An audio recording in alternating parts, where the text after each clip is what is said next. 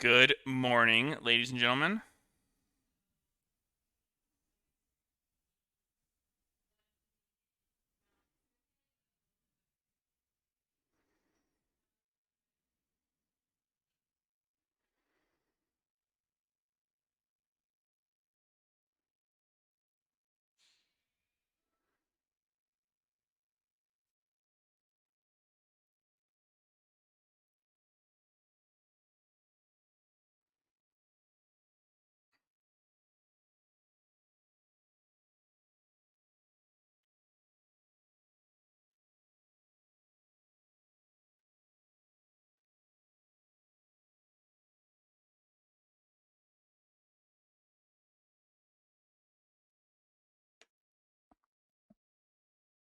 Good morning.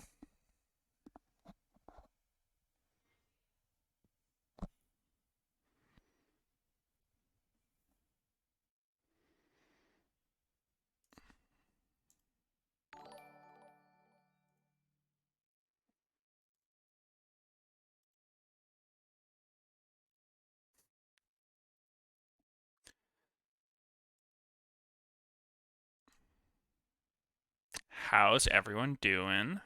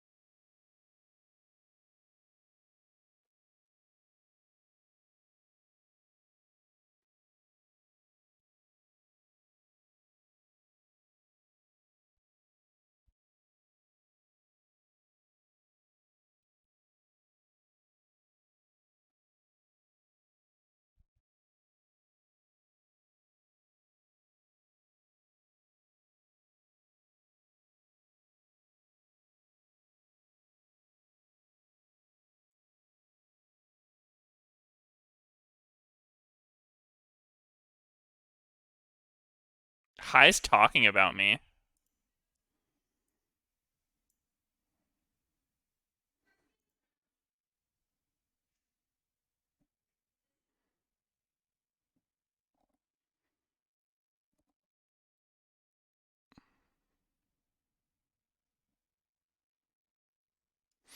He said he sent you an invitation to his barbecue and you didn't reply. That's kind of true. But he lives super far away, dude. He's like an hour away. Space Monkey 3000, thank you for the 65 months. Oh, you like the show? Nice. Glad you enjoyed.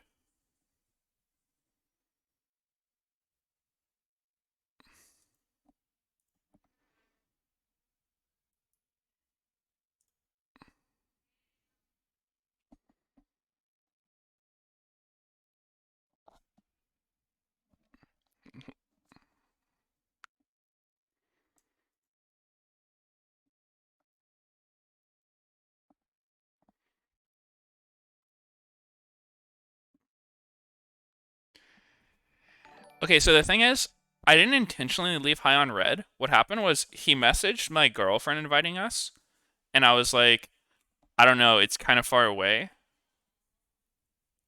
Not sure.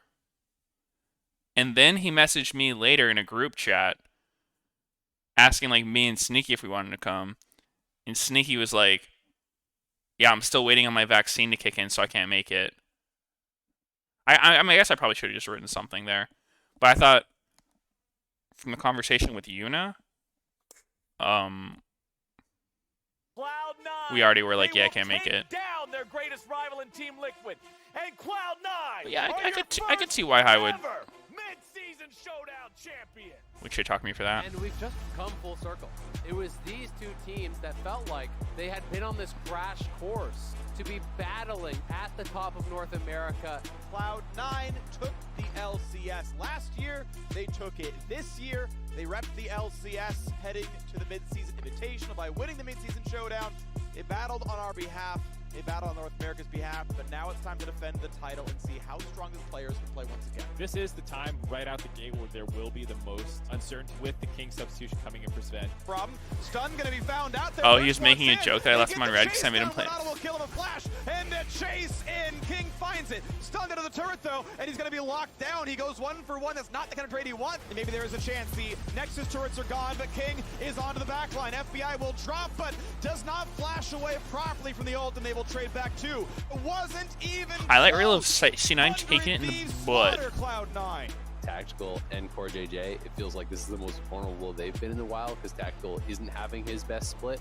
Malphite sighting! Holy cow, Tactical just jumping in on top of 3. Malphite sighting? That's so funny. The right move. What is Tactical gonna do? Starting something up. Tactical's just destroying poor Smoothie here. Drellies as well. Flash Q's in. Tactical is going to find the solo. That's a tactical nuke right there. Top laner Alfari has been subbed out for Jenkins. We do need to talk about Jenkins, though. This guy actually has a pretty good resume. You know, in spring, he's the damage per minute leader and solo kill leader for Academy. They have a lot of confidence in him. But the damage is not quite enough. My influence is immense about the Malphite Chris. I don't think I started that. That was double after Sneaky, wasn't it? I don't think I came up with that one. There is nothing left for CLG.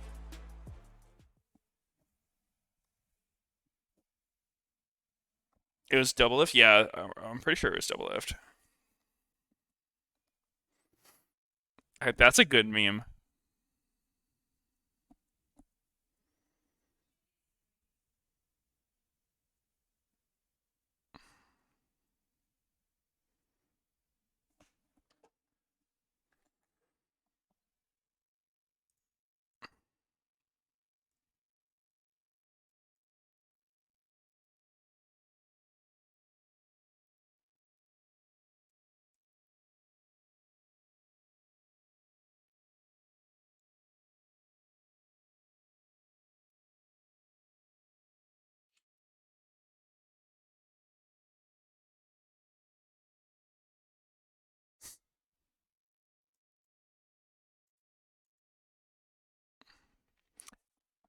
Huh, #1 post in the league subreddit right now. Out of the 20 most played champions on bottom row right now, 20 are marksmen.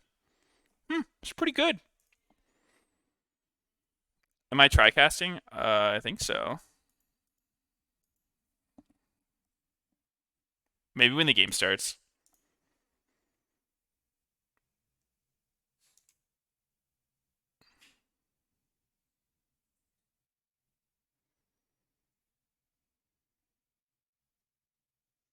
It's maybe the yeah, it's maybe the mid lane post.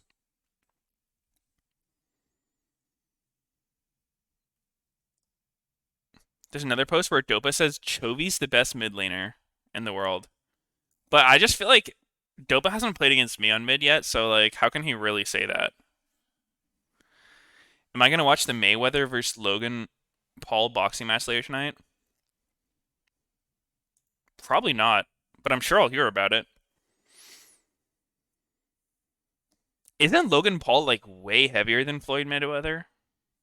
Isn't that a big advantage in those kind of sports? Are those considered sports where it's just people beating the shit out of each other? Oh, Pax is sitting at the door. I'm gonna go let him in.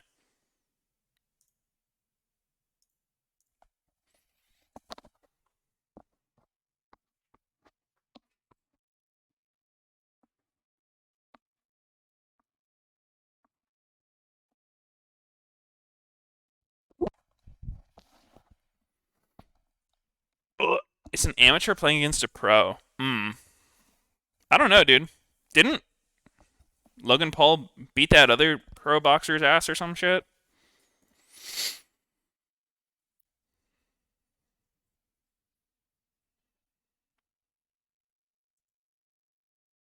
No? Not a boxer? Oh. KSI isn't a pro boxer. Yeah, I don't think I'm talking about that one. Well, I mean, I don't know if it was Jake Paul or Logan Paul, but like one of them. Oh, it was Jake, and it was a former basketball player. Oh, I see. Wait, so both of the Paul brothers are fighters? Oh, I thought just one of them was doing it. I don't follow them. They seem kind of fucking dumb. Mercy 390, thank you for 62 months.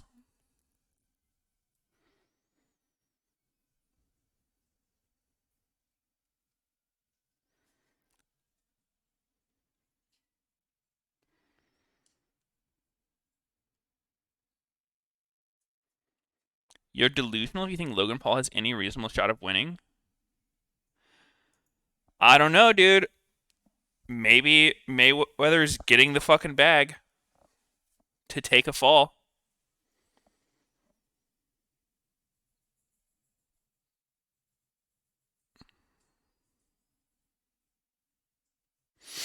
Has has Floyd Mayweather fought someone that's like way heavier than him?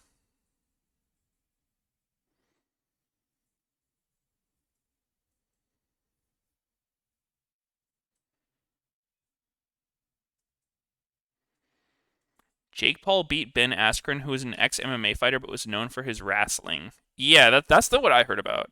I didn't think it was an NBA player. I thought it was like some wrestler.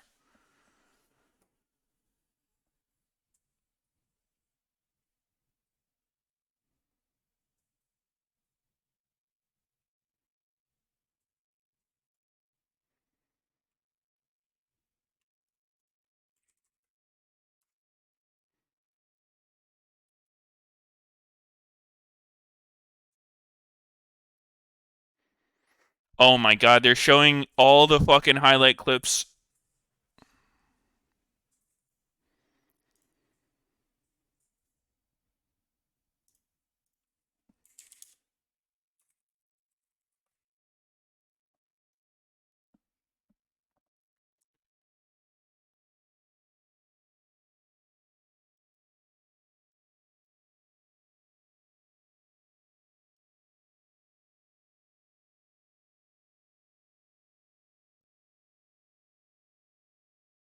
Wait.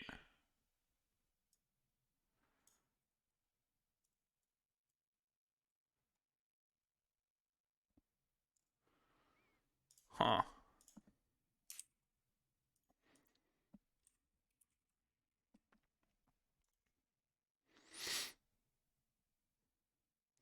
What is this quantum pay garbage? I think it's a sponsor. I don't think you're supposed to call them garbage. Dignitas is my favorite team right now to watch. I am a Dignitas fan.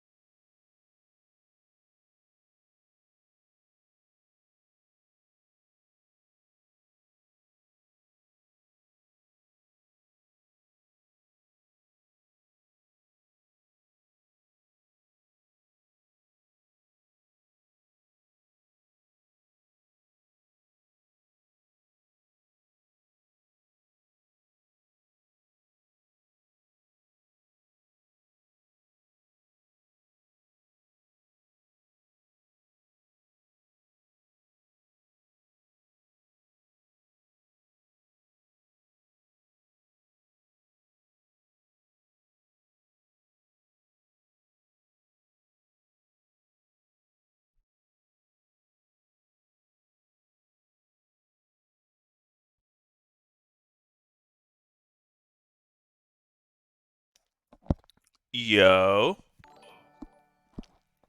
Yo, can you hear me?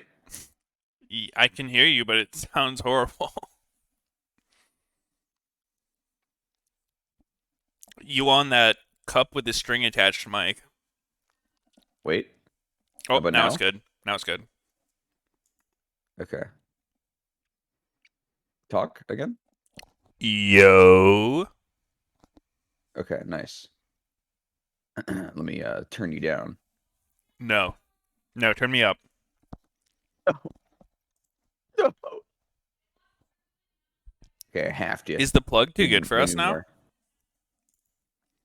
What's up? Is double plug too good for us now? Yeah, he's moved on to bigger and better people. Hold up. Like Gwen, not first picked, but taken. Gwen given up as blue side. Controversial.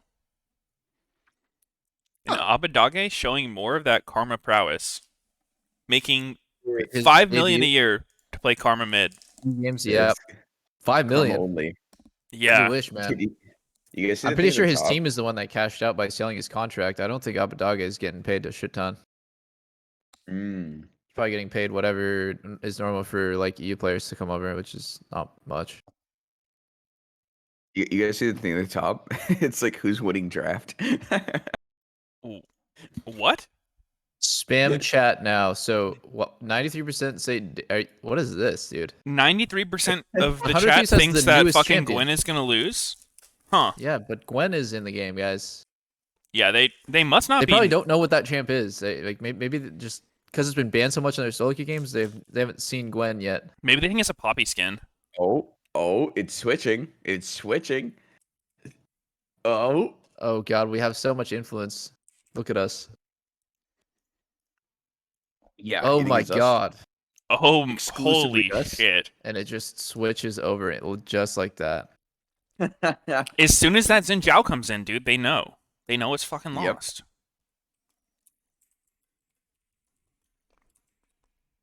Abba Pretty Faker crazy, playing actually. Karma Xin Zhao again.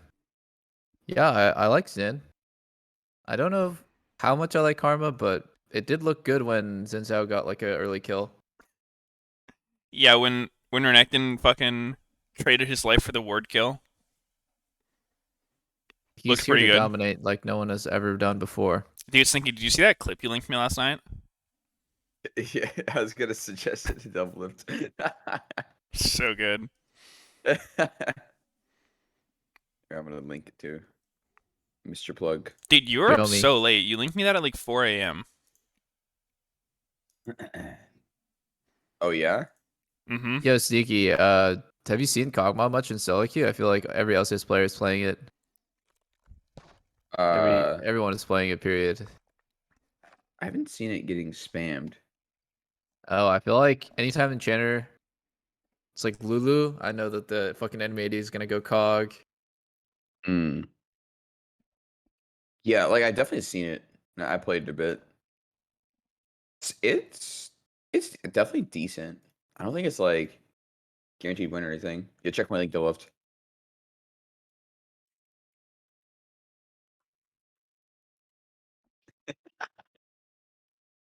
Holy shit, Darius. Oh my god. That ward was actually in 5-head, no? The guy, like, him putting the ward in the bush is actually kind of broken. He knew. I mean, if it just so happens that Renekton does flash auto attack with W up, Dude. it's kind of crazy. Reaper comes in and just starts picking his team Braum. This is why he's coach of the split. This is also 100 Thieves picking Poke Varus with Braum yesterday against Kai'Sa Leona. What was the matchup? Didn't remember. Was it Ali or Kai'Sa Leona?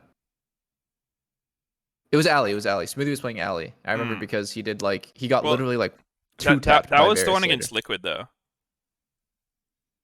It was against Jin Alice. Wait, what? No, That was Liquid against CLG. No. That wasn't the You're 100 right, Thieves you're right. game. I think they You're were right, I'm Kai'Sa Leona. I stupid. think you were right on that. Oh, you're right. There was definitely a 100 Thieves Braum game. I'm actually just I actually just woke up. I'm jet lagged. I think I'm jet lagged. We're gonna go with that. It's all good, dude. I just started my coffee too. Jet lagged. What? When did you travel? Jesus. Wait, did they switch it to be Darius jungle, not Rumble? Oh, really? Darius jungle.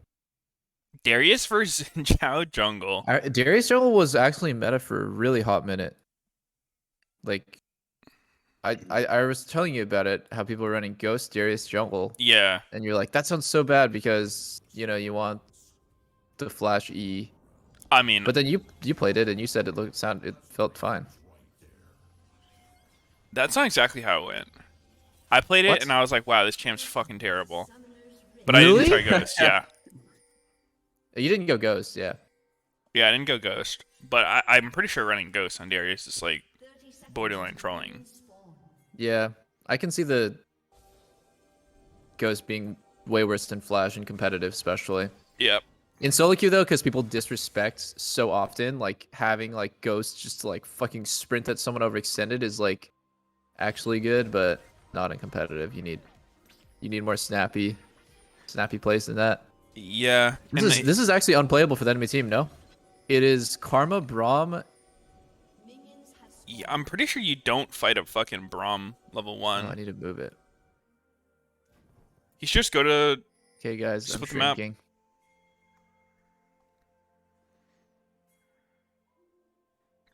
Dardark's Alright, I need to starting do- blue. I need to do no comms, no commentary.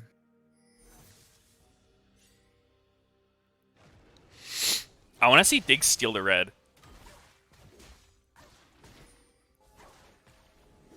That would be pretty impossible, but I've seen it. I've seen AD carries like snipe it. Dude. Oh, wow. Closer did smite it. I was going to say most people don't actually smite it. Oh my Let's God! just Look at the doing red to Darius. red here. Oh, Is he shit. dead? He's dead. I Oh don't think he's dead. no, Probably not. I'm Yeah, just so Flash. I got horny. I thought he was gonna flash knock him up and fucking have like flash karma Q, but I don't think it kills either way. Probably doesn't. Nah. A little too low damage for that Too level. low damage. Karma needs. Hmm. Oh, the movement actually by Abadage. Oh no, he got sniped by that Q. Wasn't that good? Ooh. Dude, Karma even healed from the Mantra W. Yeah, It's like so much worse than Karma there. yeah. Zoe thinks.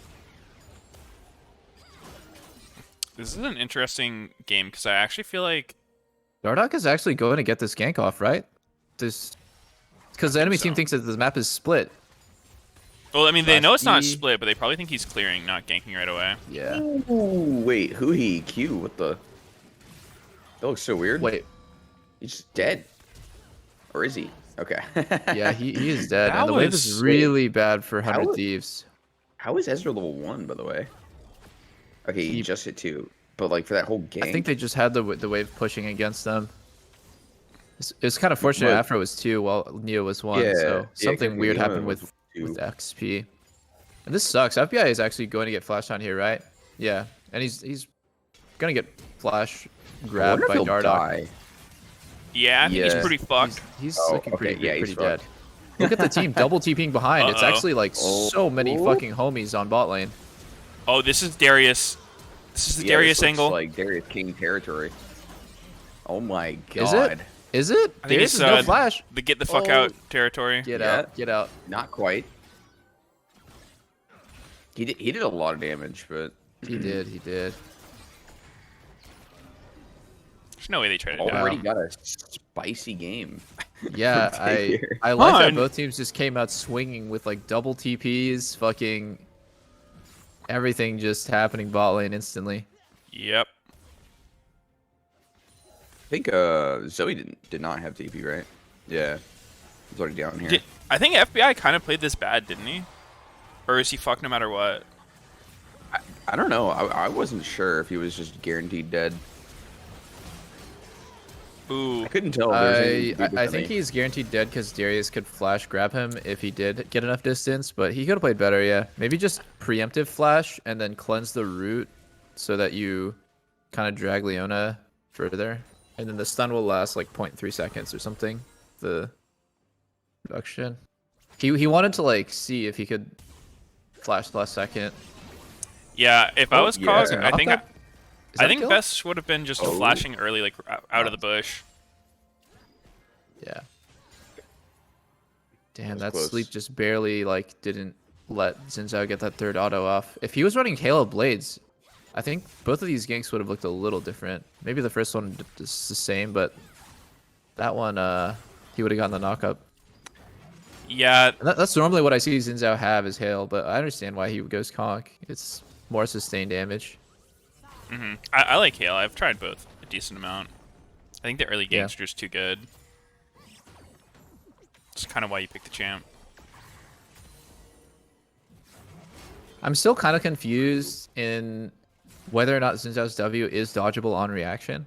Like, can you like wait for him to? Can you wait for the indicator to show up and dodge it, or do you have to kind of predict that, like preemptive dodge? I haven't played enough against. I'm Xin not Zhao sure to know about that. exactly. All I know is the hitbox on that thing is so bad for Xin. Like, it's actually the worst hitbox ever. Like, so many times it looks like it hits people and it just goes right through them. Oh, I see. So the indicator is actually wider than the real hitbox. In that case, I think it should be dodgeable on reaction, especially. I think it boots. is because like it doesn't come out right away. Like he does the slash first and then he does the stab. Yeah, there's a delay. Yeah. Yeah. It honestly feels bugged to me. Like when I play him, that's part of the reason why I don't play him as much anymore. I played him a shit ton right after the rework, and I don't know if people just got better at dodging it or like there's some fucking ninja patch where they nerfed it, but it feels really hard to land it ever.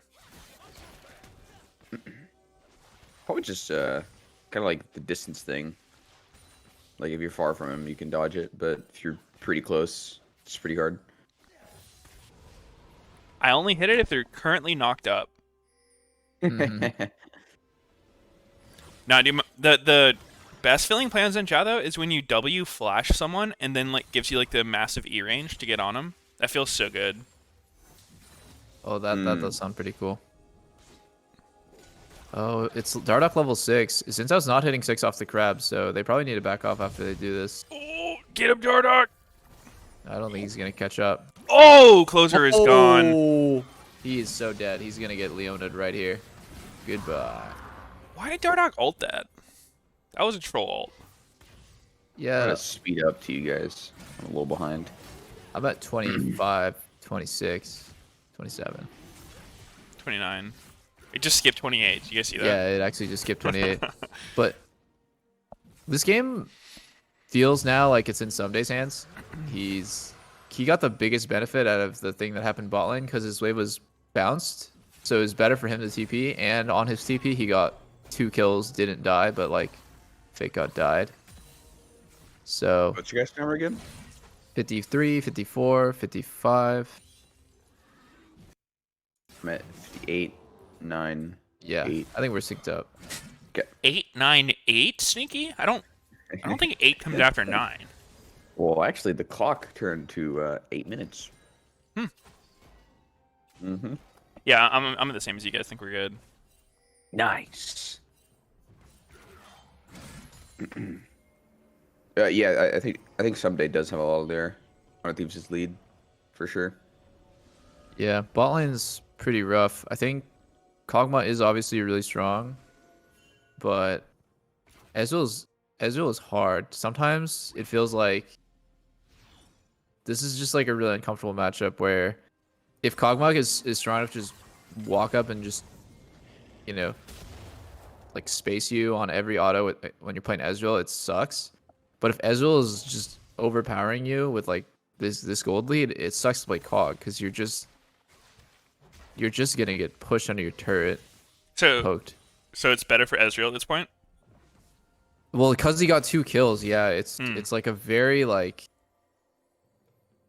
I don't know, like sometimes Ezreal feels really shitty against hyper carries because it's like, oh, the hyper carry is just so much better at just autoing you down. But at the same time, Yeah, I don't like the bot lane for 100 Thieves, like together. Okay. you don't like I think- Cog Brawl. No, I think it's just too weak, both of them combined. Like, Braum doesn't do any damage, Cog doesn't do any damage until he's, like, later in the game. Yeah. I think they'll scale well, but like for I mean, actually it laning seems like they're keeping the push, and I know you guys were talking about how Ezreal's like he feels like he doesn't really get a one-item spike on Sunder. Yeah. Yeah. He actually doesn't. Like, And to Sunder me, it seems is hard. actually less effective against Cog. It seems hard He for doesn't- Leona to actually go in this kind of lane. It seems think like Cog Leo's- Braum can get the push. Well, I think Leo's fighting power. I think Leo's fighting power right now is much greater than 100 Oh? Thieves. Mm. Oh, great angle for 100 Thieves to go in. Oh, Dardoch smited the Oh. he smited the fucking Herald to heal a ton. Uh-oh. Here comes Gwen. Someday? No, Someday misplayed This that. He is- shouldn't have flashed in the way he did. Is this spicy? Dig loses pretty hard though. Dig's getting destroyed. Yeah, Dig's getting chased the fuck down. Oh my god, Neo is actually in the Matrix right now. Holy And shit! everyone somehow manages to live. I hope they replay this fight and watch Someday because he's the one with so much of the damage and he was full HP and he misplayed that so bad. He shouldn't have flashed in like that. That's He's pretty just, at lucky the for best, Dig, he's just yeah. going to trade flashes on Dardoch and that's... Dardoch was already out of the fight basically with 1 HP. Yeah. Like, I think Everyone he should have watch focused on Someday hitting here. the closest target. He's... Soligo's literally right in front of him, man, and Afro's Yeah. in. Like, don't flash in on Dardoch. Dude, Yeah, they hella could have cleaned up if somebody. Yeah, played like well. if Someday had just focused on the right side of the fight, it was really good for 100 Thieves, and they just ended up with no kills here instead. It's really sad. something I think is kind of interesting is, did you guys watch that Dardoch interview yesterday where he was saying like, Fake God really wanted the Rumble when they picked it yesterday? No. Oh well, yeah. In the interview, he was like, "Yeah, you know, we picked Rumble, and Fake God was gonna take it, but I just really wanted it, and it worked out." And like, you know, Dardoch popped the fuck off yesterday, and Fake God's actually been playing these fights pretty bad. Like both the bot lane fight and that river fight were just like pretty blatant misplays by Rumble. I didn't really pay actually much attention to the Rumble ulti. I can go I'll go back while check it's in. paused. I mean, he just like died with his Yeah. flash up in this last one. Like he wasn't really CC'd. So he overheated and wait, Like, that he- Rumble he- ulti was actually so grief. It What was the fuck? he dropped it on the Zoe sleep. Like I don't. It felt like he was yeah. expecting to one shot Karma or something, and it did no damage. And it didn't zone anything. Like if you want to drop it on the Karma, sure, just drop it in a line so that our teammates can't just like run through and help the rest. It's a huge zoning tool. Yeah, Yeah. Fake God is actually playing really poorly. Go back to live. Kind of just the.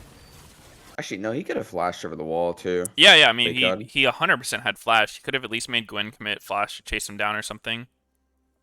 Yeah. Fake God's like, guys, I think I'm Yeah, but, first timing this Dude, game. I actually think that if Fake God played the bottom fight earlier, I was gonna mention that. Like that big, you know, double TP fight.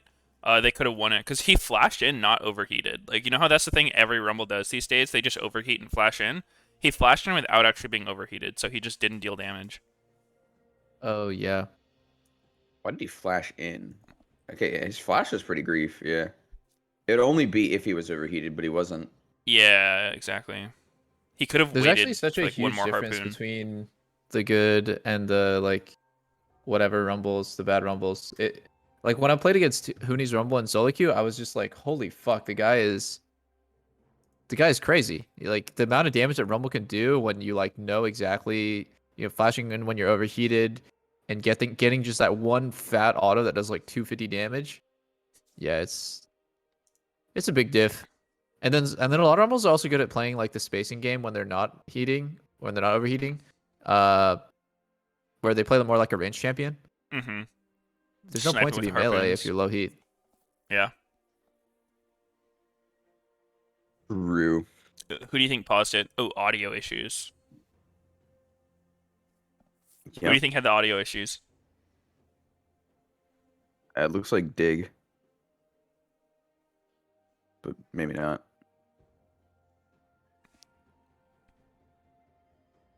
Actually, I think it was Dig, because remember when they paused, who he was just silent.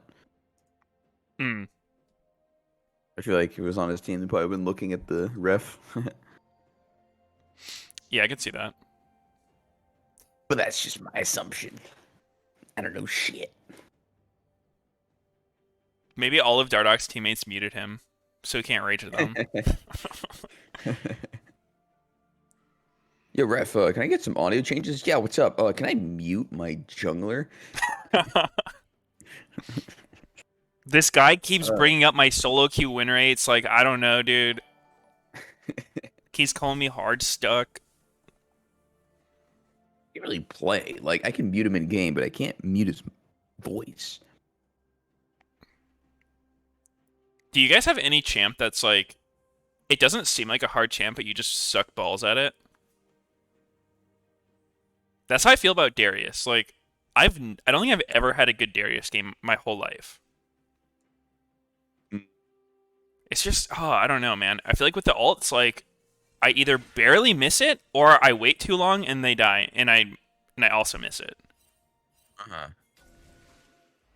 He's deceptively easy to play, I think. I'm trying to think of something that I played that did not feel good. And, like, I've played him multiple times, dude. Every time I see a Darius and ARAM, I pick him because I'm like, you know, this will be the game where I'm not going to run it down. And then I just feel so useless the whole game. Yeah. Yeah, I mean, like, he's definitely not very complicated, but, like, if you don't choose the right fight, you're probably just fucked. Especially because he doesn't take flash a lot. I think all champions can be overcome with just like raw number of games played. Like I never was good at Draven because I played maybe like 50 or 100 games from total. Played every other AD carry like way more than that. I'm sure if you played like, if you literally spammed Darius for a week, you would be good, but it's not fun to you, so that's why. I can see that. Dude, I actually started trying to pay attention to what other Dariuses do, like when I play against them, because I actually permaban that champ when I go top lane. He's just obnoxious to fight against.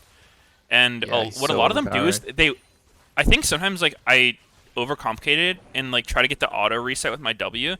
And a lot of Darius I was seeing, they just like walk up to you and W. Like they don't even try to like mess around with like auto then W. They just W you and then Q right off the slow, and then like pull you in. Yeah. So I might just be trying to be too fancy with it. It always just helps to watch like someone who's played the champs so many times and just see how they play. And that has always helped me a lot. Like when I was trying to actually learn how to play Draven, which was a very like long time ago, I would pay attention to all the Draven one tricks and see like what are they doing exactly. Okay. The little things. For some reason, Dardoch's level 8, but he's just not putting in his 8th point. Okay, there he goes. He just leveled it. Yeah, that's weird. Some people are pretty slow at like actually putting in their point. You think he's clicking it? No. Oh, this looks pretty bad for Dig. Yeah, they're getting collapsed from both sides. Why did they take that path? I don't know. God, that was got deleted. I know. Yeah. They got TPs in to do probably another death here. Another death. Well then. Yeah. That was dies. so bad. Oh my god. Yo guys, audio is fixed. I can hear Dardoch again. Yeah. Yo, wait, I can hear Dardoch saying, let's take their red and go even deeper. Whew. That was really ambitious. It's like it's fine to try to get their red as long as you have an escape route planned, but then they just like they can't take that path. They just need to pull it left. Like they have a escape route already set up. Yeah. I actually think this was like it was a good example of that thing we were talking about yesterday with like this might have been after Sneaky left, but it's like 100 Thieves went for the play without having the lanes push, and I think because Dig was getting pushed mid and they were getting pushed top, they just kind of assume, you know, like we have priority, we can do whatever we want in the jungle, and it's like, in theory, yeah, that's like kind of the case, but you have to actually like think about where people are as well. It's not just like priorities, this binary thing.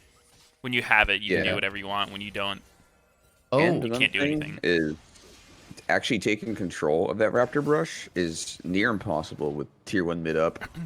Yep. Just because the path to connect is like legit so hard. Because if you push in the wave, it's on the tier 1 mid turret, and that's so much farther up. But like if you have the tier 1 dead, you know, you can push them into their tier 2 turret, which lets you actually, you know, keep them away from that brush. Yeah. Yeah, it gives you full control of that choke. Right now, that's definitely 100 Thieves choke is like near their wraiths. But I was gonna point out that FBI is doing a pretty like interesting build rushing PD. People told me to do that on Ashe like a few months ago. It I've makes heard of sense on this COG build. as well. I have heard of this. I mean, I haven't seen it. Yeah, I mean, the build for COG right now is the the Wits End tank build. Haven't really seen much of anything else. Yeah. I've also mostly seen the either the Wits End tank build or just like straight normal like Kraken Slayer PDIE build where you're just going normal AD carry items. This one's weird, but Yeah. I think one cool thing about Halo Blades is how it synergizes so well with PD because you're immediately stacking PD's like 4-hit passive thing Yeah, that's true. and getting the attack speed from that. So you kind of have the super steroid in the beginning, then you get the mini steroid from PD. Yeah. I don't hate it, Yeah. but like I don't think it's meta at all. Maybe Yeah, it you will know- be meta though. The weird thing about PD is like, I almost feel like the attack speed passive is a little overrated, just because if you look at it, it's only 10% above attack speed of Hurricane. So like, after you get 4 autos, you're like 10% faster than Hurricane in terms of auto attacking, which It gives you really move isn't speed, that right? strong. Like I think PD is more Yeah. about the move speed in my mind. You get move speed, ghosting, and PD has Yeah, 2080 that's built nice. into it already. But like, he's not gonna go PD and Hurricane. I think he really wants Hurricane with Bomb. Actually, I was gonna mention this in MSI. Gala played one game of COG, I believe, and he did some like really weird build. It was like Gale Force into 2 Zeal items, so he was just fast as fuck. Yeah, Kog'Maw definitely does really well with Like, move it was speed. actually crazy watching him. He had like 470 move speed all the time. 3-2. That's fucking 70, he was fucking cruising. 70. Yeah, Not that's a moving lot. an inch. I mean, right now he has PD 14% move speed, assuming he gets the thing up, and he has Karma with Shirelias. So that's 2 speed ups from his teammates, 1 self speed up.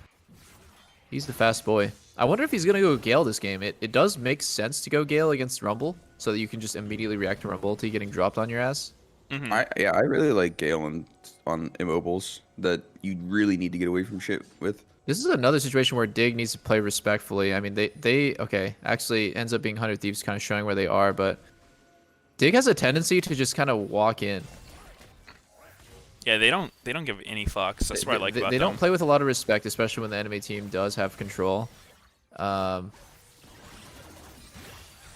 Here, wow, FBI is just frontline gaming. This is all gonna be the about Gale Someday doing Force. something with his massive lead. Oh wow, he's fucking 1 HP insta. I like how Someday has the early stopwatch for this fight. Yeah, that's dice. Someday is good about that kind of stuff. Like, he does this more than most players, I think. Like, he recognizes when a big fight's coming up, gets a stopwatch just so he can have a lot of presence. Ooh, the Rumble ult to engage. Oh, Dardoch Ooh, got Dardoch it got it. somehow, but I think he's pretty gone. He's dead. Yeah, he dies. Like Freaking shit. I need hold to it fast out. forward. It's not Someday bad. flashing into 3. Oh, that missed. Oh wow, it was on on Saligo's ass. Fucking It was touched his butt cheek. yeah. How did Dardoch get in range to smite that? I thought he was super far away. Yeah, Weird. it was weird.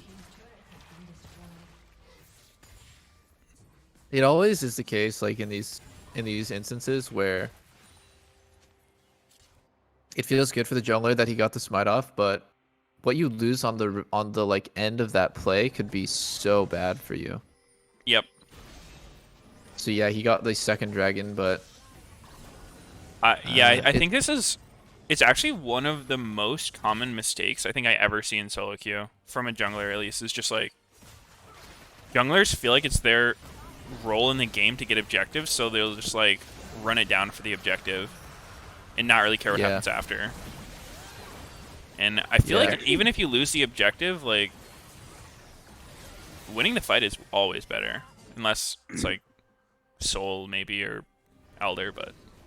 Yeah, I mean, honestly, he didn't really even overcommit that much to get that smite. He was like, yeah, I think max actually range. looking at it again, it's just because the enemy team is supersonic with Karma speeding everyone. Yeah, but that for sure is something that people do a lot in Meteos. Yeah. Just kill Those were objectives. Oh, Yeah, Cog did go the- Gale Force. The suicide for the objective. 100 Thieves comp is so strong, like at the front to back. I think like a cool part of it is that Gwen and Xin Zhao both have abilities that make them immune to taking damage. So like they have so many things to rotate through. You have to go through Braum's shield, and then you have to kill Gwen and Xin Zhao through their like immunity basically to taking damage, except against melee champs. And then you're doing all that like through Karma shields and Yeah. the, like inbuilt sustain that all those champs have. It is like really hard to see Dig killing somebody in a 5v5. The They have team to get comp's unbeatable. No, I but think it's because just really Dig tanky. threw, like I did. 100 Thieves comp is kind of hard to throw with, I think. Yeah, Oh. it is. Oh. And again, it's just, I like that. He just goes in, stopwatches, and buys a ton of time. I think that was kind of troll. Troll. Yeah. Okay, nothing happened. Smoj. I thought his teammates were gonna be able to go in after. Guess not. He was just too early. Yeah, it's too early. A little Whoa. deep. Big contest. Uh-oh. Gwen's looking for TP. Gale But where Force can in. someday TP? Is Big DD dead? Is Neo dead? He has flash. Oh, it's a Joe! Ooh. Oh my god, that shield was so disgusting. That's a clutch. That's a clutch gaming. That's clutch city gaming. And then Someday just ends up TPing on the mid wave. He doesn't even like participate in that fight. That was a straight 4v5 by 100 Thieves. Why did he TP They're there? gonna look for Baron here. I think they don't take any damage with Karma. Yeah, Yeah. this should be pretty free. It'll die in like 10 seconds. Wow. That was a fucking close one when Xin Zhao came. That's always a tilter, just huge shield, gore drinker. He can't get it actually. Yeah, I don't think Dardock could ever walk up. Is he dead, Oh, though? he might actually die now.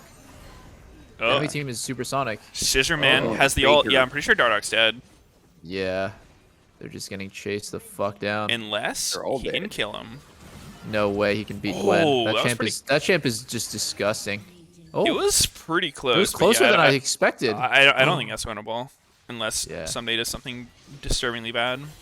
Oh, Ooh. like and that. there it That was a is. big Like shutdown. that. Yeah, that's a 1K for Neo. Someday sipping on the water. Sipping on the lean.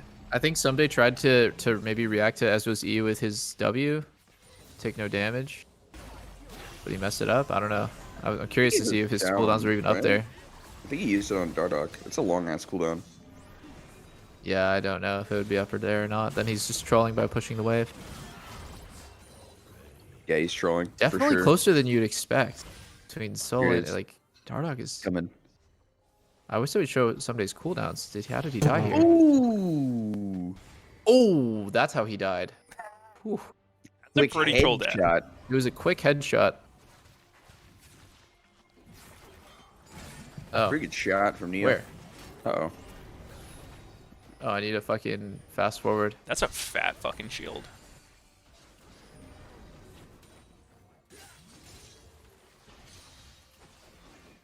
Cog building. What's he building? That Pod? is Navori. February? Okay. Yeah, that's what Gala did, but he got it 4th, not 3rd. I've he went- actually tried quick plates quite a bit on Cog, and I don't really like it. It like the idea of it is that your W is always up because you're reducing the cooldown, but in practice, what it just makes it is your W is always up, but it doesn't really hit as hard as it would if you had IE, and honestly, it didn't feel nearly as good as I expected it to. I thought I would just be God all the time. Now I'm just like somewhat strong all the time instead of God some of the time. It's probably okay Yeah, I feel since he's that. super ahead though. Yeah, Cog's like one of the 2 champions I feel like that item's not trash on. Yeah. Other being Tryndamere. I've like never actually seen it in a Silica game and built in a situation where the game's not over already. I think like this Oh, game's Cog he actually slept. flipped and sucked in. And it doesn't matter. Reposition. Just quick reposition with Flash Gale, easy. No cleanse there, that's why he was so dangerous. Yeah, he actually was like trying to troll that fight, but Did you see what he did? He like W'd a minion, Yeah. tried to snipe Ezreal with a Q, and then like ran away with his E. Like, he just actually didn't do anything with any one of his abilities. Yeah, I was watching the sleep on COG. Little sleepy. My God. So now we know what 100 Thieves is thinking is really strong. We know what Reaper thinks is really strong. It's like Karma, Braum, Xin Zhao. Yeah. Reaper, just Reaper. No one on Hunt Thieves thinks it's strong. Well, I mean, like ideally the whole team agrees. It seems like Abadage thinks Karma's strong. Yeah. I mean, you played it all 3, right? Mhm. Holy shit! It's like a bandana mask on FBI. I know. I was gonna say he's a cowboy.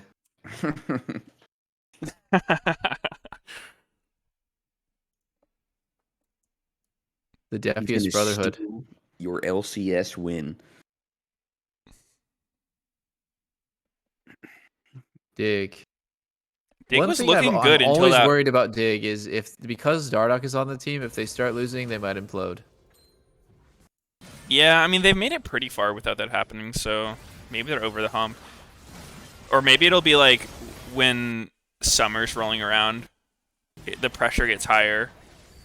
Like always around Worlds, I feel like it's the test for every team on their mental because this starts getting more and more intense. Like the stakes are higher. Yes, around summer playoffs is when My you really God, get the the lights. pressure crack. Yep.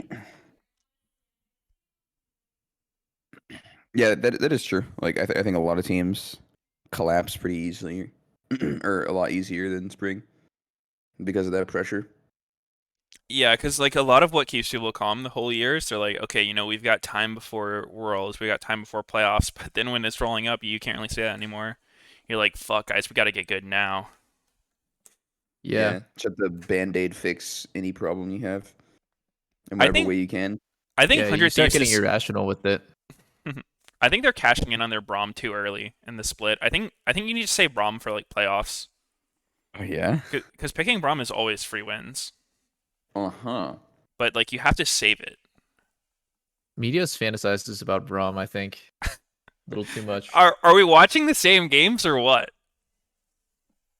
I think Braum is definitely good sometimes. He is The only one people who don't think he's good are 80 carries who are like some matchups are like I can't do anything. I got a Braum.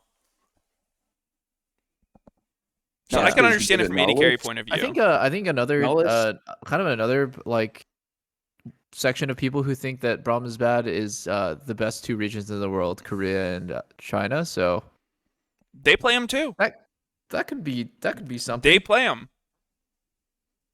Where? MSI. In like 2 games. You said they didn't play him. Okay. They do not generally think he's good. I do think he can be good. You need to get away with like that right amount of greed, but the better the opponent is, the more suited they're going to be to punish it.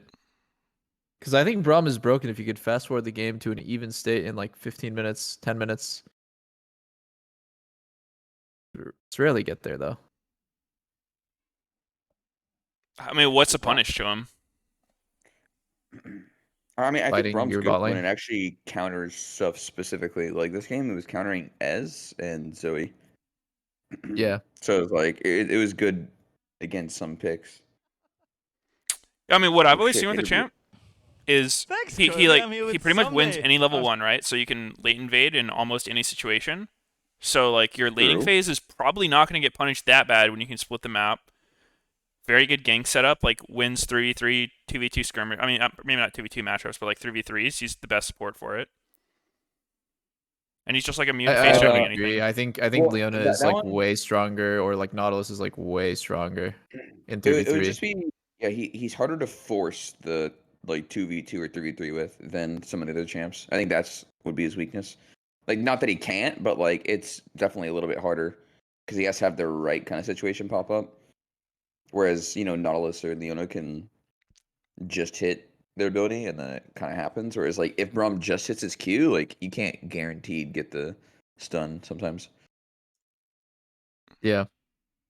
Yeah. Not to say Brom's bad. It's just like it's definitely a little bit harder of a Brom condition. has a lot Right? of like limitations. Like he is a very like static champion. If you go in against Brom at a bad time, he counters your engage and he triple stuns and he like makes the best use of his kit. But then on the other side, if it's like a face to face situation and the enemy team can just choose when they want to fight with like a really long range hook or Leo can just go and tank everything and live, it is then you would rather have like another champion that's more Yeah, I mean, explosive. I definitely agree. If you're outranged, then Brom's not very good. But I think if you have the Mhm. longer range, then he's so OP. I think another situation where Braum is like particularly bad is if the enemy team has like really is like very tricky dive to play against. Like for example, Kai'Sa Nautilus, I would not really care too much about playing against Braum. Obviously, he can like maybe block my shit if I go in, but if we just choose the right time, it's hard. It can be really hard. Hmm. That's why he's not played a lot of the time. Is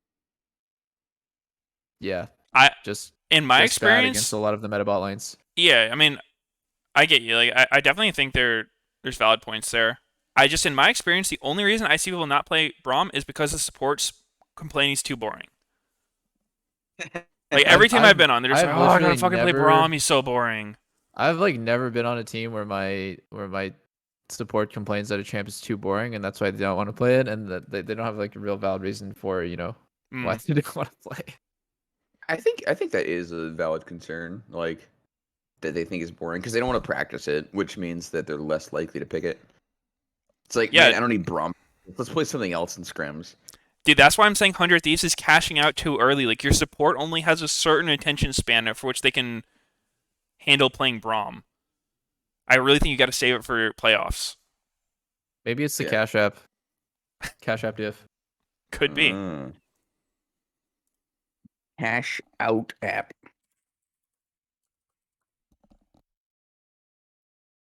Yeah, maybe the boring thing is a part of it, especially for certain types of people who are super like temperamental. But I think everyone in LCS is definitely here to win. And if Braum was really No, good, no, they no, would. no, no, no. Yeah, never mind. Actually, fuck it. It's a for fun region, guys. Well, no, it's just purely for like in practice. And it's not like they're playing to win every scrim. Like they definitely Yeah. want to not to have fun in scrims, but they want to practice like higher skill champs a lot of times. Yeah. I think Yeah. that's what Meteos' point was. I would like give benefit of the doubt to the top teams that they don't care about whether not something's fun and they are purely fueled by like they want to play the best thing with the highest chance to win. I think like maybe for some of the worst players and the players with the wrong mentalities that are not on the top teams, they are probably more affected by that kind of shit. I mean,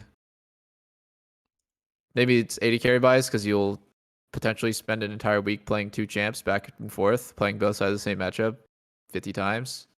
But it is what it is. I mean, junglers do the same shit. They play Udyr and Hecarim for an entire split. Just handshake. Okay. Yep, I'll play both sides. Yeah, Yeah. but I That's the mean, only thing that's meta. I definitely don't think even if two champs are like meta and get through every draft, I don't necessarily think they're always playing those in scrims though. Like if you take 6 games, like I bet you they're playing at least like four champs a lot of times instead of like practicing those two. Dude, Only I went like weeks where I wouldn't play anything with like Jarvan or Sejuani in scrims. anything Just, but. huh? Yeah, like I would only play those two champs because they would just be open every Mm. game. And it never really Yeah. bothered me because I think getting practice on what I'm likely going to be playing on stage is always what I value. And so the Oh only yeah, time I for complain sure. about playing a champ is if I'm like, okay, no one is giving us this champ. We shouldn't be playing it every scrim if it's just likely to be banned against us. That kind of thing. Then I think like Yeah. you have to have your bases covered. You have to like at least practice on things you're going to be playing. But a lot of people take Yeah, it too far but and it's they're like, dude, this one specific situation, I really think Fiddlesticks top could be the play here. I mean, obviously that's not right, but I don't know. Like for the AD carry thing, it's like, say, well, we can look at this game for the bans, right? Like, There's only Senna really banned for AD carry, at least in the first phase. Callista Um, as well. yeah, I was kind of thinking more generically, but that's like a dig ban, right? Yeah. Yeah. So let's just say the only Senna's ban here, like you always pick, like Kog'Maw, like that's an example of a champion that I don't think is gonna be practiced every game. Like it's not gonna be picked every time, and then like how are you gonna get into practicing Cog, right? Like you have to venture out of the two champs more often than just because the good ones are always up. Mm-hmm. It's like Ezreal and Yeah. it's like what is I it, think Varus? Cog might be approaching that high, that like top tier though of AD carries for the LCS teams. Like I know that a lot of the Possibly. LCS AD carries are like playing Cog in every matchup, and Cog does take a good amount of skill to play, so you do want to play a shit ton of it in like against like tough stuff, like playing Kog'Maw against like Bard or Nautilus, stuff that can always catch you out is really good practice. So Yeah. I mean the skill in Cog is just purely on positioning, like his positioning, yeah. yeah, Which positioning. is kind of a skill you can generically practice as most AD carries. Oh, I think you have to play like Ashe, Cog, and Jinx. Those Yeah, Jinx, Cog, Varus. you have to I play. think I I, think I think you Varus have is to similar. play champions that need to auto attack to do damage. If you're playing like Poke Varus, the positioning skill required is actually like a Yeah, lot more forgiving. because Uh, you can just be like max Q yeah, range. you don't even have to auto attack. I mean, spend the whole game just shooting Qs. But yeah, Kog'Maw, I always respected when someone was like really fucking comfortable on those kind of AD carries because pretty easy to run it down. Yeah, Yeah. they have the least amount of like room for mistakes, I'd say. Yeah. That's why sometimes I bet like your teammates, or like the teammates of a kind of like wishy-washy AD carry, they're probably sweating pretty hard when it's like Kog'Maw meta or like Jinx meta.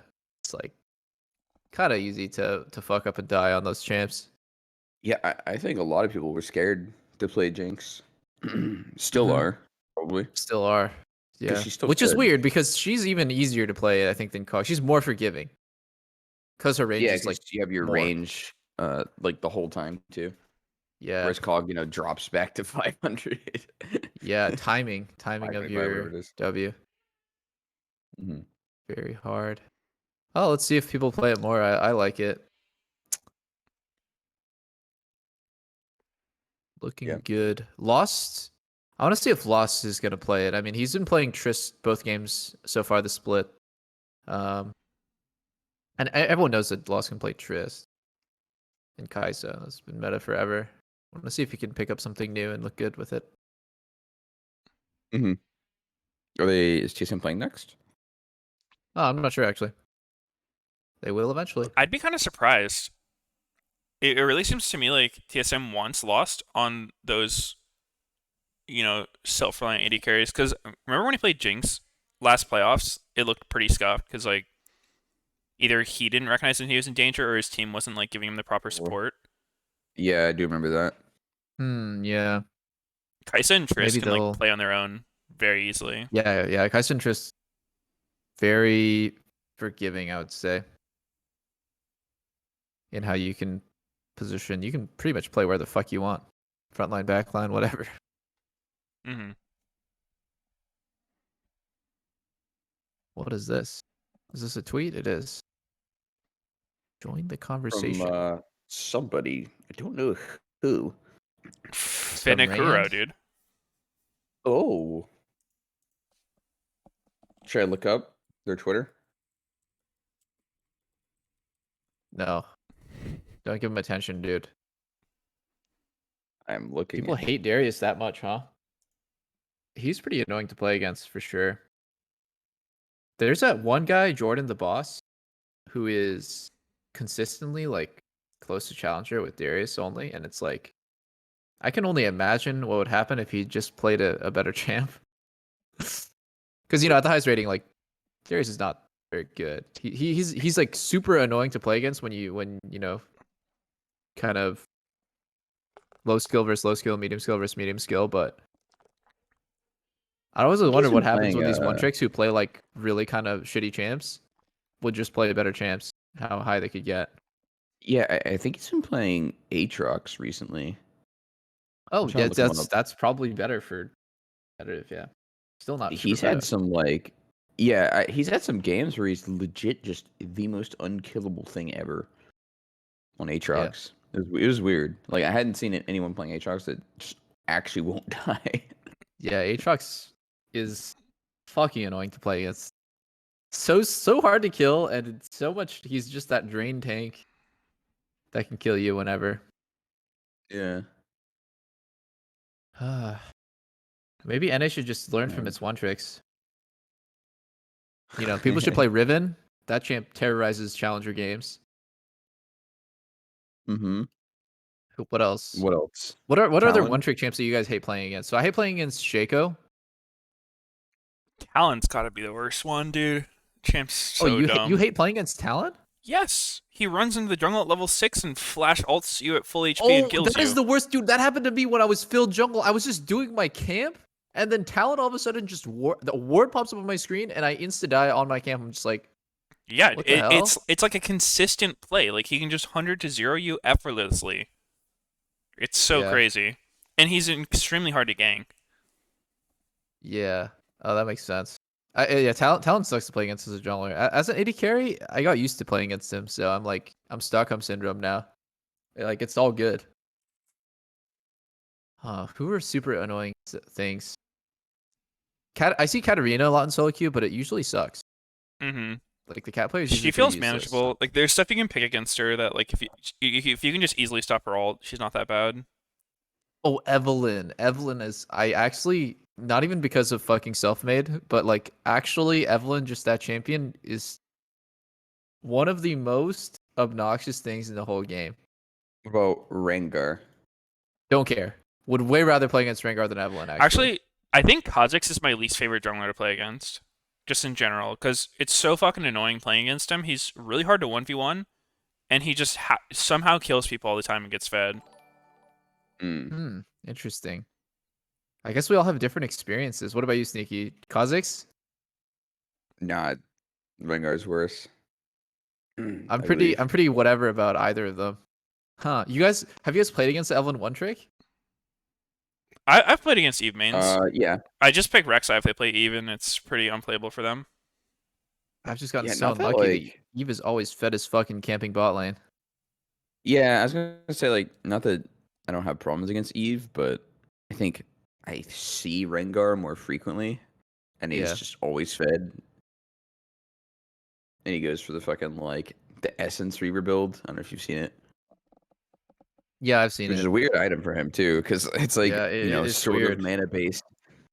Yeah, it's just doing it for the fucking big burst, I guess, and the CDR. No, Yeah, yeah, I've seen that. Rengar seems very countered by exhaust. While with Eve, I'm just like, there's literally nothing I can do about this. I'm just gonna die if she gets throw pinks everywhere. Yeah, Sit on them. Still die probably. What else is annoying? Do you guys have any thoughts about Pyke? Sometimes I feel like Pyke is like the most broken champ in the game, and then other times it's whatever. I don't like laning against I him, think but as far as just like jungling against him, I don't really have an issue because Pyke at least feels like you can do something against him. Like a really good Pyke is kind of fucked up to play against, but you can at least like flash his ulti or like dodge his stuff. It doesn't feel like he ever reaches a point where like he can't be beaten anymore. Yeah, that's true. He does have he can get one shot. I've always just seen Pyke as like so slippery, so hard to kill. The good ones are insane. Like a good Pyke, especially when he was played solo lane, dude. Solo lane Pyke was not fun to play against. Oh yeah, that was really stupid for sure. I'm glad they took that out. I could see an 80 carry not liking that. I mean, just runs bottom every wave. Yeah, like it's as dumb as the roaming mid meta. Like all of them don't play mid; they just clear the wave instantly, and they're living in your lane. I think Rumble Zuke mid's did another that. champ I don't like playing against, just because there's only a few people who play it, and that they're all good. So it's like I'm getting invaded on every camp and like dove every side lane. It's rough. I think a mid laner who moves around a lot is the most annoying thing for me to play against. You said Rumble? Yeah. Rumble. Yeah. I mean, we were talking about it before, like the canon changes. Like Riot kind of has been pushing that away too, like punishing roaming mid laners more, so they can't just leave the lane all the time. Which I think, I mean, I think in an ideal world, with the way leagues played, like roaming mids shouldn't really be a thing. Like for early game mainly. Mm-hmm. Like their whole plan is to just not lane, but they're still getting the same XP or more. Yeah, I'd Yeah. agree. I think the game's generally most fun when like you're actually getting to interact with your lane. Like the 1v1, the 2v2 matters. It's not just like, you know, how much other people can affect your lane being like the number one factor in how it goes. Yeah, they also moved away from like the super early gank meta too, Yeah. and it's all so annoying to like I'm the second wave is coming in and I'm getting ganked. It's like You remember the like Camille trying to set Talia up and meta home.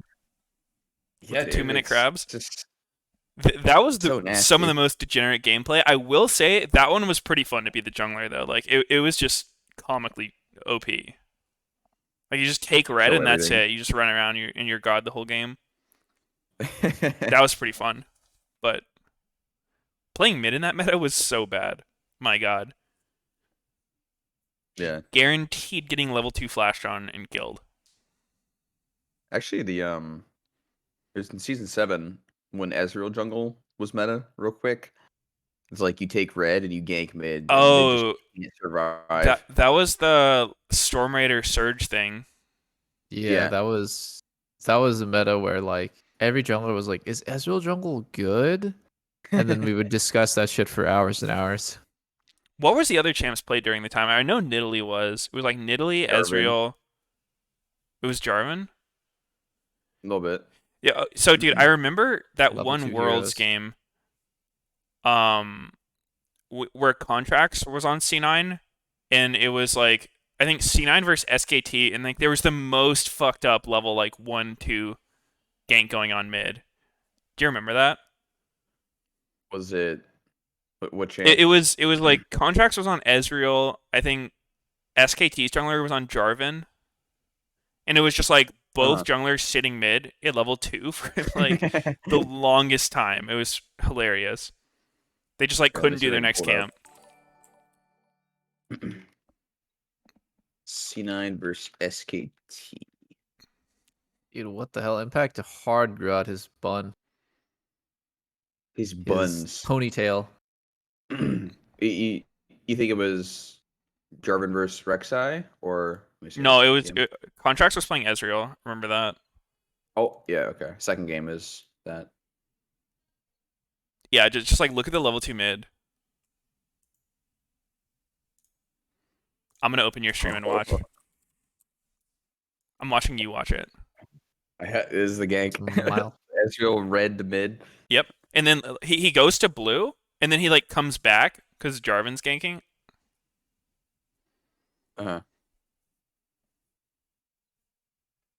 Let's see it. Oh, dude, this is back when like you literally would just show that you have one CS if you only did one camp. Look. So Ezreal goes to the blue, like he blast Oh cones my in, god. then Jensen's getting ganked. So look, Contracts gets off the blue. He comes back. I remember this game so vividly because I'm just like, what the fuck? Yeah, he's going up to Jarvan's Raptors. No, he doesn't contest this. Yeah, I don't Oh, remember he's how going to long this crab. goes on for. If it's longer than that, I specifically remember Ezreal starting the blue and then peeling off again to like cover the level 2 gank. Where the fuck is Jarvan going? I don't know, dude. They've just like both What the agreed we're fuck? not doing camps this game. Yeah. Ooh. It doesn't stop.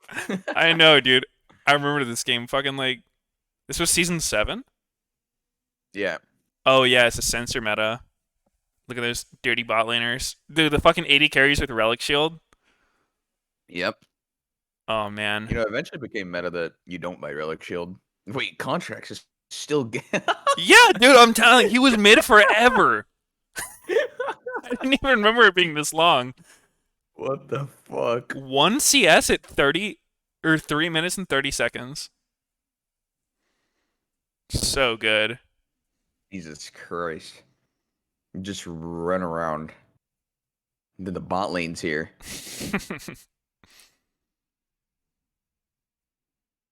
Get away, Wolf. It looks like that's the end of it. Yeah. Jesus, man. That's insane. So funny. 2 CS jungler. 2 buffs.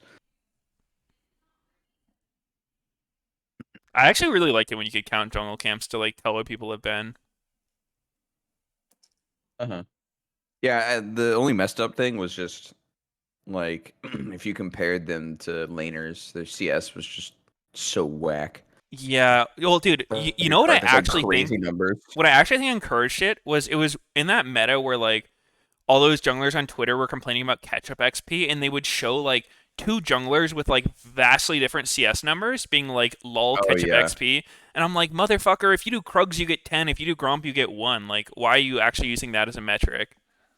Yeah, yeah. So I think it did help in terms of that because then you can actually compare jungler CS. Yeah, like it's a better indicator of like how strong people are. I just feel like if that's the intention of the change, which I'm fine with, they should also include like plates and cannon minions with that, like not counting Yeah. plates as 0 and cannon minions as 1 because those are obviously like way different. Dude, no definitely way think they they should. should They're make gonna make cannons more. plates count as fucking CS. Why not That'd though? be so weird. I Creep think score, it's bro. Like the point of CS is to give you an indication of how strong you are. Yeah, You have to it's like differentiate gold. between CS and like gold Wait, why? taken in. Because you can count Because kills and you can count CS. You can't count plates currently, and you can't count like cannon. Like you could miss every cannon but have like the same CS. But then someone who got every cannon probably has more gold than you. But there's no way to know well, that. because I think like counting CS should be like an imperfect art. Otherwise, Why? you're just playing the game with like perfect information about how much gold someone has, What's wrong without with that? having to like. Yeah, I mean, couldn't that argument be made for the jungle camp change? Like I would say yeah. that the argument you just made for why they shouldn't have cannons count extra is even more so for like the jungle CS counting. Well, I think the extreme version of that would just be to show everyone's total gold. That'd be fine. And the closer, I'd I be think the fine with closer that. you get to that, the worse the game is going to be for like in terms of skill ceiling. Because part of the skill of the game is estimating how much gold someone has and playing around how much gold they have. Really? I don't think it matters. I wouldn't agree with that one. I yeah, I mean, I like just it. think I just think it doesn't really change anything. Like when you're playing against someone, like, and you're both laning for a while, like you obviously both know you have a lot of gold, and like his buy doesn't change what you do. So, like even if he has more gold than you, like what are you gonna do differently? Like it doesn't affect you; it only affects him. And it's like you know mid game too. Like you assume someone's close to their item, but it's not because you can see it exactly. Like it's just because you have a feeling because they've been around on the map so long, and that you know they haven't. That's because we're pro players. Think about 90% of the players who play the game. Do you think they have a good estimation of how much gold someone has? When you can see someone has, for example, like 1,500 or 2K gold, you know because you play the game every day for 10 years. But how about a gold player? They don't know if the guy has 500 gold or 1,500. And I think that's a huge skill in the game. Though, right? What's up? I think it's just because they're not really paying attention to that because they're thinking about other things. Yeah. Yeah, and Like, it's not that's a what hard that's what I skill. mean when I say like the skill ceiling of the game is in knowing these things. Oh, he got 2 plates. He's like not missed the cannon. And so he's probably sitting on like a lot more gold than me, and I'm gonna play around that like by trying to cancel his recall or something, or I'm gonna do something when he recalls. But if you could see total gold, I think that definitely takes away from some of the skill of the game. Yeah, maybe a little bit. I just think it, in total, like making quality of life. In my opinion, it's quality of life. Like I think making Yeah. this change is a fine thing. Yeah, I would like that because moving forward. a lot of people when they watch League, like, they watch LCS, the amount of gold people have is just plastered everywhere, right? It's like you see the team's gold, you see the individual player gold, and that's made out to be like a huge thing. But then when you're actually in the game, you don't see any of that. I feel like I like it when there's less of a disconnect between like what you see when you watch a pro game and what you experience when you play the game. I think the closer they are, the better for everyone. Yeah, I can see your point. I guess the counter argument, like I think shooting games, FPS games make for a great viewing experience, but there's incomplete information for the players, but there's perfect information for the viewer because the viewer experience has to have godlike information because you have everyone from just new players, people who barely play, to pro players watching the game, and you want to present all the info to the viewer so that they can enjoy like the game in the same way as like an expert player because the expert players they're just gonna know. Honestly, you could probably take away the gold. Let's just at the top for us, we're commentating the game. You could take away the gold, and we would probably be able to estimate within 1,000 gold who's winning by how much. All these things that kind of stuff is actually there for the casual player. Yeah, I mean, I would be think interested. It'd be like an experiment. Just cover that up for your screen and see how close you are. I guarantee you'd be really close. Yeah, I don't know if that's a great parallel though, because like that would be more like comparing Fog of War to comparing like CS:GO Valorant matches, right? Like obviously when you're watching a pro game, like you don't see the Fog of War, so there's already that disconnect. But Mm-hmm. I'm talking about like using gold as a metric because like using what you've said, do you think that would make the game even better if you didn't show any stats for how much gold someone has? Like what if you don't even show the scoreboard? Like you don't show how many kills, how much CS anyone has? Like wouldn't that add another layer to it? Like wouldn't that make it Well, even harder? I just think people who play like to see the progression in their CS. Like the CS is like their individual sort of like measuring get tool more. for, huh? But you get more in the thing we suggested. Yeah, that's true. I mean, you get more. It just feels kind of, I don't know. Maybe they will. I wouldn't hate it. It's just, I think the closer that the game gets to like showing everyone perfect info, it's kind of as controversial as like the jungle respawn thing, which, um, Like back in the the day, you had timer. like time every jungle camp, and you didn't know if it was going to come up. That ended up being a good change, so I could be wrong. Yeah, Is yeah. that it ended up being that like people just ended up invading camps and playing around camps more, and it just created a lot more action. So Yeah, that was a great change. that one was a good. That's a good example because I know for me personally, when they were first adding it, I was like, "This is bullshit," because like I was really good at timing jungle camps and most people weren't. But then after they added it, I'm like, "Oh well, like even though technically it is harder to do this, like it doesn't actually make the game more fun or better. Like I would rather the game not have this. Mm-hmm. I think as long as there's enough skill expression in the game, like it's not like every single thing needs to be as hard as humanly possible. Yeah, for sure. Dude, So what about these this is a drafts? weird. I don't know if we talked about drafts at all. Yeah, we haven't talked about the draft at all. And also, why does Danny have cleanse? Dude, we got Is it for the Sammy. exhaust? That is Because strange. Zoe Bubble is not good against Samira. Like you have a lot of tools to dash out of it, or to just straight up block with your W. So can't be against Zoe. It must be for the exhaust, right? I've almost never seen Samira go in cleanse honestly, just for that. yeah, I've actually gotten destroyed by exhaust. It might actually be better if you think someone's gonna run it Mm-hmm. on Samir. In that case, it does make sense. Yeah, and he's going longsword 3-pot, so he can out sustain all the poke. This is a crazy level 1. It is. They're just FlyQuest just like walked up. I think FlyQuest wins this really hard. Part. Oh wait, I- and impact. Yo, it's a literal 5v5. I love this. 5v5. Oh Holy my shit, Seth got a God. double stun. Jose? Oh, Oh my god. Oh, that's a fucking big set stream lag. stun. wait, I don't think anyone dies here. They should all disengage. Not Oh, yet. okay. No, I think FlyQuest is going to hard win this fight in the long run. God, they're Dude, not giving what it up. is happening? No Everyone- way. Wait, Licorice just flashed in. Oh, Meteos, you are like literally so behind. everyone lives. I'm behind. Okay, I'll speed up. Yeah, I think you guys need to hard. I think you guys need to speed up. 17, 18. Yeah. I'm with 19. Sneaky. I'm with Sneaky. Okay. You need us to count Meteos? I'm might be ahead Wow. of you guys now. I'll pause at 30. Just let me know when you 26, get to 30. 27, 28, 29. You guys 30. go. Yeah. Yeah. Wow, that was crazy. That was crazy. I think a lot of the the reason why people like to invade Rumble is because he goes W level 1 because it's good for his clear, but it makes him actually a potato in the level 1 fight. Mm-hmm. I thought that FlyQuest would win that a lot harder because they have Ezreal Karma. It's like one of the most strong bot lanes to have. It's up there with like Yeah, Ezreal good Braum. poke. Mm-hmm. The rest And of the team's not. Wait, oh Chisuke's my W just God. glitched out on my screen so hard. Same. Yeah. It Yeah. actually seems like pretty disrespectful for EG to actually try to fight that level 1. I guess they were figuring, they would have Impact move down and they would get the number advantage, but then Licorice was also there. Yeah. Yeah. You don't see Wait, that shit too Rakanda's often. Just a full-on Rakanda's 5v5. electrocute. Oh wow. He is That's playing for pretty fucking burst bad. damage all in. Like I normally in hard matchups you see Rakan's going Guardian to give some cushion for the all in. But Yeah. like this guy's Ignar just is always fucking super crazy with his builds on Rakan. Like he was the first one who did Zonias on Rakan. Fucking hate it. Oh my And God, it's- I hate Sonya's Rakan. Like you hate playing against it or you don't like it? No, I think it's terrible every time he's done it. Oh Specifically wow, him. really? Okay, so we had a really long discussion, like, cause Bio, he was like a Recon one trick for a long time, right?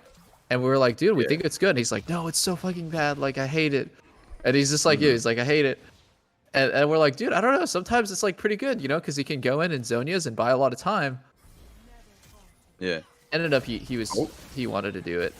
Oh, Oh. what? Oh. This is actually.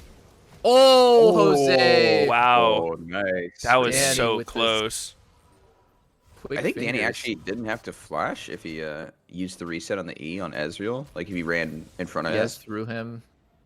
Yeah. It's like the only way to get out now is Samira. Yeah. Since the E Oh, change. Licorice? He has. Looks Oh, fine. Yeah, looks fine. I was gonna say he has no flash, but W is just enough to get away. So this is the third time in a row that Jizuke plays AD carry mid, and they must think that it's really strong. I think another team that thinks that double AD carry is really good is, wait, am I thinking of the right team? Is it Immortals?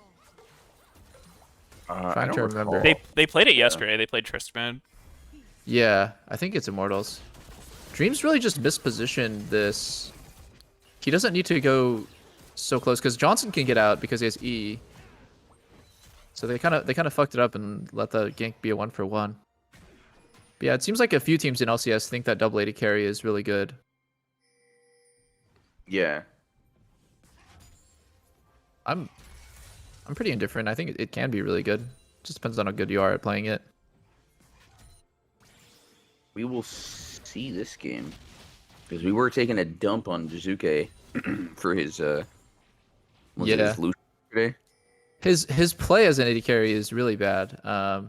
But I just want to see how the LCS meta develops and like I also want to see what other regions are doing. Oh, Licorice has no flash. Jose's but on the way, his though. teammate is coming in. Impact is I think kind of Impact's screwed gone. now.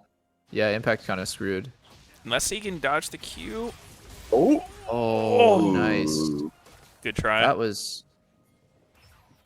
I don't think there's any world there where Impact gets the kill. So I think he just was super ambitious, walking up, continuing to chase. No TP and his wave is actually frozen. Blows. Oh, dude, Lee Sin is actually one of the biggest winners on that Smite crab change. I didn't think about that. Wait, Oh, dead. wow. And Palafox dies. It's trade kill. Oh. That's a fucking banger mid lane. Wow. Did Califox? Oh, why is My Jose God. 2 levels up? You to follow. Oh! And he's gone. He's holy shit. Wow, it was like a pretty 2-level difference, by the way, on jungle. Level Yeah. 6 to level 4 on jungle, and somehow Goddamn. Jose dies because of jungle support gap. Loads. The electrocute was damage is fun. too much. The electric. Dude, yeah. I mean, Palafox didn't have to die, but I guess trading is okay. It's okay. His teammate was right there. I would like to see him just let that Yeah. sleep sit and just kind of let his teammate clean that up so he doesn't have to die for it. But fun fight to watch. Yeah. Yeah, Some I hope we spicy see more games today. there. There hasn't been a boring one yet. I is. like this. Yeah. I really Wait, like. is this only the second game? Yes. Yep. Yes, it is. All 2 two and games 2 haven't been born. All 2 games, and we're 8 I minutes into mean- the second one. It's a good ratio. I think True. yesterday was like one of the first 2 games was slow. Yeah. Damn, I actually think that smite thing on Crab for Lee Sin is pretty big. Because that used to be one of his like weak points. He just like couldn't take crabs fast at all. Now he just one pieces them. I really don't like FlyQuest's bot lane matchup stylistically because you have like this really reliably good all-in from EG against the poke. Playing Ezreal against Samiracon just feels fucking scary. It's not like playing against like Thresh, who's so easy to like dodge and space out. Feels like Rakan is like one of the better supports at playing against poke. Yeah, I mean, can see it's that. massive shield blocking a lot of it, just random heals. Yeah. It's just so easy for you to make a catch happen. Like even there, it's so close, man. Jesus. Yeah, Rakan Yeah. feels like he's pretty good middle ground against range supports where he doesn't get bullied too hard, and he also does have like kill threat on them Yeah. with his all in. And this Uh-oh. feels slightly preemptive from Licorice, but Impact ends Aiming up the wrong way. yeah, Impact ended up running the wrong way. I think he could have totally lived that. Yeah, Oh, he must have no. not known Jose was there, and he was trying to like set up for Dennis. Jose has a Yeah. flash here. Jose has Oh, ult wait. here. I mean, not flash. Oh my god. Wow. Okay, Shizuke is gonna look to clean this up. Then he's Oh. very, very high HP versus 2 low HP Yeah, players. Jose looks dead. Jose As he jumps should be up. dead. He's dead. Nice. Was that just an auto R at the same time? Yeah, Yeah.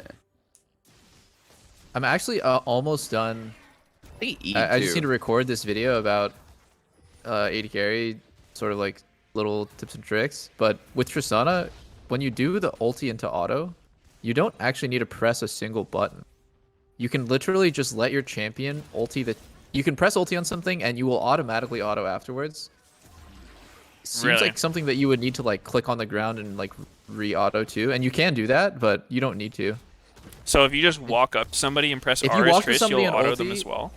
Yeah, you can test it in a practice duel. Like I have it recorded. Interesting.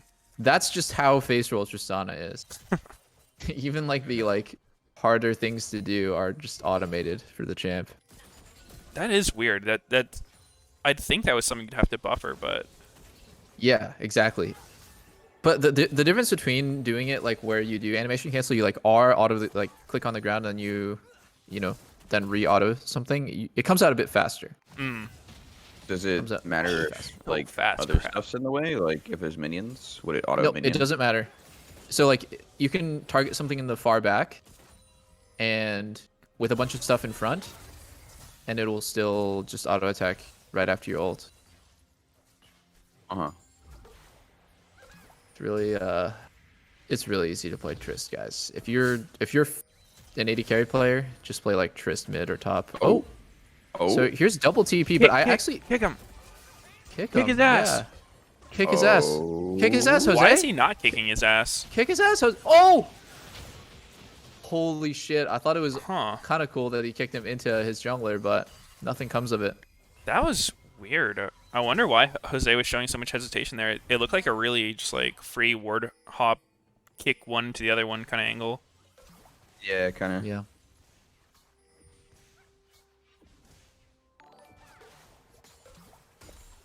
Jose's not having the best game yet today. Yeah. He was somehow 2 levels ahead of Rumble, and now that's close to being even. Yeah, We Rumble's got actually Gale up in for CS, same Trist. level. Yeah.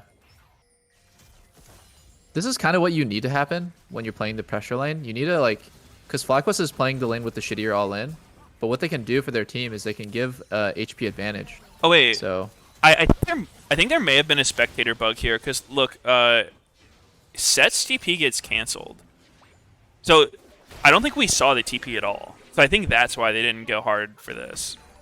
I On saw the TP. turret, no. Oh, I saw the TP. Yeah. oh, I didn't see. And that's Yeah, it was It was the defensive turret TP. I see. Despite the fact that Impact was TPing, I thought because it was a 4v3 where Zoe was down there, they should have just went fast. Mm-hmm. And I thought for sure they could kill even if Set finishes that TP. It's an angle. Yeah, I didn't even realize it got canceled. Yeah, that part I me didn't neither. realize. Now I realize it got canceled. Oh, Palafox Zonya's the combo. Oh. He's gonna get a bunch of shields here. Oh. And This is Jizuke the with the thing is- homie stock. You can always count on Jizuke to go in, but man, like they're actually covering. A lot of times he does go in. They're definitely playing around that fact. Yeah. His coaching staff's never going to tell him to not go in, though. That I was was a gonna mind say, blowing. I feel like Gale Force might suit Jizuke better in general. Yeah, it even though I does. like Kraken way better on Yes, Triss. It so does. he can go in harder. I mean, like Yeah. it helps us all in, you know. Yeah, I'm just memeing. Yeah. Yeah. This is a bit sad to see. Licorice was outplaying top pretty hard, and he ends up losing 5 plates because he TP'd down, and also because Herald gets dropped in his lane. So he ends up being like, I think he must be behind in gold despite the fact that he has 2 kills. I want to see gold. They do show it. What the fuck? Did you just see that? I thought my Holy computer was screw blue it. screening. Is that? Yeah. I've never heard that. That's literally the sound Holy my computer makes before blue screens. Jesus Christ. That fucking woke me up. That woke me up, dude. No, like, he must have a macro on his keyboard or his mouse, no? That's definitely a macro. Oh, that How do was you do weird. that, though. You set a button to spam, like, Control 3, like, to do it 10 times a second. And you Well, I can think do it was it on... auto canceling, no? Like No, starting up no his auto way. animation. and Was it canceling not a... I think it was a taunt spam or, like, a dance spam. I don't know what that was. That was the auto sound. He was going Really? for a melee. Yeah. How did he cancel his auto 20 times a second, man? Even Faker can't do that. Yeah, I don't know. I'm confused. I'm confused, too. Danny's just hacking. He's so good. Oh, my God. Have you Jizuke guys picks ever actually so much. used the coin toss thing on Samira to get a letter? Dude, yeah, I have No. recently. Was it sweet? Was it part of that Penta you got? No. Dude, But I what was watched that it? yesterday. That was actually fucking disgusting. How did you use it to get a letter? Yeah, I Like, think where that they was like my slept? juiciest pennant ever. No, like if you start in lane in the aggressive bush, you can throw it, and you know it like auto Oh. targets people too. Oh, that's actually hilarious. You could use it to, like, bush cheese somebody. What the fuck? That's so Yeah. funny. But like all you get is a stack, and you lose a gold. Wait, Oh, you all give get is a up stack. your Like, gold? A stack actually might change the outcome of a fight. Like, I would love to see people tossing coins all the time. Hang on. Yeah. You lose your Throw own gold at gold them. to do that? Yeah, you give them one minus gold. Oh, one, they I get didn't one. know that. That's hilarious. Yeah. Like you don't lose it if you don't hit, but Oh, okay. if you hit them, you lose the gold. Did they get one gold? Yeah, they get one gold. Yeah. Wait, that's so funny. So you could just stand there. If you wanted to grief really hard, you could just sit there giving someone all your gold. Yeah. Although Well, the it's, income would be like one for, gold like, every 5 7 seconds. However long my But taunt you is. could. My chat says you can also proc somebody's bone plating with it. That's kind of Oh, OP. yeah. That's pretty nuts. Oh, Oh, Danny is gonna be fine, but his shield bow. yeah, he has shield bow. He has to flash. Wow. And he might still die. He might still die. He's getting chased by Jose. Yeah, I think he's dead. Bye bye. Ooh, Jose not playing Ooh. around that time. Damn, dude. That's like one of those mistakes that you make on stage, getting your recall canceled, and then you're just like, what a stupid reason for me to fall super behind. Mm-hmm. You gotta Oh, like, apparently it works on dead bodies. I knew it targeted dead bodies. The taunt. So you But, like, just you can give get dead people gold. gold? Yeah. That's so funny. Like you solo kill them and then you taunt them and throw gold at them. I actually love that. gold at their corpse. It's Jesus, great actually, flavor. Samira, Danny's mistake was so punishing. He just lost his turret and like at least a wave to tier 2. Johnson just yeah. bought like 2k gold worth of items. He was just recalling in a weird spot, right? That was Yeah. why he died. Really bad spot. Can't make those mistakes. It's on LCS. I like that Evil Geniuses just really focused Herald with Triss. And it's made it so they just take Zoe's turret. I think Zoe is like really reliant on mid turret being alive. Yep, More wait, than definitely. most This is one of those mages. games that, like, you would probably say that Trish should take cleanse, right, Meteos? Like you were saying it for Jace, I think. Me? No, Was I it think you? I I don't think know. I was double F too. It was liking mids with Or is that cleanse. looked? Oh, I don't know. I think when there's always Zoe bubble, I don't think it's that necessary. I just think there's certain games where it's like Leona. I don't know. What's a jungler that gets fucked by it? Udyr, Leona Udyr. Elise. Yeah, I mean, I was just Annie thinking is about the dead way here he again. died. Actually, maybe not. Maybe not. Oh, He's chilling. Oh, it's close. why is he so okay. Ends tanky? up- Isn't that an 80 carry? He got a He's bunch of playing like a recon bruiser. heals. Yeah, you got barely saved. Yeah, barely saved by recon there. Yeah, like I think it is undervalued though, cleanse on mid, especially against Zoe. Like I swear to God, before if you played against Zoe, you had to have cleanse mid lane Yeah, and because you I can't. have to Ignar imagine might it's kill just- him here. It's like the value of TP for mids is just so high due to like, being able to either make a play early game, like swing a Can't really play do that. late game for split pushing. Right? Wait, what'd you say? I feel like I said you can't really do that as Trist though. Like she Yeah. kind of just used it to sustain in lane. Yeah, I mean, I'm just trying to think of reasons, right? Like why they might do it, because I do know from mid laners that I've like played with and talked to, like a lot of the time they're pretty hesitant to not take TP because it's just like the safe option. Sometimes the punish yeah, for not I- having TP feels like pretty unplayable. Yeah, I Yeah, talked to Soren about that sure. last season too, and he said the same. Just TP's super value, and that's why. But there has to be a break point, and I wonder like when that is. Like is it literally never? If the enemy team has 5 cleansable CCs, Yeah. is that still like not enough to outweigh it, or So one game I remember from recent times that's like a really good example of why having TP is important. It was this game 100 Thieves was playing with Demonte. He was playing set mid into TF, and he ran Ghost on set instead of TP. And 100 Thieves just like could not play the game because he didn't have TP. Like the other team just kept like making plays around the other side of the map wherever set went, and he just couldn't join the play because he had no TP. So I think Yeah. for those kinds of Yeah. situations is why people like having it. Or otherwise, the other team does have the option to just like play away from you the whole game, and you have to decide like, yeah. do I want to Did you not see farm? what Ignar did? Oh. Ignar literally just W'd into the dragon pit. I am so confused. He was Okay, going ends up into the ocean bush, but it wasn't there. Palafox and Licorice die on the other side. What a really confusing fight. I hope they play that again. So I think what happened is FlyQuest solo lanes were just out of position. They were looking for a pick. I was watching that part. Yeah, and then Ignar is out of position, and he like doesn't know that the enemy team is on drag. So there's a lot of incomplete information going on there. Still not too bad for FlyQuest unless they end up losing top tier 2. I'd like to see them just run up and defend. Like there's nothing for them to do mid. They really got to send somebody here, else Jizuki's going to take it. Go, go, go. Yeah, Just don't let him push they're it. running Okay, him. nice.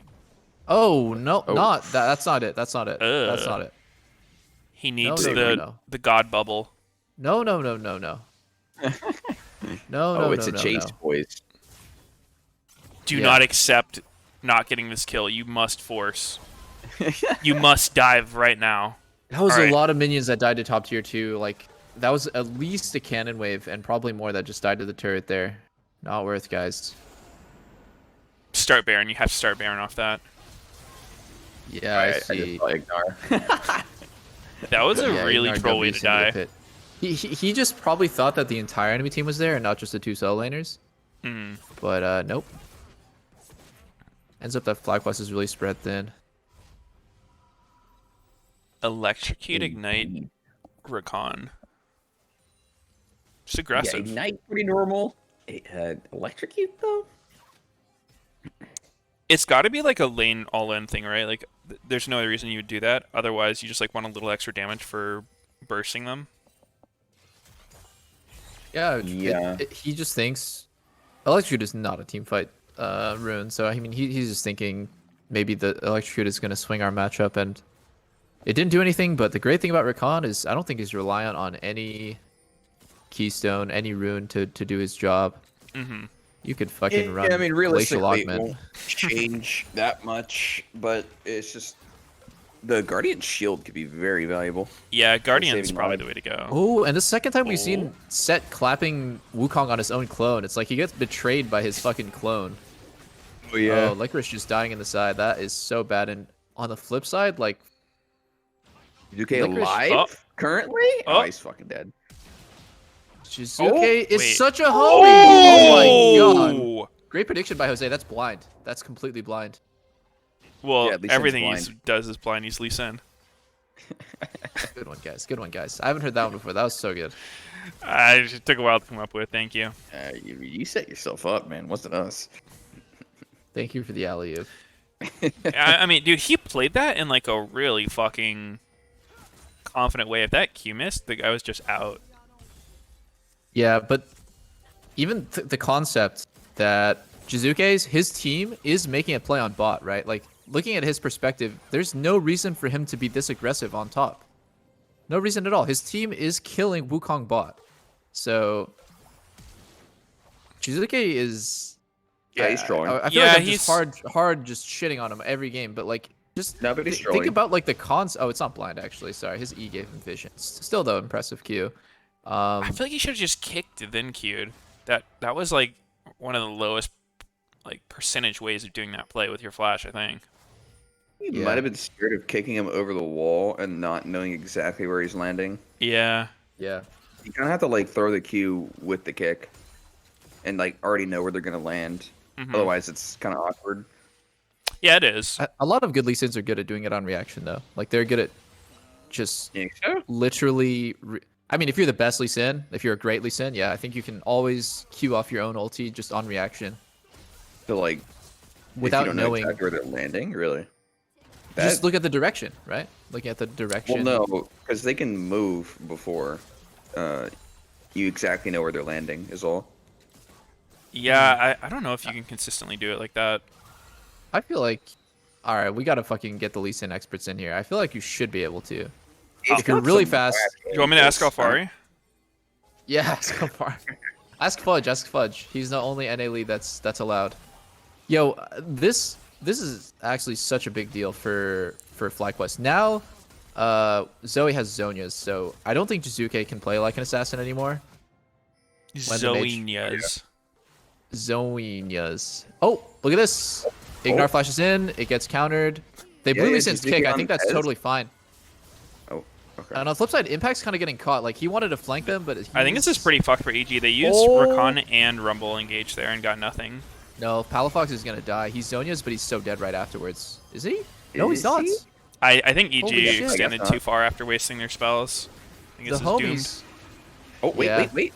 Oh. Okay. Ooh. Jose just ends up walking straight into Jizuke. Holy fuck. Okay, it's probably another drag for FlyQuest unless they steal. They don't have smite, but I don't think they have a Yeah, much no chance of steal. stealing. Now it's rough. EG is up in gold, but enemy team on soul point, and this is LCS, boys. In LCS, the only thing that matters is stacking dragons. That's it. That's it. So realistically, we don't even need to watch the rest of the game. FlyQuest already won. Oh. Man, I hate using Rumble ult that early. Like, I think that's one of the worst things Rumbles do is starting fights with your ult. Like, I swear to God, this ability has so much more value if you use it once the fight has already started, rather than Yeah. trying to engage with it. I'm trying to understand why Impact flashed there. Yeah. Did you guys see that? He used all of his abilities, and I think he just fat fingered it. I think he like literally didn't mean to press it because he just flashed 1 inch forward for no reason. Yeah, I could see that. Yeah. Accident. That's a big mistake to make. He ended up being the first kill for the enemy team. He did a big damage though, so. God, Danny did nothing that fight. Where was he? Just getting zoned? Less than Rakan. Yeah. No, I mean the fight was so far forward for EG. Like they were Yeah. so ahead of everyone. Like and they didn't even get anything. Like the Rumble Muse was talking about. Rakan was with the Rumble ult, and then Yeah. Impact went in by himself. I think EG needed to play that more patiently after failing their engage. I think they should have just like had Impact continue hiding, maybe wait for FlyQuest to start Dragon, because then you have like at least some advantage for the fight. They're hitting the Yeah. objective. I think this is like something I just realized now. Samira is really bad against Wukong. you have to wait for him The to ulti put knockdown. both of his ults down before you can start channeling yours, which is horrible for your rotation because then you're just kind of waiting for a really long time. Or you just take the risk and you go in, and if he knocks up your ulti immediately, you lost half your damage. Mm-hmm. Yeah, So I'd probably just ult. Say fuck it, because you just say fuck it and try to recharge your style if he interrupts you. Yeah, yeah, and you can just do Yeah. auto damage and Q damage. it is hard. When you 'Cause- play like Samir against stuff like Leona or Wukong that have like melee stuns, it's hard.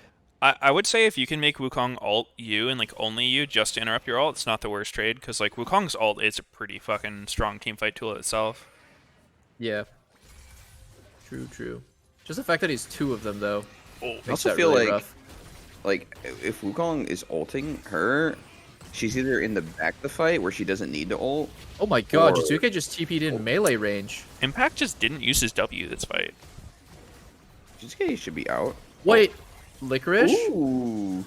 gets peeled think- by I think Impact, he but just Impact kills is gonna Impact. die. Yeah. Yeah, he Impact's just kills dead. Impact for Jizuke's mistake. Yeah, this is Dang. so bad for EG. They're getting collapsed. EG's playing this game Ooh. really poorly. Oh, the sleep lands on They're Ignar. They're dead. so dead. This is their dead. He's Baron for FlyQuest, I Man, think. I was really thinking this game was going to be hard for FlyQuest to play out because they just like looking at their comp, they don't have very much CC. They're like they're doing the full poke like Zoe Ezreal comp Yeah. without like enough lockdown to really make it work. But EG's just kind of like handing them so many plays. It doesn't seem to matter.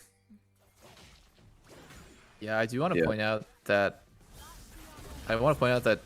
Chris went Storm Racer second, which is not what you normally see, because like you typically would want IE as that slot, not as the second item, but like you'd want to have your 3-core include IE, because right now he's not doing much damage to Wukong. Like we saw him auto attacking Wukong down for like 5-6 seconds, and he's a full item ahead.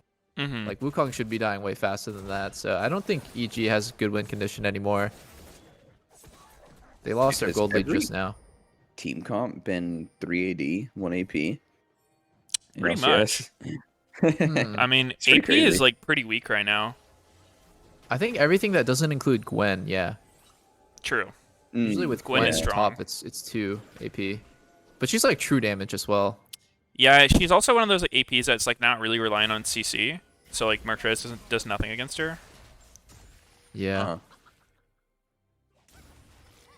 Yeah, Auto kind of attacker. interesting.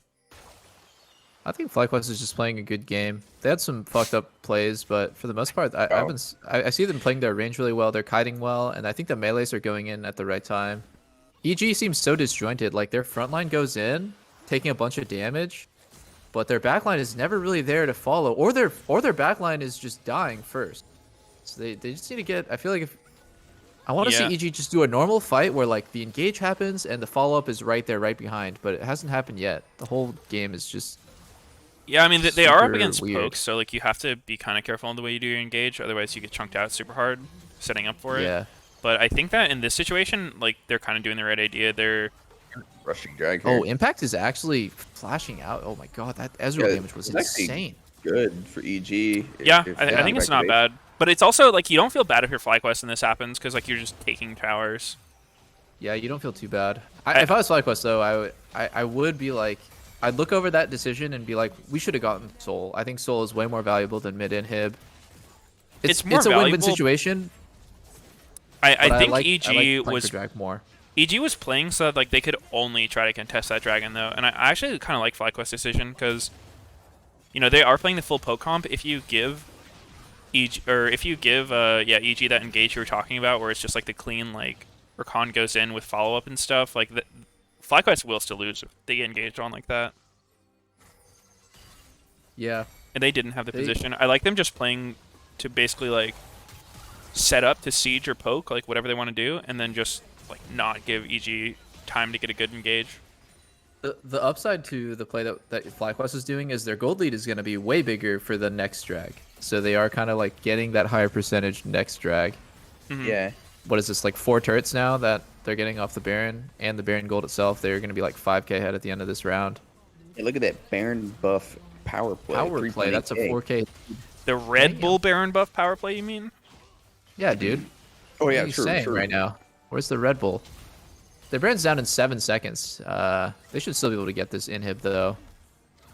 Yo, what if for LCS they made the animation for Baron buffs like give you wings? Because it's Red Bull. That'd be kind of doubt dope. it. Oh, Licorice is actually gonna die instantly. Oh. Yeah, that was Licorice pretty is gonna grief die by instantly. Licorice. I don't know. How did he get in there? I He had think a he was full Sterix. He just died and he bought a full Sterix. Is that not 3k gold or something? Right, he had 3.2, I think. he had items for it. Oh, okay. He had like, Wait. what is it, the hammer pickaxe? No, phage pickaxe. Mm-hmm. Oh, I see. Well, if he had Sterix there, he might have lived. But yeah, that's not good. He was That's- pretty far up. Like he was playing like he could go through the gate, but he just couldn't. Yeah, Not his gate. not his gate. All right, what if you could capture the gate? Ooh, Whoa, like a Skarner Spire. that'd be interesting. Yeah, that would be super interesting. That would be so confusing if you've been playing for a while. Like enemy team using your gate, you not having access to it. Yeah, there'd have to be some sort of like big ass indicator that it's not yours. You'd have to capture it from the inside. Otherwise, like if you're Yeah. sieging bot turret, Yeah. you could just like take their gate. That would be so fucked for them. Yeah. It is really big that FlyQuest didn't get the top inhib. Actually, it's really big. That's what creates the 3 inhib pressure. Is like 2 super minion waves coming top and mid, and then you just either dogpile mid and wait for the split pusher bot, or you just send 5 bot, which is the normal NA macro. That's kind of like brute forcing. My something. favorite play. Your favorite play. Love that one. But regardless, either of those plays don't really work in this case, and that's why Fly's sending Wukong to go top, because they need to finish what they started top. Drag is up in 130 though, so I think the drag fight is probably going to be the last fight of the game. If EG wins, I would bet my money on like EG winning the game. But obviously, if FlyQuest gets the soul, it's should be good for them. Just close out off bet. Jizuke just TP'd top in front of the enemy team's face, and his teammate engaged Wait, right Johnson's after. Dead. Wait, What the I think fuck is Fly's all dead happening? here? Oh my god. How does EG Ooh. just win the fight off of their fucking 80 carry TPing out? Like, Did they what the just- hell did I wait, just did they watch? win the I think they game just here? win. Yeah, I think they just win. They're dead for a while. Wait a goddamn second. What? the EG has fuck? the weirdest fucking games I've ever seen in my life. What is They lost to going TSM like on? this. They're like, yo, we lost to a Tristana just pushing top. I'm going to just push top as Tristana. Jizuke is almost kind of Wait. throwing this, honestly. They're actually not going to end. They are not. Right. And they're not Yeah. poised to take the soul either. What is Yeah, I mean, they lost their wave. Oh, Licorice got a trade kill. Is just shitting on them. Yeah, This is they so don't have bad time now. anymore. It completely changed the Yeah. dynamic. Ignar is now dead for the soul. So like they got that. Oh my god! Oh. What the fuck? Okay, this is so bad for. Uh-oh. I think Okay, Dream's going to Terrence go is down, kinda though. trolling. I mean, like he forked one over for himself. but, Does like, does Jizuke have IE off of all that? Because that was a lot of gold he just got. Maybe. I don't know, but I think that FlyQuest is more poised to take. Okay, so EG decides they're gonna go Baron, and I think that FlyQuest's best decision here is just Yeah, to they say should fuck drag. it and go drag. Yep. Yeah. They But definitely should they're not. not doing it. They're doing the wrong thing. They're just going to drag. This is so. It's only worth if he steals. Okay. It's only worth if Jose steals, He might. and he steals. No, Okay. he's got Yeah, I mean, they didn't And have he their got it. jungler there. Oh. Okay. Who This just is- got 1,000 gold? Oh my god. I just saw someone get 1,000 gold. Johnson got Johnson. 1,000 gold for killing Danny. Yeah. He Yeah. had a 1,000 gold bounty? What the hell? Yeah. That's He's Just rich. got it, that's yeah. really weird. And now it's like both 80 carries are dead, and they're playing for the soul here. I think that FlyQuest can just burn it before Svenskaren gets there. Yeah, Yeah? it's gone. Oh Trish my has 1K God. as well right now, Meteos. Yeah. This is a weird fucking game. Well, I think it's a really weird game, and now FlyQuest should absolutely win. They got Baron and Well- fucking Infernal Soul. I mean, that's definitely a huge advantage. I will say, like, Tristana and Samira both just picked up, like, their 4-item plus stopwatch spike, so, like, they're going to be pretty fucking strong for the next Nice. fight. Yeah. I think The Johnson. audio sounds so bad here. Yeah. Did Johnson just completely kill himself? I think he eat into the pit for no apparent reason other than to try to make the hero play. Yeah. got I blown think up he immediately. died. But he got 1K though. It was worth it. Yeah, it's worth it for him. This is This is not easy to play Trist though. Just because the enemy has 280 carries that are like now scaled the fuck up, like Meteos said, with double stopwatch as well. So I think FlyQuest, even with Infernal Soul, they might get out DPS. Dude, is this They need to play Ezreal off the build boat. not complete garbage? He has like 3 items that don't really deal damage in his build. Really? The Silvermere Dawn item is It's like the bruiser Damage. version of QSS. Mercurial, but he I don't doesn't know have why he has it. he doesn't have a Lord Yeah. Doms. He has the Chain Sword. He has a Frozen Heart. Like I really don't feel like he does damage with this build. Ezreal's not here. Ezreal's not here, and Licorice is getting caught. Licorice? Oh, that kills Oh, him! the snipe! wow. That was huge. That was Wait, a where lot of was damage. Johnson, dude? He's full build and he's like farming Krugs or something. That was He kind was of troll. farming Krugs. Okay. Wait. No one has Look at his anything? damage, dude. He's just spam queuing Rumble, and he's doing nothing. Yeah. I think Johnson's really trolling this game. I mean, he hit 1 Q on Rumble. No, that was 2. I mean, I think he needs Saritas for sure. Cyril does. Motherfucking sneaky. Motherfucking. It's okay, Sneaky. It's okay. We're not gonna make fun of each other. Uh-huh. I will. I do. I think He can't I think read. Cyril does is good. I'm gonna make fun of Sneaky if he can't read. Actually, Cyril does? Cyril Cyril does. Cyril does. Okay. Cyrilda. I don't know. That item's fucked. That is a terrible name. It's a fine name, dude. What? Really? Cyril does grudge. Say it, guys. Anemone. Like, just sound it out. No, it's just 'cause Cyrildi's nuts. Thank you, the Cortese. I get fucked Cyrildi's because of the lettering of the L. Yeah, it's silent L. Hold the It's L. not silent. Cyril. I think that EG is about to hold this L if Johnson stops farming Krugs at 6 items. I don't know, dude. I feel like FlyQuest is like, yeah, they have soul, but their comp is just so susceptible. Like, if one thing goes wrong, you know, like you're the full poke comp. Like, you don't win the all-in fights, especially against double ADs. I think so, but so much of it is because of Palafox is so poor. The guy has no gold at all. Look at his build. When this gold graph goes down, look at how many items he has, and then compare that to Jizuke. Like, he is so broke. Yeah, I mean that's true. I think part of that is just due to the comps. And no death cap. Like, how is he so poor, man? Well, I think it's He's because on they've had to welfare. group so long, right? Like, they don't really have a good front line in this game. Like, they're playing almost no frontline comp, full poke, and so the only real way you win with that comp is just A-ramming. Yeah, but good players are able to farm even when grouped because one carry naturally catches the side. If Johnson has been farming mid lane and side lane, that fucking blows because he's now full build and his mid laner is lagging behind. Anyways, Yeah, I really think enjoyed seeing this farm. The no Yeah. damage full build. the no damage full build. That's got to be the worst Ezreal build I've seen like all season. Oh, I mean, okay. There's like, the nothing. weird There's part nothing is- specifically bad about it though. Well, It's the just combination Silvermere, of it's like makes sense. too many fluff items. Yeah, Like he's missing core items. yeah. At this point, Tristana is Oh. scaled up. Oh. Yikes. Man, these rumbles really got to or stop engaging with her ults. So troll, especially against Karma. Look- Like Licorice is. I like what he's my doing. God, a backdoor. A back door. Right, they're actually full running at him with Rakan. it Oh, seems like they never can mind. I catch think him. if I was to change like one thing, I would probably like not buy Frozen Heart this game. I would go Ninja Tabby or Playstyle Caps, whatever, and instead of the Frozen Heart, I'd probably would rather have Cyrildas to do way more damage. You're gonna miss a mean, bit of would- CDR, but you get 30-something% pen, which is really Would you huge. get the Grievous this game? Like, why is Ezreal the one getting Grievous? I probably wouldn't get the Grievous either. Who do yeah. you even need His- Grievous against? They don't have much healing. I think that's a full waste of a slot. Yeah, that's true. The Grievous doesn't have any value this game outside of like stopping Samira's lifesteal, which is kind of like, I think that come on, like that's not worth your whole item. yeah, I mean, if the Chain Sword is a Cyrildas, this build is like fine. Like I could see QSS because you're against Set, and Set is really fucked up against Ezreal without it. Yeah.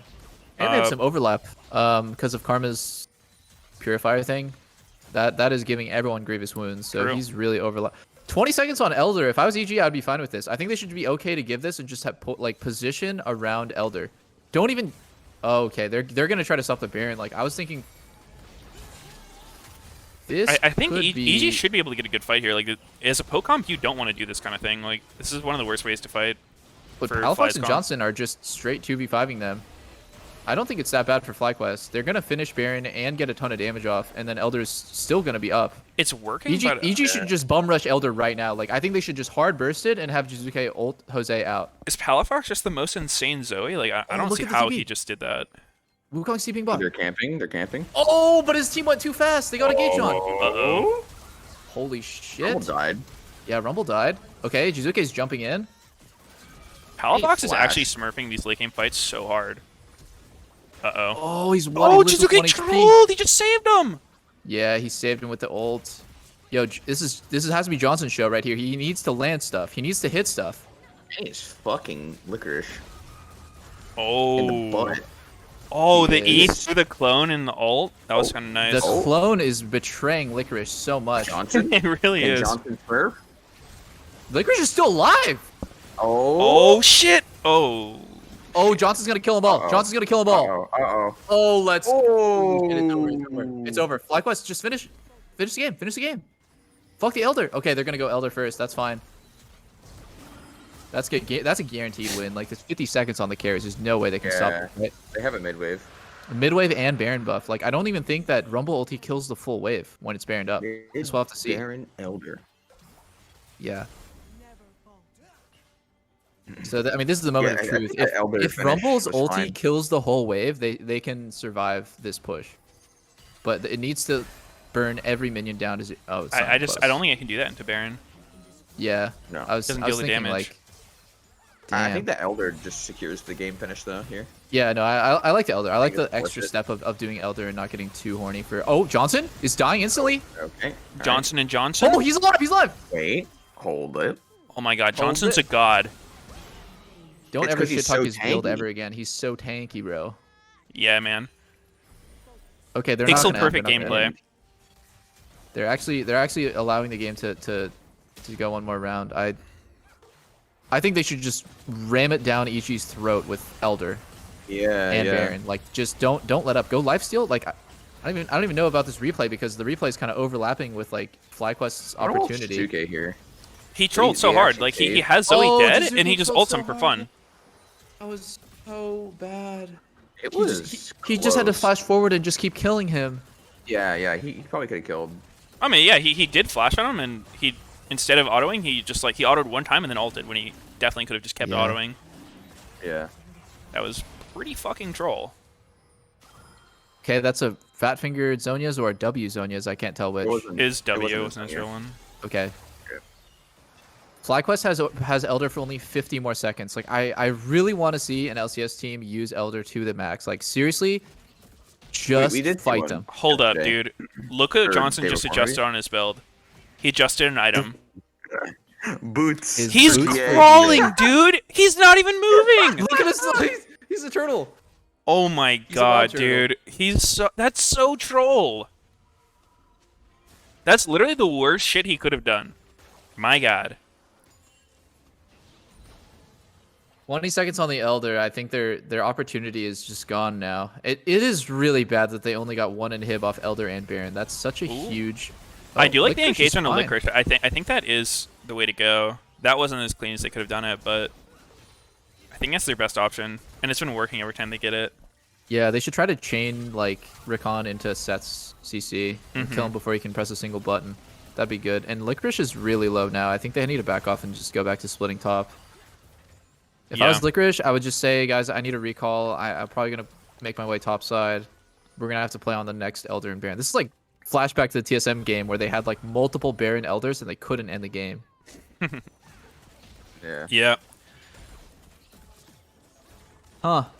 I mean, it's honestly not that easy for Fly to end. Like, you do kind of have to play these smart or like play off Zoe poke. Like if you just don't hit your spells or they dodge them. Oh, that was crazy. That was crazy. I think that gives them a chance to win the game. Dude, look how tanky this Ezreal is. Holy fuck. He's unkillable. He's actually so tanky. This is insane. The only person who's hitting him has been Sed and Rakan, dude. Yeah, but like the guy to Set just full comboed him, and he like his health didn't move. Whoa. I think it's because of karma though. I'm not sure if it's because he has like extra HP and armor and stuff. It's a combo though. Oh wait, he did buy Oh, he got the the Cyrildas. grudge item. Is he watching our stream? I think he sold the chainsword for So Cyrildas. he sold the healing reduction item for that, and Thank God. thank God. Interesting. I don't like the no boots though. Yeah, that's Pretty pretty bad. dirty. Yeah, no boots on Ezreal especially feels quite bad. Oh, Look at that Gale Force empowered kill. He wouldn't have been ranged auto without it. yep. Gale Force is super strong. Gale Force Triss seems pretty cracked. I don't There are like a lot it of games where Kraken but- is better, but I like that. I like the like pick people's brains about when and why they do certain things, and like this is a good game for Gale. Yeah, And certain games, it's not gonna have any value. if you don't need the extra like throughput, like if there's no big tank you got to get through, I like it. Yeah. Honestly, the move speed's probably undervalued as a stat. Definitely. Yeah. Mythic Method. It's Yeah, like it's- really powerful, but you can't really like It's just invisible. super obviously see it. Is it 3% per item? Because right now he's Yeah. getting an Yeah. extra 12% move Yeah, speed he's off at that. 12% MS. So much. He's so fast. Who's got Gathering Storms, guys? Nobody. It looks like there's not a single sorcery tree inside except for the supports. Trish should sell his Storm for BT. I think he should, yeah, sell Storm for BT and maybe even sell his boots at this point. I'm not sure. I'm fine to sell boots on Trist. I think with Ezreal it's kind of like whack, but I think you should get a QSS against the Zoe. Yeah, that'd be good. Merc Sim could be good. Merc Sim over Storm Racer, maybe. Although, There's a Would giant wave on FlyQuest bot lane, and knowing Jizuke, he's looking at TP to it. Okay, Licorice is getting hit for free. Oh my God, he just goes back in. No one is dying. I don't No think one this is is good dying. for EG. Everybody is 1 HP right now. oh my God. Jizuka had to flash out because he got bubbled. Oh, Danny almost made a super play though. Holy moly. Yeah. Both This objectives is so are up. tense. This I is just gonna really be want to see easy. Svenskeren save It's his getting Elder, I ulti. think. Johnston Easy is just goes Elder, and they get yeah. it. EG just goes Elder, but they did it a bit late. Yeah, exactly. Like, Danny just got chunked. It's- He's probably gonna go solo off Elder. Should be fine. Oh, Jose's Wow, GA might get popped almost here. killed G. So, yeah, almost popped Maybe GA. just finish it. Yeah, just finish it. They get Elder. There's no way Jose can FlyQuest get in. needs to run. Pretty good Rumble I Zone. think He just ulted the clone. No. He QSS, eat out. He ulted Johnson. Oh, I see. okay, EG should just straight win the game. Yeah, I think EG Offense. can run off Elder now. Man, FlyQuest could have done the same force, or like it would have been harder because their comp is harder to force, but they had their opportunity to win with Elder, and now it's EG's turn. But EG's comp is so much better at doing this. Like, Yeah. forcing the fight. Yeah. Yeah, just forcing the enemy team to fight or lose. Here, it's gonna be rough. Like the state of Elder is that if you have it, you just win. Like you actually can't lose with Elder. But so many LCS teams refuse to push that advantage. Mm-hmm. Yeah, They're it's the scared fear of of throwing. throwing. It's the fear of throwing like overtakes them. They're just getting super nervous. God damn. I don't see how FlyQuest can hold this push. It's already really hard to hold against Elder, but like Baron minions when you're playing Zoe and Ezreal, it's notoriously like hard to play poke Oh, what champs the against fuck is Baron. Impact? Okay. I thought he was doing fucking Gromp or something. Nah, he's TPing in there. Yep. I think Trist and Jizuke's a psycho, so he's definitely gonna do this. Trist just is gonna walk up to the turret and kill it in one fucking bomb. Let's see. How much Yeah, would the so- bomb do to everyone around the turret right now if he gets a full one off? Probably 1k? God damn. It's a lot. Hello Yeah, Fox, one auto down to almost half HP. Yeah. Tristana's just need to run in front of this. Wait, like, that actually turret did right now. more than half of his HP from one auto. That's crazy. yeah, Tristana's like E damage scales up with He's crit. playing this too slow. Yeah. Dude, is it just me or is He's it playing does this it does it way not too feel like slow. Fly has had Infernal Soul? Yeah, I haven't really been noticing it. Their comp has gotten outscaled at this point. Yep. Well, probably about Yo, 50 minutes Ezreal ago got they another outscaled. chainsword. What the fuck? He just can't make up his mind, guys. He really wants his double healing reduction strat. Someone should tell him what Purifier does. I honestly think Serpent's Fang this game from someone on FlyQuest would be good, just because Set actually has like extremely relevant shields. Oh, it's just a GG. complete wombo for EG. Yeah. How's They are Danny? fountain diving? Wait Danny a sec. just got G8 at like. Wait a fucking Wait a sec. sec. Wait a a sec. fucking They sec. threw. Oh my god. Did they just lose off an attempted fountain dive? Yep.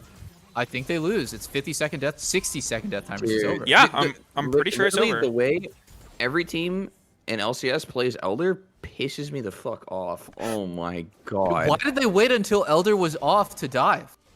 Why They didn't they just literally dive the tier? don't know. Why didn't they dive the tier 3 mid? Like, No, the Yeah. 1 second that Elder was off. If they show the replay, Elder actually fades the second they go for the engage. Like, if they just did it 10 seconds sooner, that actually would have worked. That's fucking crazy that FlyQuest wins.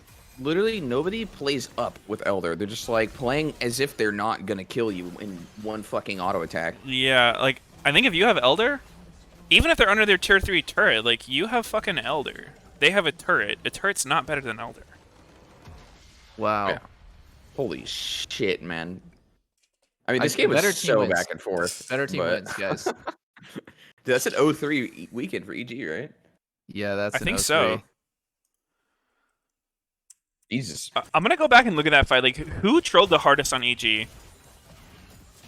I mean, it was just a team decision, honestly. Like, they didn't. I'm gonna in go back fast and I enough. want to They see the didn't- timer on their buff. So I'm looking at it right now, and it's 10 seconds on Elder. Let's see at the top left. Did Danny Phantom Really get shot so- by the fountain? Elder What? 5 seconds. 4. Oh my god, they still had it. They still It's a- had it for this fight. They like, just couldn't kill anybody. What you do is your engagers, they engage, and Tristana just kills the base. Yeah. So does Premier. Like, you don't even fight. You just kill the base. Yeah, But actually, they go in and fight. that is absolutely the move. All you have to do is focus on the Nexus turrets and Nexus. Like, why even need to fight the enemy team when they have to come to Yeah. you? Like, you let your engagers stall them because you have Elder. They do so much damage, they have to respect it, Yeah. and they can't kill them in time before the base dies. I think what Impact and Ignar did was good in this fight. Like, they were just pushing them back, giving time. Yeah. Yeah. But they didn't yeah, let the Jizuke 80 and like, the Danny 80 carries Giga them trolled back. this. So looking at it again, Jizuke got completely deleted by Jose. Jose like war jump flash kicked him from half HP, killed him. Everyone else just died around. What Wow. did Jizuke get rooted by there? Everfrost from Oh, Zoe. Everfrost. Yeah. Holy shit, dude. I would be like Right. that like loss is either of like the That's it's either one easy of to the most shrug off brutal or it's a throws I've tilter seen. forever. That's a tilter. It's a tilter forever. I mean, I don't know about forever, but for the day, It's for sure. forever. It's For the it's done.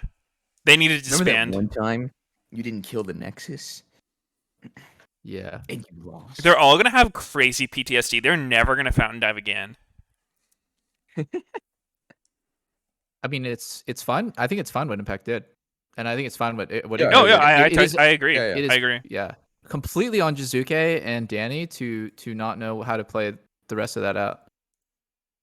Yeah, and even like before all that, they still had opportunities to end the game as well. Like before they actually went for that dive. It's just like every time they get Elder, or not they, but like anyone in LCS is just so slow. Yeah, I'm FlyQuest gonna made get some that water. same thing. They got Elder, they got Baron, and they just like refused to push it. I feel like both teams must be so. FlyQuest is for sure relieved. They feel good. Yeah. Yeah, it would feel good, even though you have Thank you very absolutely much. no That business winning was this game. Quite the marathon, Jose Diodo. Just I'll be right first things back. I'm first, gonna get coming some off food the to eat. chair there. How's it feel to win such a long game? Well, it feels like we could win like in 25 minutes, but I entered like 3 plays in the early. Then we give Elder, we give Baron, we give everything. And yeah, I think this game should be like 25 minutes. The level 1 was really good. Anyways, I'm happy with the wins. Even we need the points, so even if we win like this, it's like wins. But I'm really like sad that we couldn't end faster because Rumble was really behind from early game. I was level 6 and he was level 4. I think I should won that anytime. So I feel like I played really well this year, even if we won. What are the what's the communication like at the end of that game when like you're about to lose, they're on your Nexus? Well, the comms are kind of messy. I didn't hear anything at the end. I was like, yeah, we need to kill everyone, and everyone was killing targets. I just saw a play from Tristana and I went for it. I think Tristana was the most damage in the Nexus, so I just went for Trist. Besides that, it's like really hard to catch up to comms because it's like 15 minutes, no one wants to lose. Also, we are pressured by Elder and Baron, so it's like really hard to catch up with the comms. But I feel like it's not too much we can do at that point. We really throw like 15 times a game, so. Yeah. He needs to stop moving the mic, man. He needs to stop moving the mic. You did have a lot of really good plays on the Lee Sin. First of all, what are your actual just thoughts on that champion in the jungle? We haven't seen it that much, but we're starting to see a little bit more of it. Certainly with this buff in jungle, like respawn timers a little longer, and also you don't get this much punish of being behind an XP. And if you can play like level 1 in base into Rumble, it's really good. So when you have this early lead, I think this game should be like really easy, as I told you, because Rumble cannot invade my top side because his W starts most of the time. So he's kind of like trying to secure his level 3, and at that point I was like really ahead in timer because Lee Sin is way better than Rumble, and even if he's not leash because we invaded level 1. So any games can be like Lee Sin flex, at least for us many games can be. I think it's really good pick right now to flex more than anything. All right, and you said like you feel like you wish the team obviously had been able to take this game a little bit earlier. Just thinking about the team now, what do you feel like are the next steps to work on? Because the talent is very obviously there. Well, certainly in the screens we've been doing really well. Obviously, this doesn't show up today or yesterday, but I think when we finish these little mistakes that we are doing of finishing the games or like pressuring more the map, I think we can be really good. Obviously, we improved a lot from last split. I think obviously from winning this game, we will obviously lose last split, so I think it's, at least we take it up. So yeah, I think we need to work on little mistakes. Most of them are early games, like yesterday in Noreos against the Ignitas, that we messed up a lot in early game. So yeah, I think that's the most important. Well, certainly playing with a lot of flair. Congratulations on the win today, even if it was a long one. Jose, thank you. They got to tell the players before they get on camera to steady the mic and not move it. I feel like I've seen that like 3 times so far.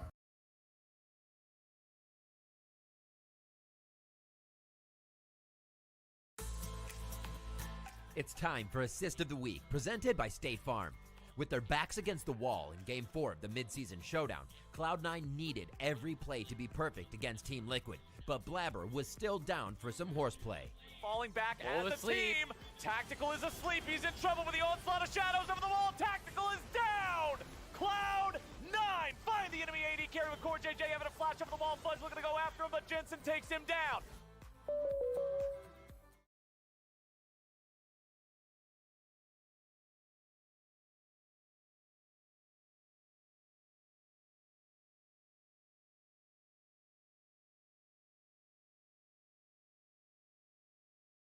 $55-minute game. Well, at least we had to see C9 versus TL, the battle of the 2 teams that benched one of their best players. Dude, did you see the there was like a podcast for C9 and they did it was with Max Waldo and Fudge, and Max said that he doesn't think Sven's gonna see play in summer. Is Max Waldo on C9? Yeah. Why? So I don't know how much like he after said he wasn't 100% or he wasn't really sure, but kind of weird to say that. That is, I guess. Okay, that's so fucked up on so many levels. First off, like That's really bad to hear if you're Sven, and I hope that he had, if that was the decision the coaches made, that he didn't find out from fucking Reddit that that was his fate as a player. And the other thing is, even if that was true, assuming that is true, that is like a really not good thing to say publicly. Max Waldo is like either power tripping or just sharing info that is like completely unnecessary. I Because don't know. I mean, like, there's no backtracking from that point. You don't just say, yeah, I don't think he's gonna see play, and yeah, I'm not sure like why he said it yeah. because I don't think he's the one making that decision. Yeah. Yeah, that's a big power trip. I don't know. Uh, He's even if he wasn't one making the decision, like then the person who's been making those decisions should be the one to decide whether or not that goes public. It's just so bad to say. That's a yikes. Yeah, I think they should elaborate more on it for sure after saying that. Yeah, you don't ever just say that and just leave it like that. I like the way that TL handled Alfari being benched. It's just like it's not our place to talk about, and all we're gonna say is this weekend Bob Jenkins is gonna play. It's a really tough situation. Like I like that. That's professional, and that keeps it nice. Wow. Wait. So where did he say this? He said this on a podcast yesterday. Yeah, it's like the Nines podcast. It's called. See, It was Fudge, Monte Cristo, and Max. I gotta go find it now.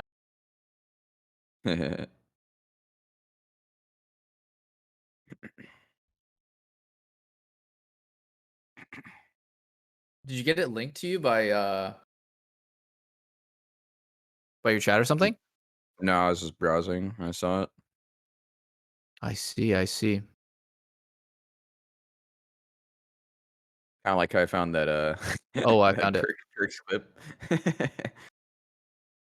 It's at like 57 minutes or something. The quote. Oh my God! Hi. What's he has a cane for? Is he the Burger King? What the hell? Oh my God! Wait, High versus Perks. High solo killing Perks. Wait, Perks Yorick. Oh my God! High is just smurfing. What the fuck? Oh yeah, he's king of the cloud. I see.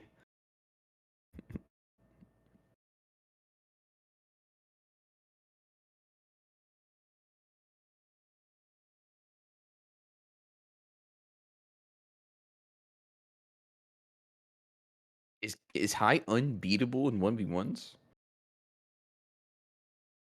What is this clip? This is so fucking awkward. I just got. I'll link it to you, and you can watch it on stream too if you want, so your viewers can see. This clip is so bad. Like Max says, I don't think he'll play in summer, and then he, as the coaching staff, makes that statement and then asks Fudge, like, Fudge, what do you think? And Fudge says, I don't know. Fudge is obviously like so uncomfortable. Yeah, What? yeah.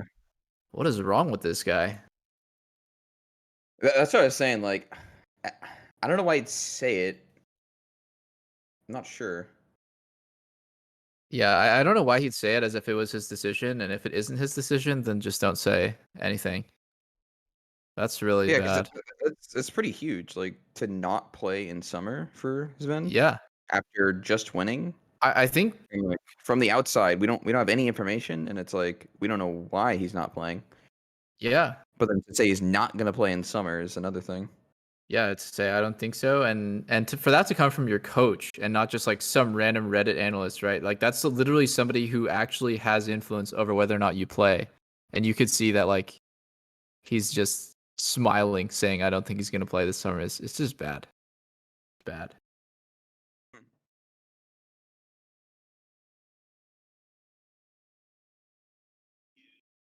Smoothie. Smoothie. I don't see Broxar or Finn staying in LCS much longer. I think they take them taking up import slots and playing the way that they're playing is pretty bad. And they've been playing like Oh this yeah, for the whole year. CLG as a whole for sure. Yeah, generally like you kind of have this you have this expectation that if you are going to go for like the import slots that they are going to be strong points of your team because Otherwise, just get 2 decent Koreans and they're going to perform well in LCS. 2 goddamn Korean. Wait, hold on. I'm gonna watch the clip. Yeah, watch it. I want to hear what Meteos says about it too. I just got Fuck back them. when you said that. What are we watching? I linked it in chat. Just watch it.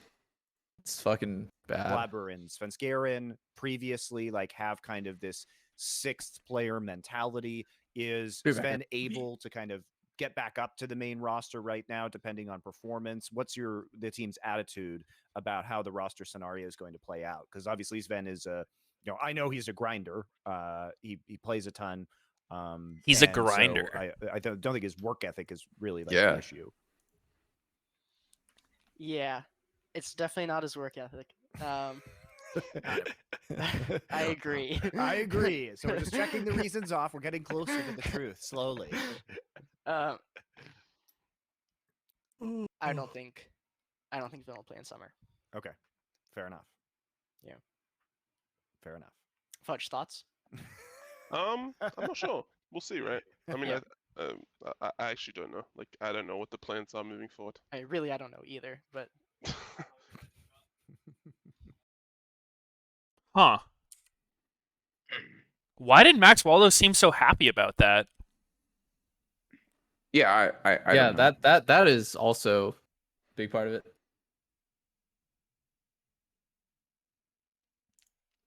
Like he says he doesn't know, but he said it. So confused. It felt like he was trying to back up a little bit Yeah. when he said, I don't know. Because also, if you saw like the very end, Fudge was like putting his finger over his mouth and saying, like, I don't know what's going to happen. So I feel like Fudge was kind of being like, shut the fuck up to him, but obviously you can't say it like that. I mean, honestly, maybe something bigger happened that made it so that he's really not going to play, and it's like pretty obvious from their standpoint, but they don't want to make it public. Yeah. But I mean, I think you can just do what Jat did. Like, did you see Jat's video about Alfari? I thought that was a pretty Yeah. decent way of dealing with that. It's like, yeah, I know the fans are curious about what happened, but there's like a lot of context missing, and it's just not fair to talk about it. I feel like that's like a pretty reasonable thing to say. Because it's Yeah. addressing it. It's not just like leaving it completely in the dark, but also being like, yeah, there's too much shit that's gone on that explaining it would like not really do it justice. Yeah, but this is Yeah. Cloud9, man. Being professional about this kind of stuff is just a foreign concept. That's fair.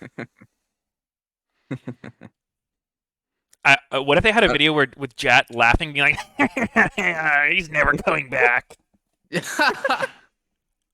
Chat's just like, yeah, I don't think Alfari's playing this split, guys. By the way, Core, what do you think? No, but like, sheesh.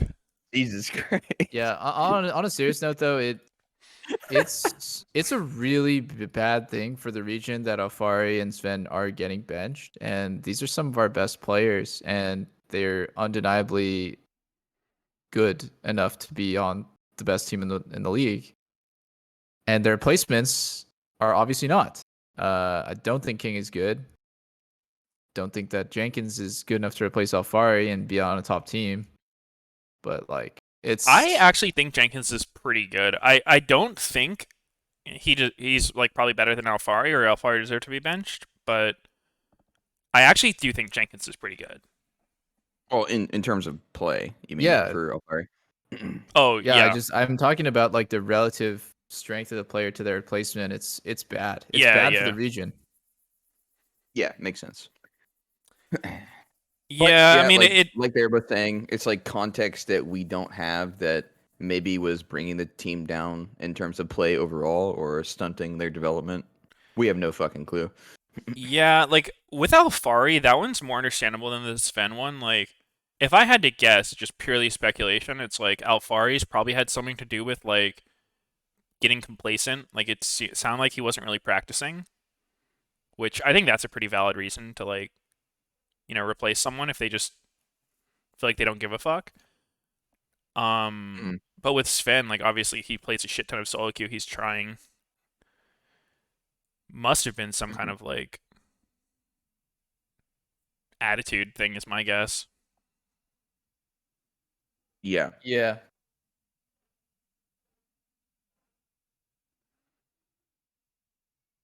Yeah, it's either way, it's going to be delicate.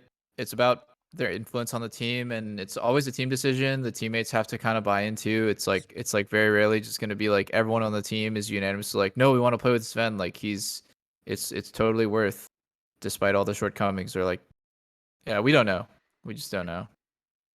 But still, it's just fucking fix it. Like whatever it is, you have to fix it.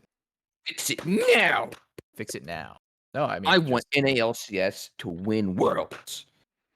Yeah, guys, we're never winning Worlds. By the way, would you bet on LCS ever winning Worlds? You bet on North America ever winning Worlds? Yeah. Really? I would. Yeah. You think at some point NA will win Worlds? Yeah. Yeah. Before like League is if long it goes gone. on. Yeah. If it goes on for a long amount of time. I would expect it, like, assuming League is around for the next 10 years, I would say like LCS would win in the next 10 years. Wow, I'm shocked. Really? Really? Why? I think it's like our so like if you talk I mean, about like, like why? raw Like- stats, right? Like I think our chance of winning Worlds is maybe like 1%, and it could proc in the next 10 years. But I wouldn't bet money on that 1%. Yeah, so- procking in 10 years straight, 20 years straight. I mean, I just think the way that, you know, how do you win in League, right? Like, you become better than your opponent, like, or it's a macro thing. I think there's enough game changes to, you know, switch it up to make it so that, you know, potentially random teams can shine. Not that, like, you know, you're bad and you shine, but, like, you know, you just understand the game so well, and it just comes to you that eventually you can win. Yeah, I I mean, don't think it's just like this stranglehold that, you know, Eastern teams will hold. in my opinion, I think that like the way that the teams in LCS handle players and like the crazy swaps they do is not doing any favors to the region. But like 10 years is a pretty long time, dude. 10 years ago, nobody knew who Faker was, right? Like 10 years is definitely long enough for the game to just look totally different.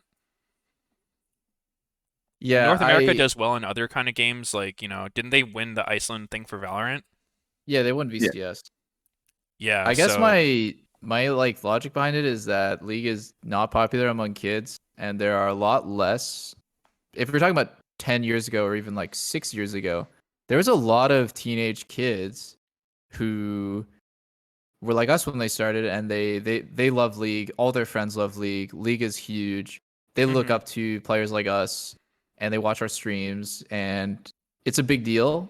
And now I don't think that's happening. I don't think kids are gravitating towards playing League, and over time the player base is just going to age out in NA. Maybe League as an esport is still always going to be watched because like that's what people grew up watching, but I don't think that there's like this huge new pipeline of players that's coming in like it was a while ago. And so if like the talent pool for American players is like drying up, then I don't have like much faith in that happening for us to win. I think it's a 1% chance every year. We could win, but it's like yeah, I mean, I think that's actually a good point. Like far away. I think the player base shrinking, like less new players coming in, is definitely something that'll hurt. I don't know if it's yeah. If you compare like I that don't to have the China and stats on Korea, it, but yeah, I think I you guess we definitely don't. could be on something with that, especially when you compare it to the other regions. Like people would rather like kids these days. Wow, saying that unironically is so crazy, but like you know, the youth of today would rather play like fucking Fortnite, Valorant, whatever. Oh, Fortnite's dead, bro. Is it? Whoa! I don't think No, Fortnite's Fortnite's dead. I mean, it's not dead, but like compared Competitive Fortnite is dead. Oh well, sure, but I'm just talking like what people are actually playing. Mm-hmm.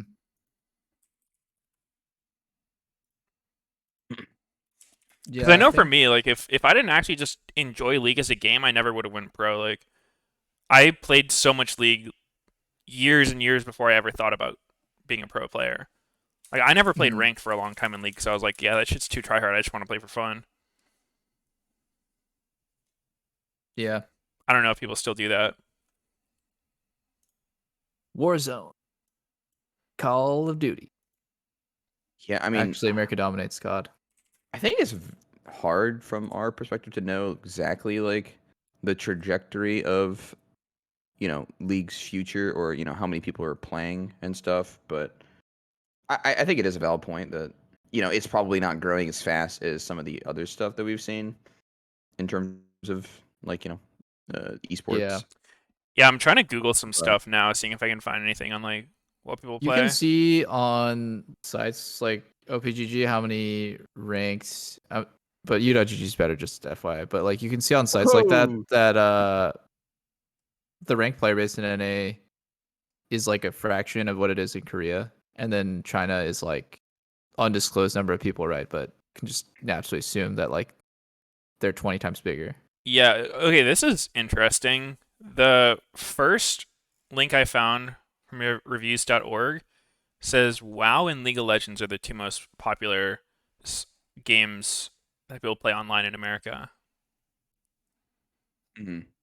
Yeah, I mean, I have no doubt that League is really big, and it's going to continue to be really big. It's just about the new players, right? Like, I don't think that any of the current age 20 to 28-year-old people are going to make a breakout in the pro scene. It's got to start with kids who play from super young age. Mm-hmm. And I think kids will still be looking to play it. It's a fun game. I don't think it's like no one's touching it anymore. Like League. yeah, I'm just wondering, like, if you compare it to how big it would be for kids in Korea and China, and I think it's because like that the only way that we would increase our chances is if there's more people interested here than they interested over there. My chat says they're all 12, so I think we got a lot of 12-year-olds that are watching LCS right now. 6 more years, boys. True. Okay, let's talk about the draft. C9 playing Kai'Sa a third time in a row, but they have a new champ, the Snipper. Ooh. Who's winning Champ Select? Who's winning champ select? Everyone just says C9 because they first picked Gwen. I mean, they're not wrong. I think it's C9 dub right now. Yeah. For Champ I don't Select. think Gwen can lose unless it's Finn playing it, because he doesn't seem to be able to win. So now that Jenkins is up against a stronger top laner than Finn, it's the second day. Yesterday he clapped Finn in like the reverse side of a Gwen matchup. All I'm remembering is that Fudge was like one of C9's best players at MSI, and that in the finals against Alphari, they first blooded Alphari 5 games in a row. So I do want to see if Fudge can. Is it full on first blood or like top get the first kill of tops? Oh, sorry. I think it might have been just they ganked successfully top lane every single game pre 10 minutes, and it worked. Yeah. Okay. Yeah. I don't remember calls. But like, it's a top. Fudge is good. It could be a top gap, and that's what's interesting to me. If it is, I feel like this bomb matchup could be really spicy too. But my chat's saying it actually was full on first blood. it was actually full on first blood. Damn. Okay. Yeah, I it was. I remember. Yeah, it was like a crazy stat. It's one of those stats that didn't sound real. Then it was somehow. Yeah, like Fudge first blooding Alphari. What are you talking about? 5 games in a row? Yeah, it's crazy. I could definitely see that being part of like why they benched Alphari, because like if you get first blooded literally every game and the only thing you say is like "fuck, I'm bad, I need to get better," like if a player on my team comes up with an excuse for that, I would just be like, dude, shut the fuck up, stop dying. Wait, are you saying that Alphari said that, or he didn't say that? No, I'm saying like if Alphari was like complacent about that, like not thinking he fucking dirty inted the whole series away. Oh, okay. Yeah, I mean, you gotta take some ownership. He was saying, yeah. my bad. Oh, yeah. You're like, yeah, fuck that guy. Yeah. What do you mean? What do yeah, you mean dude, you're fuck bad, him for owning up to his mistakes. Go to jail. If you don't double down on that shit, you're a little pussy.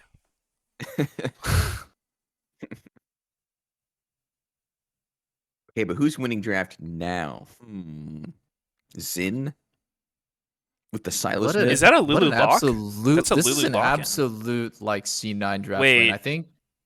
I think Silas with fucking Volley, Leona, Lulu ult is that teal Stunning, draft man. looks like my asshole. What is that? There's some flexing going on It's a here. starfish. So Lulu mid.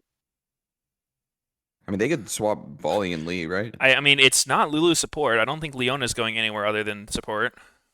Jenkins playing Lee Sin top. Like mid.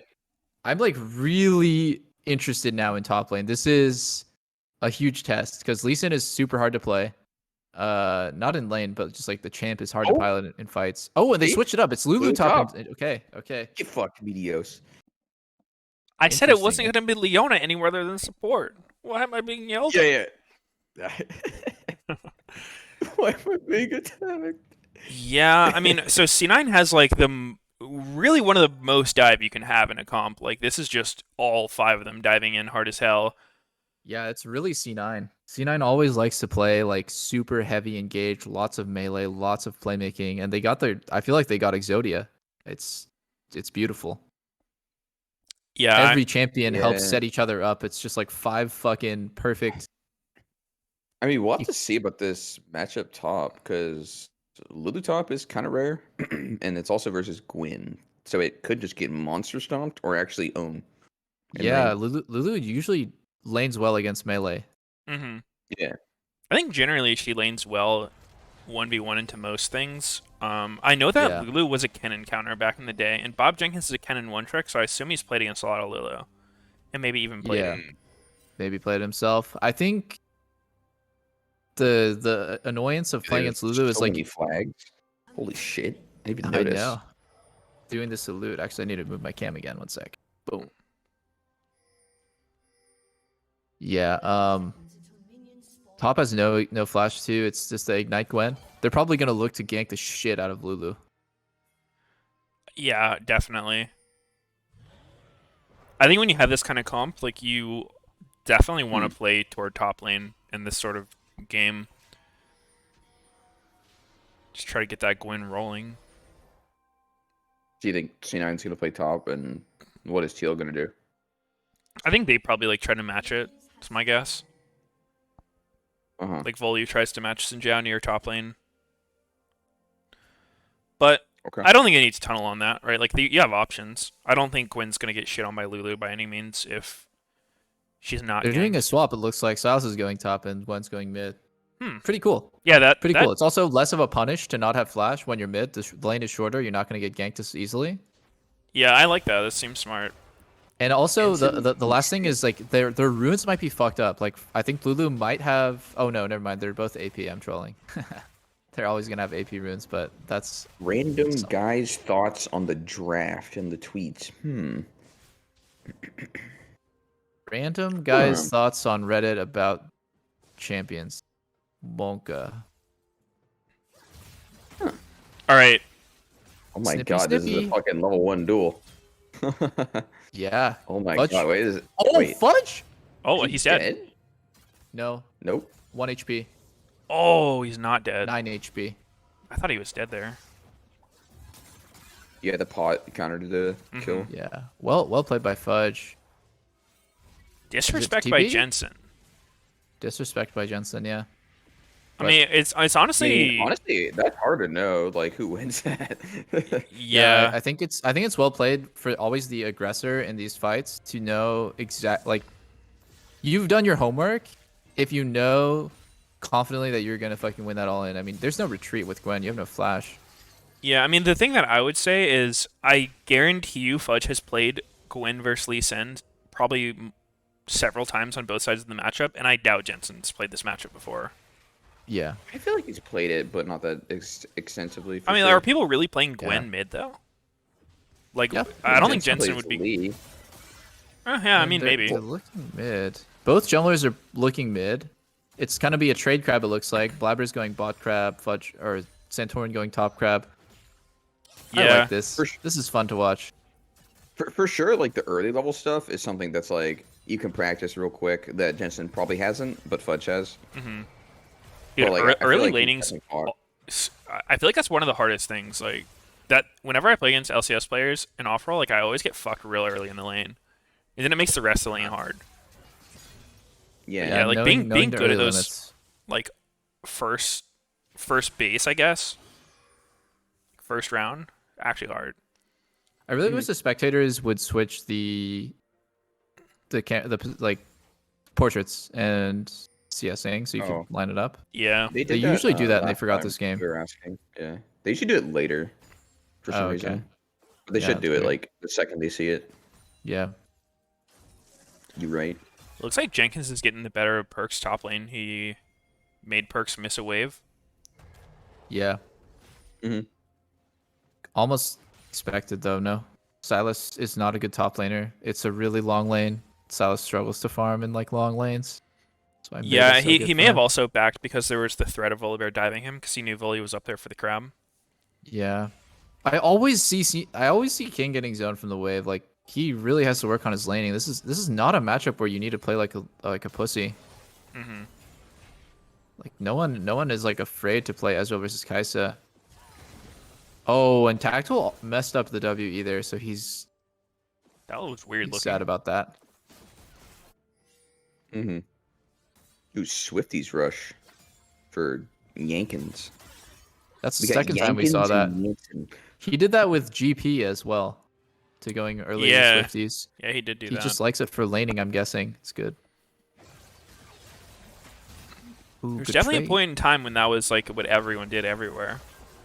Yeah. Maybe it's a secret meta. And bot probably just kind of Only he snowballs does. into a really free drag take for TL. They pushed out to stack the wave. They zoned for a long time, and with the stacked wave, their jungler came down and started drag. Uh-oh. That's here always comes one of those Sin. drags that costs nothing. Costs nothing at all for your team to do. Mm-hmm. That's the nice thing Oh, about wow. having a champ who can just solo it with ease, like Volley. Yeah. I'm curious. I missed wonder the how cue. Santorin's gonna build because I really didn't like his build the first time I played Volibear. I do like the champ. Didn't like the Sunderer.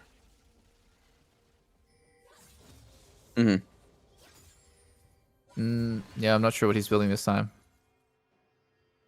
Blab. Oh no, Blabber! He's got 2 fucking rubies. Please don't tell me that's a Frostfire It could be Gauntlet. Gore. Could be Gore. I feel like Blabber's not the kind of person to be going fucking Frostfire Gauntlet. I hope not. The guy's the This guy is something a Olaf freaking would do. animal, freak of in the- nature. Yeah. Look at what's happening. Vulcan had the first move. He goes top. Core reads it and goes top out of base here too. So they did not actually see Nautilus. Core's just making the hard read that Nautilus is diving top. And Jenkins might TP back on the turret and just kill himself. Oh my god. Yes, he Core is. man. Holy Core has squad. nothing to do here. Oh. Core might die. This He dies in is place of so Yankins. much gold lost. If C9 can keep them zoned here, then look at how much fucking Oh, XP man. is just dying to the turret. That's such a huge play for C9. Yeah, that was It's pretty bad. oh my god. They are actually Jenkins here. When I see that pretty this, it close? makes me really question like the Swifty rush. I don't think this is how the matchup okay. No, goes. he can make it. He can make it back for half of it. That's okay. You think that has to do with the boots? Because the boots are stronger. Well, I mean, the fact that like he got this huge as hell wave stacked against him, and then had to recall and TP in just to like he had to bring his support and TP in just for the hopes of trying to catch this wave. Like, Yeah. but it I was think in due to most the matchups trade. you can avoid this. I think it was just the trading. So don't why know is if you're the thing I watching. want to He has know two is like Qs. why is Santorin not synced up with Core here? So Core knows, and Core has known that this dive is coming for how long now? Like 20 seconds. It took him a long time to get here, and Santorin is just not even close to. Oh, he's to going the Sunderer turret. again on Volibear. Yeah. Yeah, if Santorin was actually there, it might look quite a bit different. Because if they can get under turret together, Yeah. Exactly. probably it's, can't die.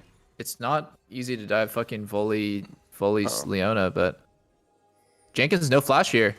He's dead. Yeah, He's he's so gone. dead. He's solo killed actually. I don't even think he needs Xin Zhao to help. Damn. Yeah. Oh Queasy. god. Yeah, not going as well when he's not up against Finn, I guess. I love it when LCS brings up the XP, which is like this invisible metric of how ahead a team is. I want to see like how ahead Yeah, is it's a C9 nice in chart. XP here. I feel like Perks has got to be close to 2 levels up. Yeah, that's such a huge lead. That's like hard to be represented. Yeah, it's like 5 CS top. You don't not thinking that's a big deal, but no, it's not 2 levels. Maybe just 1. Oh my god. Tactical. If they had vision Tactical and could've gotten try, it ulted seems there. like they could have. Yeah, Tactical could have Continued. died there. He's so cocky. I think they know Volibear's around though, because I actually Yeah. like what King did there, where he like pulled the red, which just slowed down Volibear's steal on it, because he had to like wait for the whole thing to reset. So they definitely knew Yeah. Volley was there, and you probably don't want to be hard forcing. Yeah. No, it's a incomplete information. Ooh, I don't like TL's draft, and the fact that they're already falling behind early, they really got to stick to this dragon win condition then. Just literally glue yourself to every drag respawn. Yep.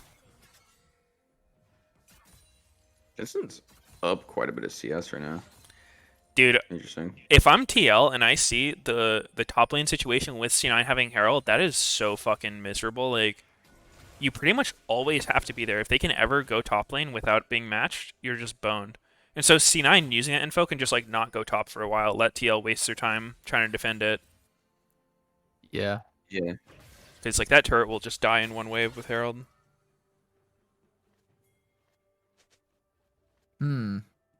It seems like both teams are looking for two totally different things. C9, on one hand, doesn't care about the drag. They're playing like kind of how MSI teams want to play, where they let the enemy team get drag while they just accumulate a huge gold lead, and they just never let the enemy team get soul. Yep. The soul is like... Look at Blabber's on items. the flip side, like TL is very NA. Like it's drag, drag, drag. You know, wait for late game. Not the Bambies. Oh, man, that is such a depressing way to play Xin Zhao. This is actually... I think C9 is actually able to contest here because they have TP, and Jenkins doesn't, so that's... Oh. Jenkins. Uh-oh. Oh, and he turns off the turret! Holy ulti steal. Rip. Wow, and I think TL ends up... I think C9 has the worst of both worlds now. Or sorry, the best of both worlds. Oh, Blabber? Wait. Tactical? What the fuck, Tactical? He just tried an E flash to get Blabber. Yeah. I mean, I guess it'll probably get him Dragon. But I don't know if you needed the flash for that. No, I don't know. Yeah, Look at... That's useless. Yeah. Look at the tempo. Like, Volley's not even close to being able to start it. They still have one TP left over as a resource. Like, extra chunk. Like, Blabber was already one. Yeah, yeah. Like Sunfire, Blabber. Yeah. Yeah. Oh, it's Sunfire. Sunfire, not Sunfire's in Zhao. Interesting. I mean, I guess that one is better at clearing. I love the flex by Fudge. It's funny. What'd he do? He just stood there with the with the W on him and just decided he wanted to dodge Tactical's Q. I think the invisible thing that's been going on kind of off camera is that TL's bot lane has been having prio a lot. The only time that Vulcan had the first move was, I want to say on like a TL's recall timing where he got to go top and be part of that dive, but it feels like TL's bot lane is just always having the first move up to mid. Yeah. And that's why they have a huge vision gap as well. Like, they have 5 wards on bot side scattered around. Yeah, it hasn't really amounted to too much in terms of like gold or anything though. Yeah. I'm not changed anything yet. How do you guys... What do you think Vulcan feels about the AD carry swap? Because I know before they made it so you couldn't duo, like him and Zen duoed so many games together. That's true. Like those dudes were attached to the hip. They could be I don't want anyone to take this the wrong way, but like there's no way the support doesn't have a huge impact on what AD carry they want to play with. In fact, like the support is probably and vice versa, the AD carry is like the first person that you ask when it comes to these kind of things, right? Yeah. It's really hard to just tell someone that the person that they're laning with, like, yep, you're playing with this new guy. That person is definitely. So Vulcan is the reason. That's I knew that's. Doublelift just told me that. Breaking news. I know that's what Reddit's gonna go with, but just think about it logically, guys. Yeah, no, you're definitely right about that. So Vulcan, we blame Vulcan. Oh. It is what it is. Fudge? Fudge is dead. 4v1. On the flip side, C9's not in a good spot to trade anywhere, anything. They're not even out on the map, like, barely on mid yet, so they're gonna lose Plate spot here. What a really shitty time to die. Plates are down in 30 seconds. So Tactical ends up getting quite a lot. Yeah, I mean, it was a pretty big commit for TL, I would say. Like, they're losing mid wave, top wave. Mid place. I want to see C9 go for top turret. Like, they have this tiny window where they could have finished the low HP top tier 2. Oh, they're not going to go for it. That's okay. They don't know exactly what the timing looks like. Maybe, no. Nothing's going to happen off of this. Tactical just gets 3 plates. Blows. Something that's kind of funny is I feel like Santorin and Blabber, like at least last play, were like kind of hands down the best junglers in the region, and they're both playing like some of the fucking worst builds I've seen on these champs. Yeah, I'm more into Sunfire Xin Zhao than Iceborne. I don't understand Frostfire at all. Like why it could ever be good on Xin Zhao. I can understand Sunfire. You knock somebody up and you get the immolate damage. Just on them. What do you mean? Like when you CC somebody. Oh wait. That's not that was old. That was old Sunfire. Wait, so new Sunfire is just straight burn damage? It's burn damage, but then, like if you burn people enough, then it gives you this on hit thing where like when you on hit someone, it does like another Sunfire effect around you for like 3 seconds. Oh right. Interesting. I didn't really know that. Yeah. Yeah, I mean, it's just kind of like no bad. one's been building Sunfire except for recently. Yeah, it's been so bad for so long. Yeah, I mean, Sunfire is more expensive than the other options, has the worst mythic passive. It is the strongest item on its own by quite a bit, but usually just the cost deters people. Yeah. Maybe we'll see. The Lee Sin thing is super weird. I want to see how Jensen plays fights, because like he's farming really well, but I feel like when he actually gets in a fight, he's probably not going to play it well. Yeah, I mean, farming on Lee Sin's the easy part. This is kind of how Pobelter's Lee looked as well, right? Like you E Gore Drinker and the entire wave dies. Yeah. Yeah. Winning lane with Lee Sin is expected. It'd be like it's like playing, I don't know, Draven. I'm holding my judgment on Jensen's until I actually see fights, because so far he's just Mr. Cannon. not engaged and just gun a ton of creeps. What other champs have been like this in the past? I know there have definitely been some, the ones that just like kind of free win lane, farm a lot. Poke Varus is like that. Yeah. But more easy than Lee Sin to be useful. Because it's easy. Yeah, Lee Sin is like, you have to actually be good at the champ. Varus, you don't have to be. Yeah. Just can hit Qs. If you miss them, probably doesn't matter. But if you hit them, it's like high impact. I think Jace is probably the best reference point of just always winning lane. Yeah. But like only the great ones perform in fights. Mm-hmm. Yeah, that's true. Probably the most similar thing. 50 CS ahead is a yeah, I'm also thinking like in the past, like old metas and stuff. Like I know there have been other champs like this that have that kind of style. Like really easy to look good on, but hard to actually like, you know, have that big impact.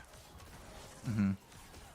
I think it's hard to full compare. Like I don't know if anything is similar enough. Mm-hmm.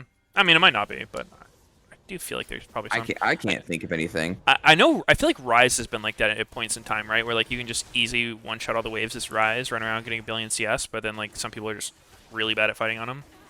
Yeah, that could be similar. Maybe. Look at what TL's doing here. They decided that they want to trade. They're not ready to fight the drag I don't know when they will be, but they're definitely not ready now. And they end up trading 1-for-1 on drags. I don't know if that's enough. Maybe try to get more than this. Because they end up trading 1 tower for 1 tower. Fudge gets it, but C9 still gets drag. I think they should sit in top jungle maybe and just like fish for something. No, they're not doing it. Ooh, I feel like yeah, I mean, TL's you get another turret for Lee Sin, but at some point, like Lee Sin, he doesn't scale poorly, but you want to do something with his advantage, like just continuing to grow his advantage. He's not like an AD carry who, you know, once they hit a certain point, they can just 1v9 fights. This game in particular, Lee Sin could be crazy because he has like Gore Drinker to leech off 4 melees and Lulu. So maybe he can just like, he doesn't even have to be that good. Maybe he can just like brute force a fight with just like auto attacks, healing, shielding, raw stats by getting fed. Yeah, I would just say it's easier to play this game than like normally. Yeah, he is already ahead, is kind of my point. Like, I feel like he could be pressuring more than he is, like, you know, making a play that forces the other team to respond rather than just getting the minions, but maybe they just like haven't had the setup. Yeah, for sure. Right there, 5 people momentarily showed mid for TL. C9 feels really good about that. The more this game's played out, the more I really dislike TL's draft. Mm-hmm. I don't really understand it at all. Yeah. Feel this game so what? so cursed for them. Like they don't like I don't think they scale at all. Like they have Lulu with an Ezreal, which Yeah, that's is not really really shit. how you synergize. And then they have Lee Sin, who's good at laning, but it's not that great at team fighting. Yeah. And they have Volibear jungle with the fucking Sunder, and they're not making anything happen. Like I feel like it'd be totally different if they're actually winning the game. Oh, here we go, big fight. I love the reaction ulti by Vulcan. I don't know, is that gonna? Oh, Blabber. Oh, Blabber's still alive. No, Oh he's shit! dead now. Santorin gets some, but he's probably gonna go Santorin down. gets traded here. King Soul's ulti. King Soul's ulti. He should go. He should go. Oh, get Yes. it, King! Good, good, good. Oh shit! Blabber gets close. sniped randomly, dude. Huh. EL ends up kind of they're coming out kinda even. winning I out mean, here. one less kill, but the carries lived.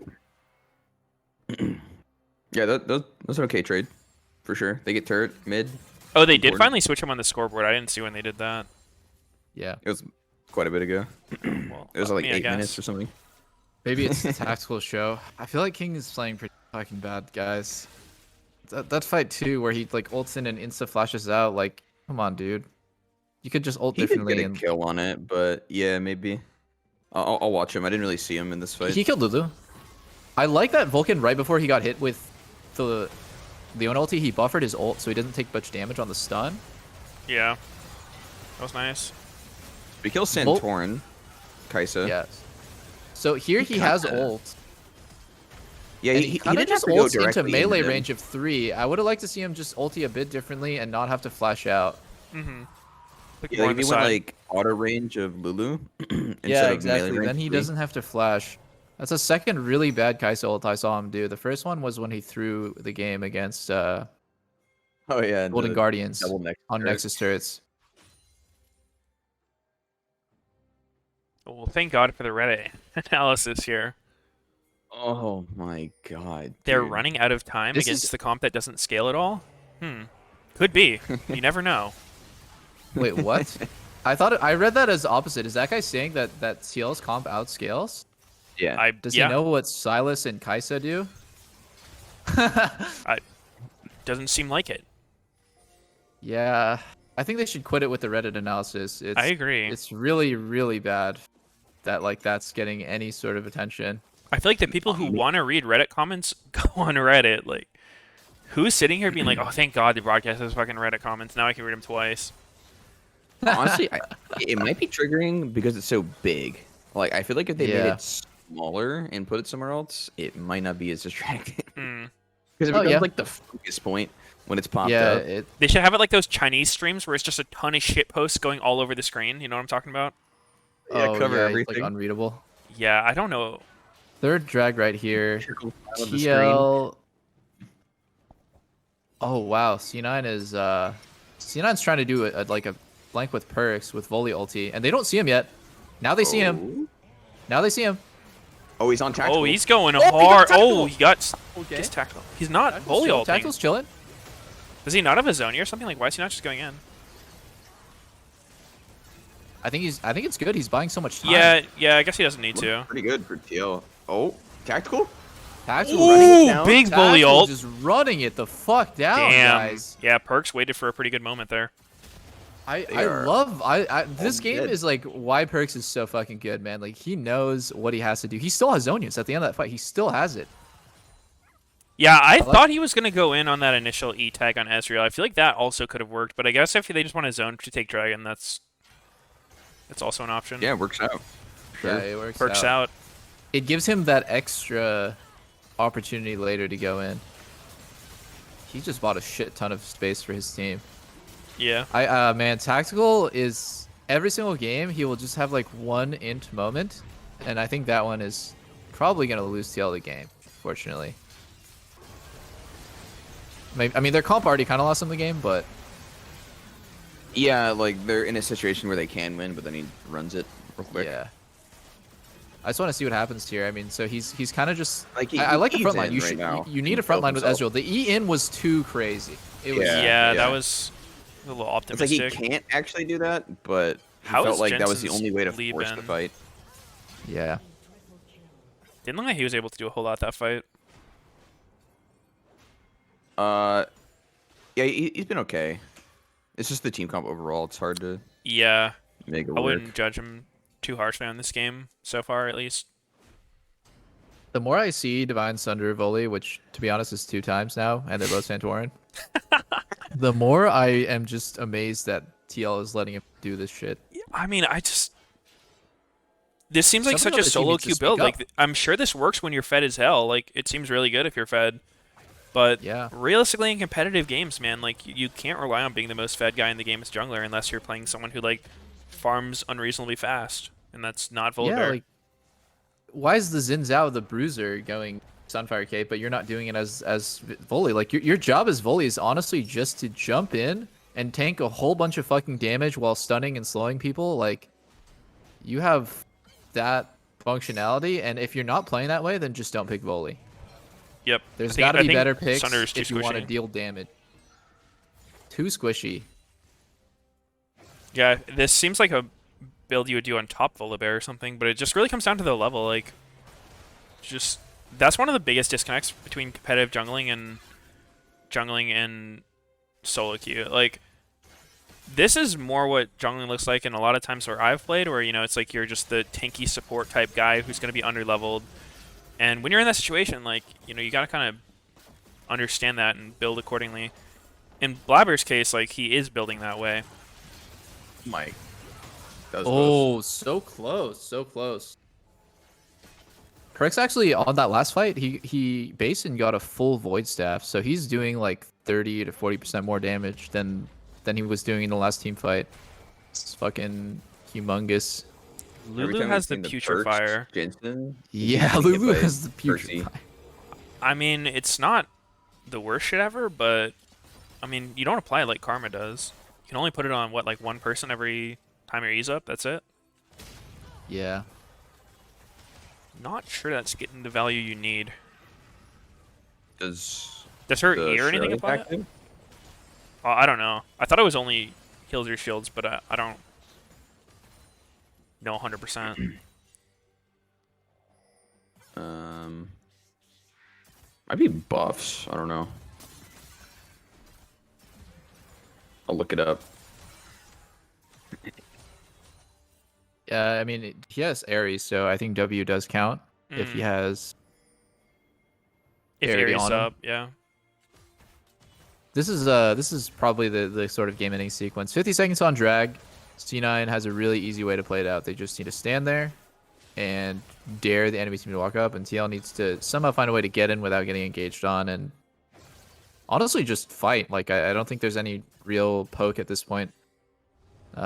Poking Silas never feels very impactful. Oh, Perks is actually getting caught. Holy Ooh, shit, that Core E misses the landed. E-flash. That E landed. They keep, I think they keep They're going. still chasing him. They are still Yeah, chasing yeah, him. he's dead. Sonia's? Oh god, Volley Perks takes the actually, shutdown. Volley should not have taken that Perks- shutdown. Yeah, That's, Perks actually might have potentially thrown the game right here. If C9 makes the wrong decision, C9 has to make the decision of like still going for this drag or not. Like what? They what do definitely go for shouldn't. it. They have to. That would be a monster throw. All Perks had to do was just be there. Bot River, what is he doing at their wraiths? At their raptors? What the fuck?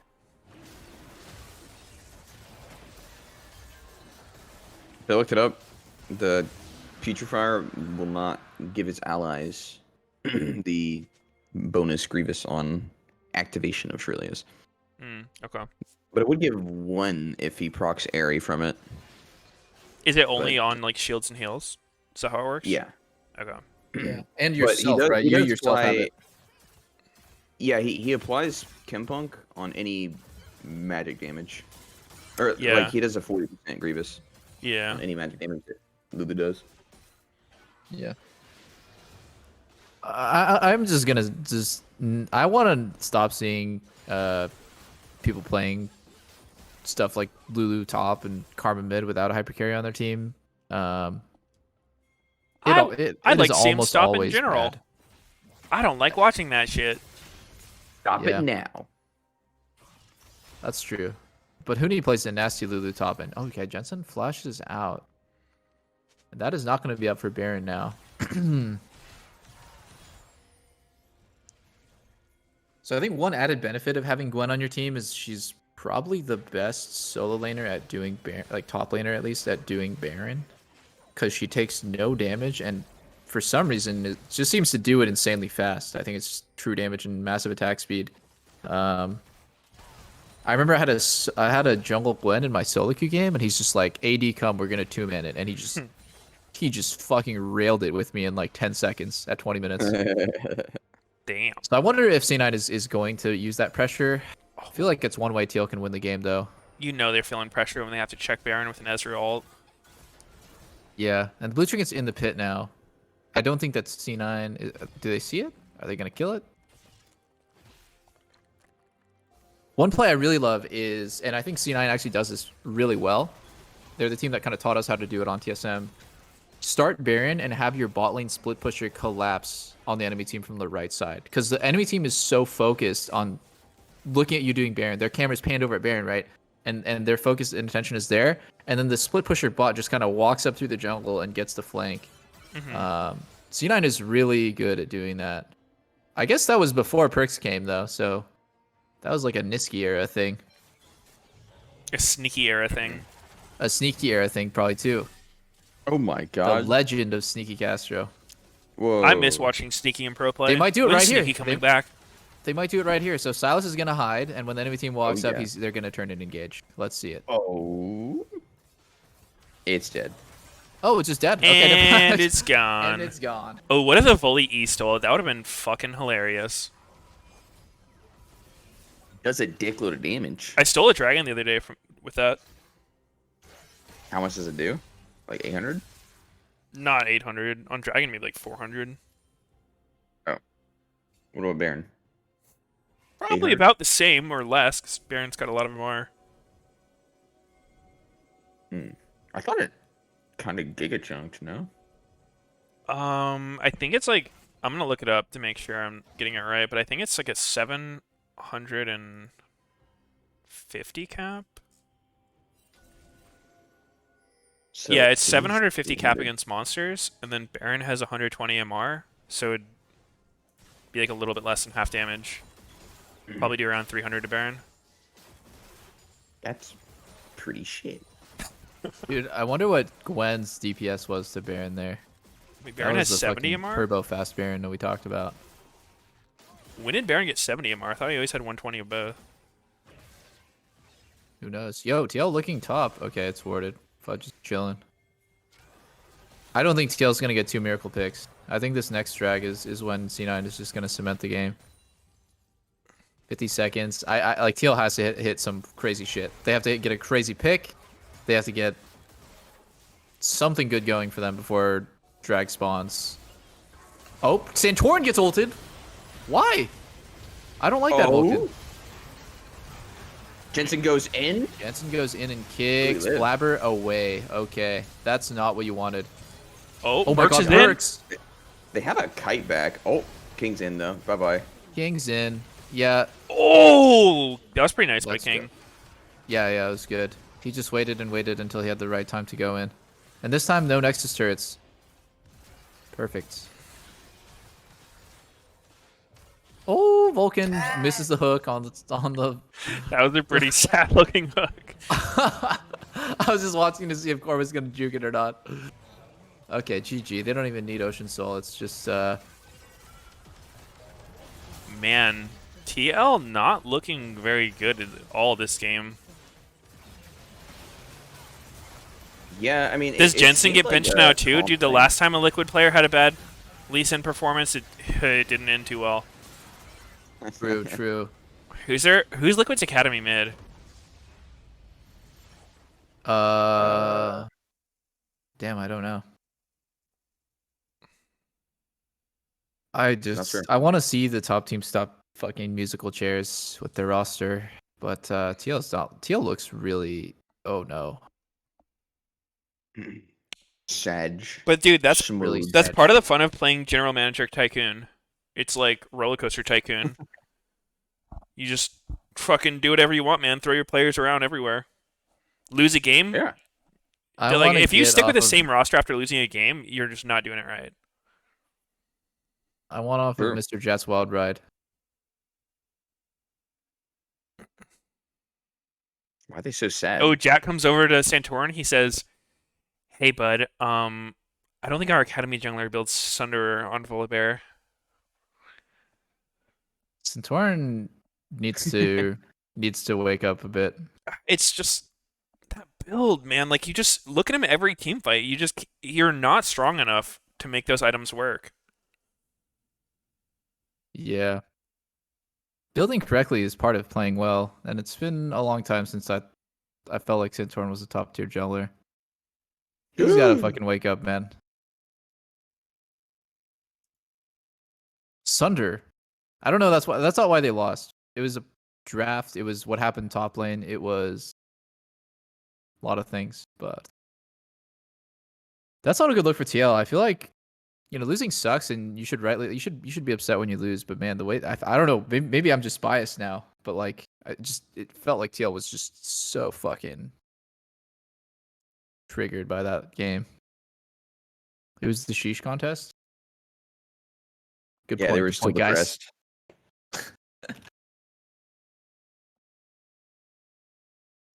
I never want to open that video again, dude. That's a cursed video. Be back. I'm gonna go pee, guys.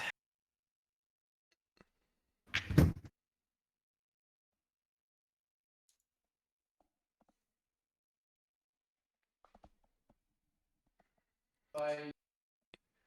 Yasuo said he's giving away 10K if Logan Paul beats Mayweather. Who said that? Yasuo. Oh. Nice. You think it's possible? Maybe. I mean, I don't know shit about fighting. Mayweather hasn't lost, right? But Logan Paul's also a lot heavier than he is, which I've heard is a pretty big advantage in fighting.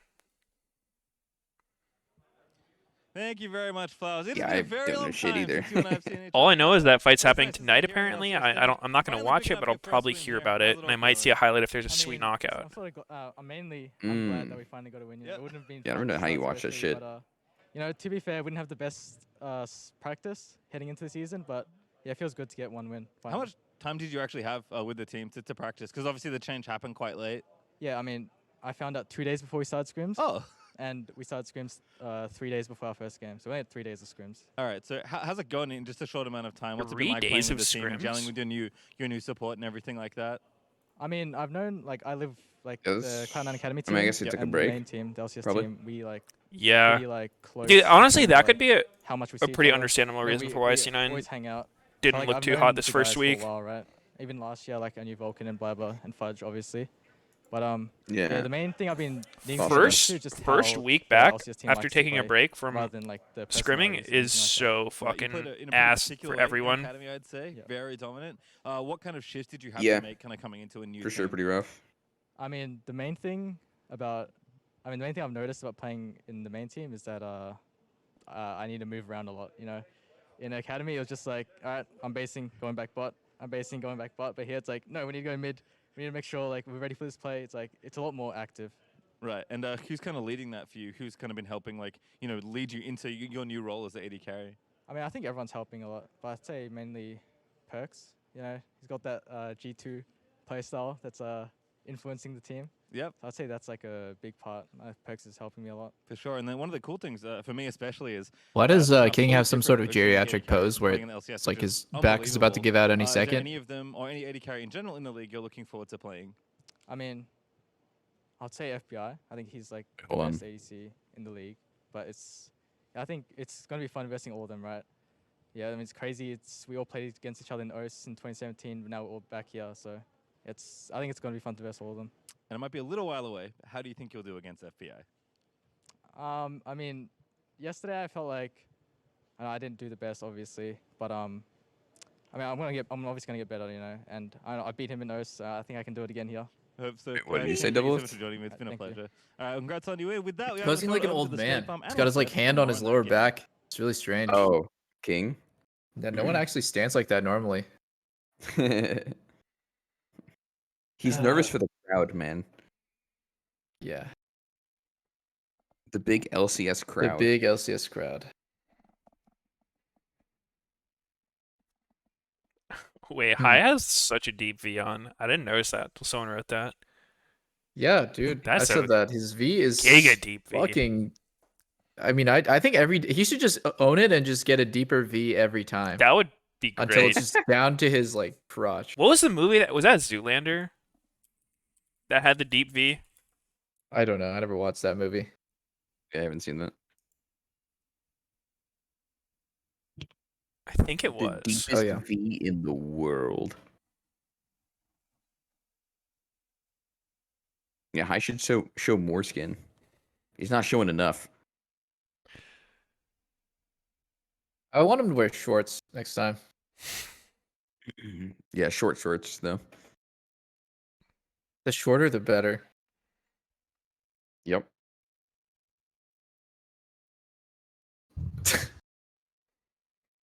My chat says high Viego cosplay. Guys, I think it's just I know I'm torn about it. Like it's fine to stand. It's just like I can't visualize what it'd be like with a desk, but is this Didn't they have a to desk represent yesterday the at some analyst point? desk? Yeah. I'm not sure. If this is supposed to represent the analyst desk, it's an analyst desk, but no desk. What's up with that? Mind it. I like the standing. You like the standing? Yeah. I don't like the standing. Have you seen LEC? I think they have a lot of standing. Looks fine. I think it's fine, yeah. People just like him to pick everything about the LCS because of, but I don't know. I'm gonna reserve judgment. I don't have a strong opinion. Who's playing next, guys? Let's go TL. check that out.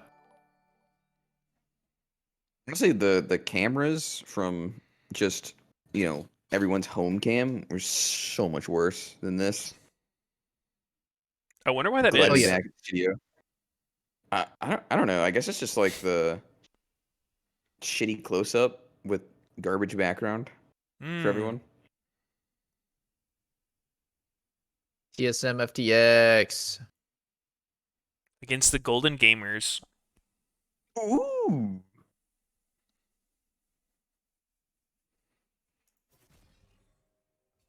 Oops, I'm watching the wrong stream.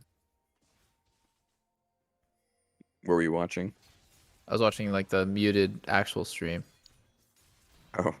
Nice chain CC by Perix. He knew he could get an auto in before his fucking chain. Jenkins did kind of get blasted in this game. Like, really badly. Yeah, he did. He wasn't in the greatest position to succeed playing Lulu against 3 big, strong divers coming to his lane. But, yeah. I think Liquid got super blindsided by the swap. Yeah. I think they were 100% like planning for those matchups, and then when they didn't get them, like I think they should have made at least an attempt to get out of those lanes. Like they should have put Lisa in top and had Lulu come mid. Normally, when you see this kind of thing, like you have the team that wants a certain matchups, like constantly swapping, trying to get into the matchup, and the other team's trying to like get out of that matchup. But Liquid was just like, huh, they swapped on us, sucks. Yeah. Oh man.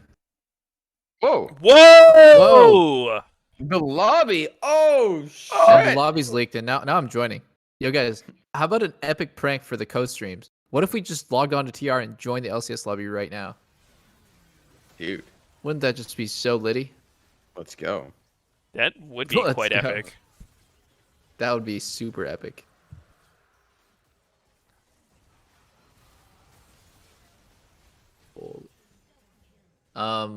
No, what was I going to say, guys? God, I forgot. Oh, the one thing that is kind of not ever thrown out as like a possibility is that Alfari just doesn't want to play.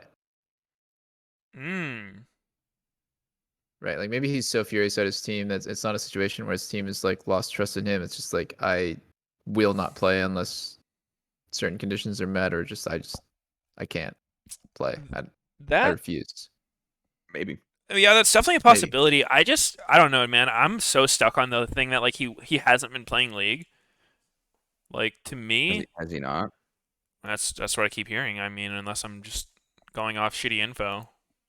Yeah, I would like to see. I would like to see some evidence of his like solo queue account. But last time when I was streaming, or sorry, in Spring Split, and I was like in Diamond One, somebody linked me his account, and ever since I've been kind of keeping track of it, and the guy has played no games on that account. Maybe as a secret account, but it's fucked up. I mean, you gotta fucking play solo queue. People are like railing on players like me for like not playing enough solo queue, but we're playing like at least few hundred, 500 to 600 games a season. And if you're playing 100 games a split, there's something wrong. There's something fucking super wrong. Yeah, I mean, it depends on like what he's replacing it with too. Like if it's nothing or like messing around. Yeah, so I mean, he As has they were. Telemonian Ajax, which is the one that I respect my jungler is this other one. So let me stop my stream really quick. Nice name. Both of the account. Okay, so this one's a Masters with 114 games, and this one's Plat 1 with 94 games. So he's played basically no solo queue. Focusing on the Masters account, yeah, he doesn't play the game.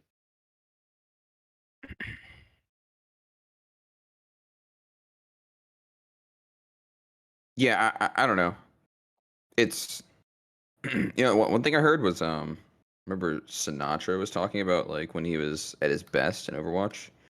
Uh, he was saying that like he was actually just playing scrims with his team, and then he just completely avoided playing any like solo queue in Overwatch, just because he didn't like the state of the game, and he felt like he was better synergy whenever he wasn't playing the solo queue. So I don't know. Like there could be some merit in not playing, but then there's obviously Yeah. downsides too. Like you get less exposure to matchups, and it's harder to keep fully up to date with the meta. hmm I mean, I can sympathize, right? Like I'm on the side. I'm on the side that you're talking about, where not playing a lot of solo queue, fucking sometimes doesn't help at all, or even makes things worse. Yeah. I'm just pointing out that if his teammates have a problem with it, they need to like. That's just a point of friction for them. That's all. And I know that on CL they really do value that because Core really highly values high solo queue rank in a lot of games played. So it's gonna be a source of friction. Like I had the same thing. You know, Core told me I don't play enough solo queue, and I was like barely challenger, and Core was like wanting me to be a lot higher than that. So yeah, I had to fucking grind the shit out of solo queue to kind of make my teammates feel good about that. Mm-hmm. Yeah, for sure. It's hard. You have to could be do making a you have difference to in the do what you team. need to do. Yeah. Yeah, I don't know. It is tough because like obviously I think most people want to play solo queue, but like playing here, not really a great use of time. It's like you're probably getting like less than half the actual efficiency that you would solo queuing like EU. Like when I went there a couple years ago for boot camp, that shit was so fun. Like I was playing like 20 games a day and not really getting tired of it because like I was actually playing the game, not just getting monster griefed every game. Yeah, I think we all know. It's not the same.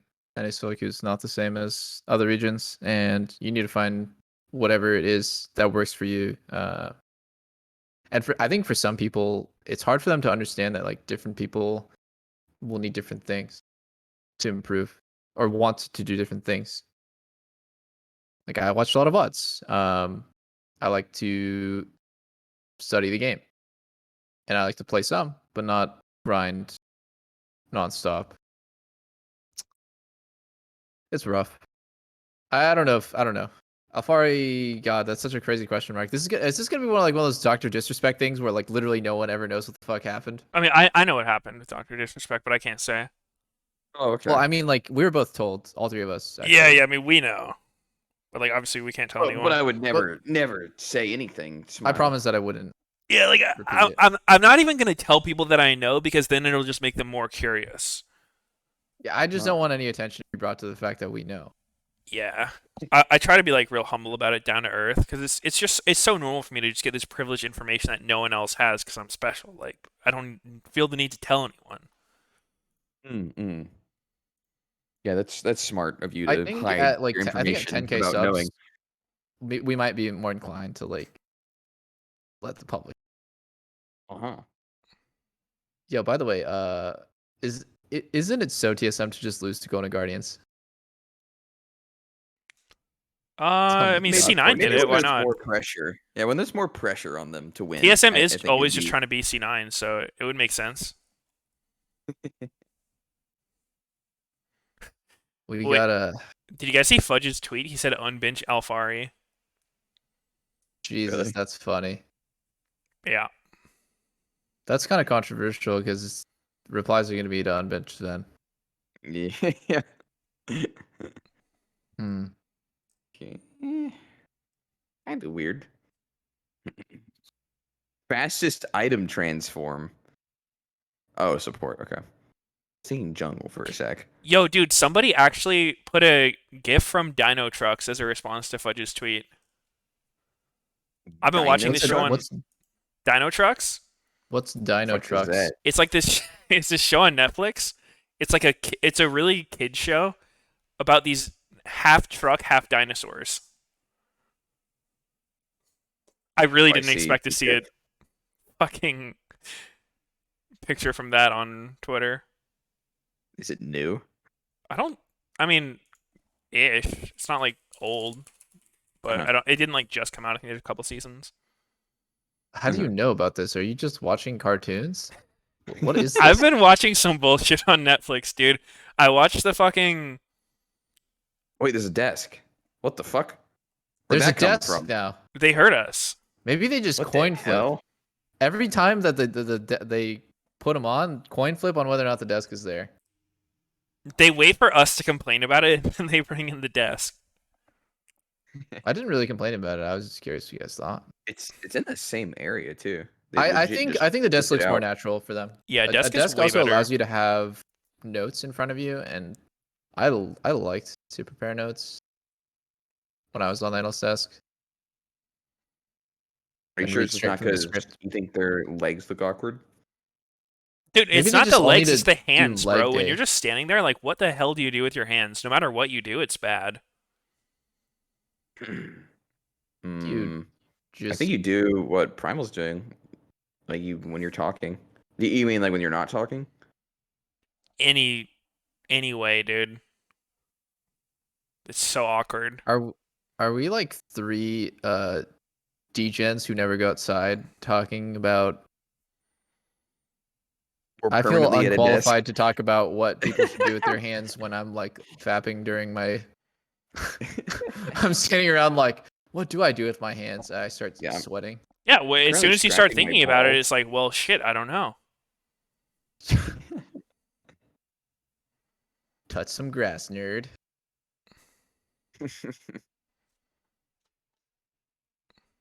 No, I don't Yeah. want to. Guys, I do like the desk though. Maybe aliens will one day study the LCS for what human social interaction looks like. It's like, oh, okay, so they stood around. Sometimes they sit down next to each other, and no one knows what to do. Yeah, for sure. You guys ever? When are you going on the desk double lift? Oh, dude, I was thinking about going to Worlds. To be on the desk. Actually, that'd be fun. That used to be your thing. Back where I belong, on the analyst desk. Am I right, guys? Yeah, why not? Only if the homies come with me. We'll take up the whole desk. It would have to be a big trip, you know. Like I'd have to. I want to do it, but we'll see if it's viable. Hard to win games from the desk, though. I can't lose games from the desk. That's fair. It's a win-win. It's the power of evil versus the power of a blaze olive. How did he come up with that name? Yeah, that's a weird one. Because he's blazed. He's just blazed all the time. He likes olives. It sounds like a really random. There has to be some sort of reason. I think his I name want used them to be do like a another one. cold blaze olive, and he changed it. I I think it's a definitely Smurf heard name, the story no? before, but I don't remember what it is. I don't think it was Mhm. anything too interesting though. I think it was just like random words or some shit. He said he RNG generated it on Xbox Live. That's what Force Within said. Okay, that's what a couple people in my chat said too. Oh yeah, Sounds I about told right. him about that. We may be in a touchless world, but we can still Doesn't touch eat people's olives, An guys. That's confirmed. Xbox Live name. by staying in touch and showing you care. Because now My each time Xbox you Live order name was online or I'm a tap in one store with PC, your all MasterCard at caps, because I restaurants and played Gears grocery of War and I stores, just tried shotgunning MasterCard people will all the donate time. to Stand Up to Cancer. One precious cent at I'm a a time, one. up to 5 million. That'd be the most dollars. obnoxious name in Together, League. we can stop And something C9, I'm a priceless. One Piece. You again with the Nasus kill. With the One Piece. Oh, what beast! That's a good ass anime. I think mine originally was Noob Ponzer. Oh my god, that's bad. That is bad. All right, double I'm a lift. One What was Piece yours? you and Noob Ponzer. What was yours, dude? You can't be like, yeah, I've only had cool names. Oh no, I've had lame ass names too. I was always into Magic Tricks, so my name was like Magic Puff, which people thought was like a weed reference, but I can't imagine seriously- why. Yeah, I guess there's like a song. Somebody told me like when I had the name, like, oh, you don't know there's a song called like Puff the Magic Dragon, and I was like, oh, I had no idea. It was I thought it was funny. My friends made like names like Cheese Puff, and I was Magic Puff. Mm. And then before then, my ID was King Peter II. Nice. Pretty innocent, pretty neutral. Yeah, that's not the worst. It's not Noob Ponzer, it's just but a little it gets the job done. pretentious. People who It's call kinda- themselves it's king or god, I feel like it's a little pretentious. I was Ostrich Lord on Warcraft 3. Why? You like the Mechanistrators? Well, those weren't in Warcraft 3. But no, it's because my brother was Mammoth Lord. And my favorite animal at the time was an ostrich. So it's Ostrich Lord. Your Oh, I favorite see. animal was an ostrich. Fuck you, dude. I was in elementary school. Why? Did you like the long necks? No, I just Or what? thought they were cool. I don't need a reason. I think I'm gonna go back to King Peter II, like TSM FTX King Peter II. What do you guys think? Who's the It first? just rolls off the tongue. Oh yeah, it's so good.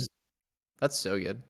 Lena still calls me King Peter, actually. So Oh shit! really Is that the bed long name? standing.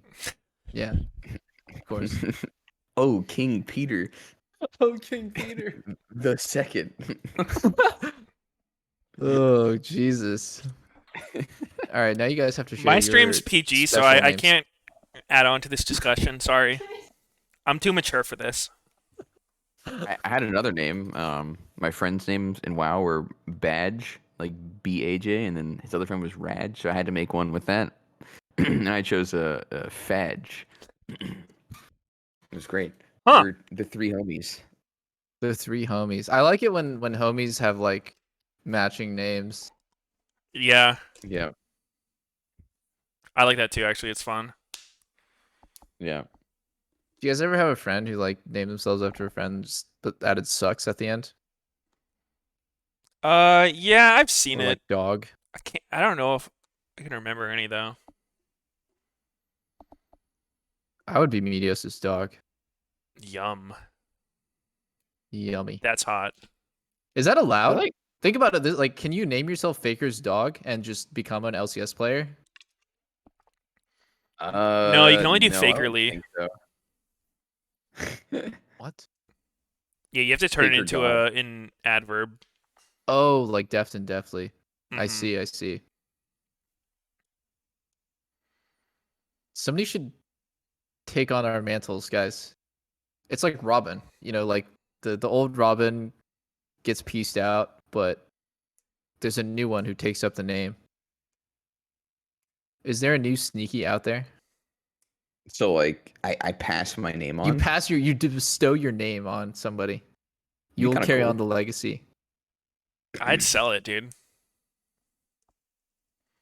How much would you sell To your who? IGN for? Like, say some rich ass, probably like team owners, like, yo, I want to buy the name Double Lift for my AD carry. I don't even actually honestly. How much would you part with it for? I don't know if I could do that. Like, $15,000. no, that's not enough. Are you serious? Okay, I mean, that's 20,000. I could buy my Twitch name for. So of course it's gonna be the right price. All right. That's Wait, true. what? But like, they have the rights to your name for everything forever. Like, you have to switch to a new name. The guy on Twitch who has the name Sneaky was offering it for 15K. Did you you buy tell it? him to suck your something? Kind of. Maybe not directly to him. Yikes. I tried to get the guy who with the Twitter handle at Doublelift for the last like 5 years.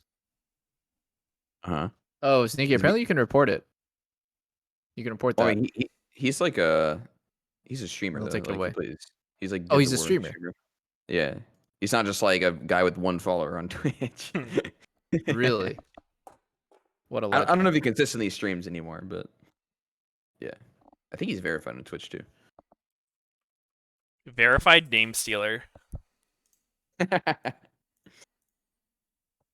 All right. You think for new esports? bet going up. Lena's saying that selling Twitch accounts is against TOS, so you can report that. Oh. Get him And you busted with the believe her? authorities. I don't know. I mean, Lena is not a reliable source for knowing about business stuff. So, but like, I think you could give it a try. I mean, I don't blame him for trying to sell it. I respect it. I just don't give a fuck. Somebody rat on this fucker and get Sneaky his name back. Dude, I was gonna say, like, what if for the naming process you couldn't have an overlap in esports of the same name? Be kind of interesting. Because there's a lot of like, I think Double Lift is unique. I don't think anyone has that, but maybe Meteos as well. But I feel like there's a lot of lap overs. Yeah, I mean, especially when people like Destiny, dude. That I feel like there's probably someone in every fucking esport named Destiny. Yeah. And in a way, I feel like that kind of makes it a shitty name because, like, in my mind, Yeah. a good name is something that when someone Googles it, you're the first thing that pops up. Yeah, like a Blaze Olive. I mean, it's not I my don't first think choice, anyone but is it ever does gonna- fill that criteria. Yeah. Or double plug. What happens I if you feel like Google double Lost- plug? Sword Art. Sword Art's Solo, really original. Iconic. These are names that. I think Lost is a pretty good name. Yeah, I mean, like, I it's think an it's, okay name Lost. by itself. I think Lost is one of the worst names. No, I think As a I think competitor, Lost is a good name. Be like calling yourself newbie. How about Win? That's Calling fine. yourself a Win. Really? Why? You're either a winner or Vietnamese.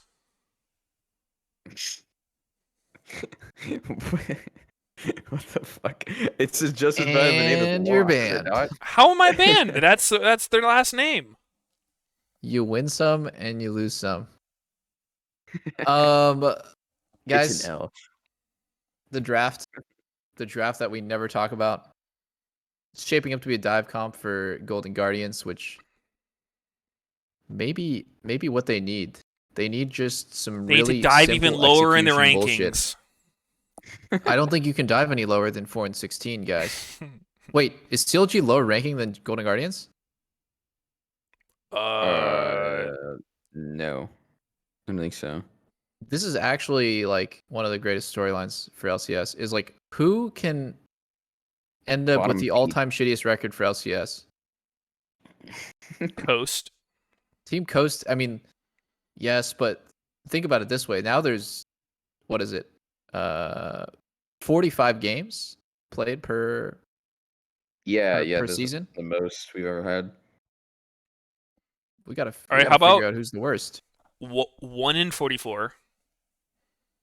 If somebody goes 1-44, that would be like Overwatch League Shanghai Dragons shit, where they just I forgot what that team's record was, but they like didn't win a whole season. How do you do that? Damn. You just I give actually no don't fucks know. or what? Like I feel like there's there's probably people, there's like 12 Overwatch fans out there who know, but we can only talk about the stats. Doesn't it cost like $20 million to get a spot in Overwatch League franchising, and you're just gonna go 0-40? My chat said 0-40. Yeah, that's fucking Jesus. crazy. I mean, honestly though, from a branding perspective, I've heard of them, and I haven't heard of any other Overwatch League team. Yeah, that's So true. maybe that is the play. I honestly, Spitfire. I would love to see a team that's just like shamelessly terrible. They just come in LCS and just play the most bullshit every game and get stomped. And that's just their thing. That's their brand. Yeah, I don't know about that one. That sounds like that'd the make worst coaching strategy I've rough. ever heard I of. mean, All right, fuck me, I guess. my chat is just naming the LCS teams. Yeah, I mean, Golden Guardians is pretty close to that one, Meteos. What do you think? Wait, they won against C9. No, but like last split, So they're better than C9. was like pretty famously terrible. Yeah. That was a really bad one. But CLG was 10th place getting first blood every game. That was kind of special. Yeah. What, Also Lucian's pretty close all to the way being down to extreme. last pick? Really? Whoa. This champ's normally permit. This is not a good game to play Lucian. I think Lucian is not good against Udyr because it's Top a click Viego. stun.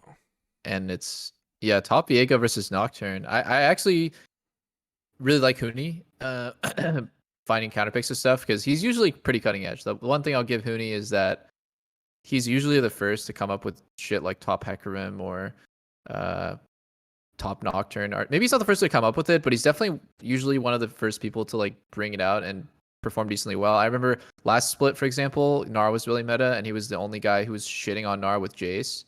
That's true. It just looked like Gnar couldn't do anything. So that's cool. He was also one of the first people spamming Gnar, right? Yeah, that's true. He was the one He who brought out does- Unlock In, and I was a Gnar hater, and then I was a Gnar believer after a few games of it. Yeah, I would say he's definitely on the like progressive side of champ picks, but I don't think he's always 100% on them. Like he was also spamming Lulu top, and that was kind of dog shit. Like, yeah, I think he will be one of the first people to find the good stuff, but sometimes he'll miss the mark and pick some troll shit and lose. As far as hit rate though, Pushing he's got a top. pretty high one. I like that about Huni is that he's not afraid, and Yeah, you know, that's fair. Sometimes he look like an idiot with Lulu top, whatever. But I think I like. He makes him a fun player to watch. I think it's part of the reason why he has like more fans than normal for top lane. But as far as comp goes, I think Golden Guardian's fucked up by picking Lucian. He has to really stomp PoE in lane, and man, if there's one guy I expect not to get stomped in this matchup, it's PoE. He's played it a million times. He is really good at playing the defensive farm side. But can he withstand a Blaze Olive? The pressure. The pressure. I think the moment that PoE gets Sonya's completed, so much of Golden Guardians is just destroyed. Solo can't ult him, Nautilus can't ult him, and he gets a lot of armor against triple physical solo lanes or carries, I guess. Yeah. Which Which side would you rather be? We do have the Meteos Brum here. Yeah, That's fair. Yeah, I mean TSM is really trying to win. You already just automatically think the team with Braum wins draft. But I do think that they won let's the look draft. at their range, right? They're up against a hardcore dive comp. When you see Nocturne Rumble, that's in my mind like one of the best things you can run in a dive comp. So good together. And Braum is great anti-dive. I think actually Braum is good against dive sometimes. I think Braum does nothing against Nocturne, Rumble, Nautilus. He blocks nothing. But I do agree with you that Braum is normally good against I mean, dive. the idea of Braum isn't that like you're letting your carries get hardcore jumped on, right? It's like, say they control an area, like Braum can walk in, and those champs are never going on Braum. Yeah, makes sense. Stixay and Chime. Chime just feels so uncomfortable playing melee supports. I wouldn't be surprised if they just got shit on 2v2. This is not an easy matchup. Playing against Triss Braum is like, you make one missed position and they double jump and stun your ass with Hail Blades. It's really, really high kill potential. It's not very good. I don't think Triss Braum is like particularly strong, but it has like a lot of threat.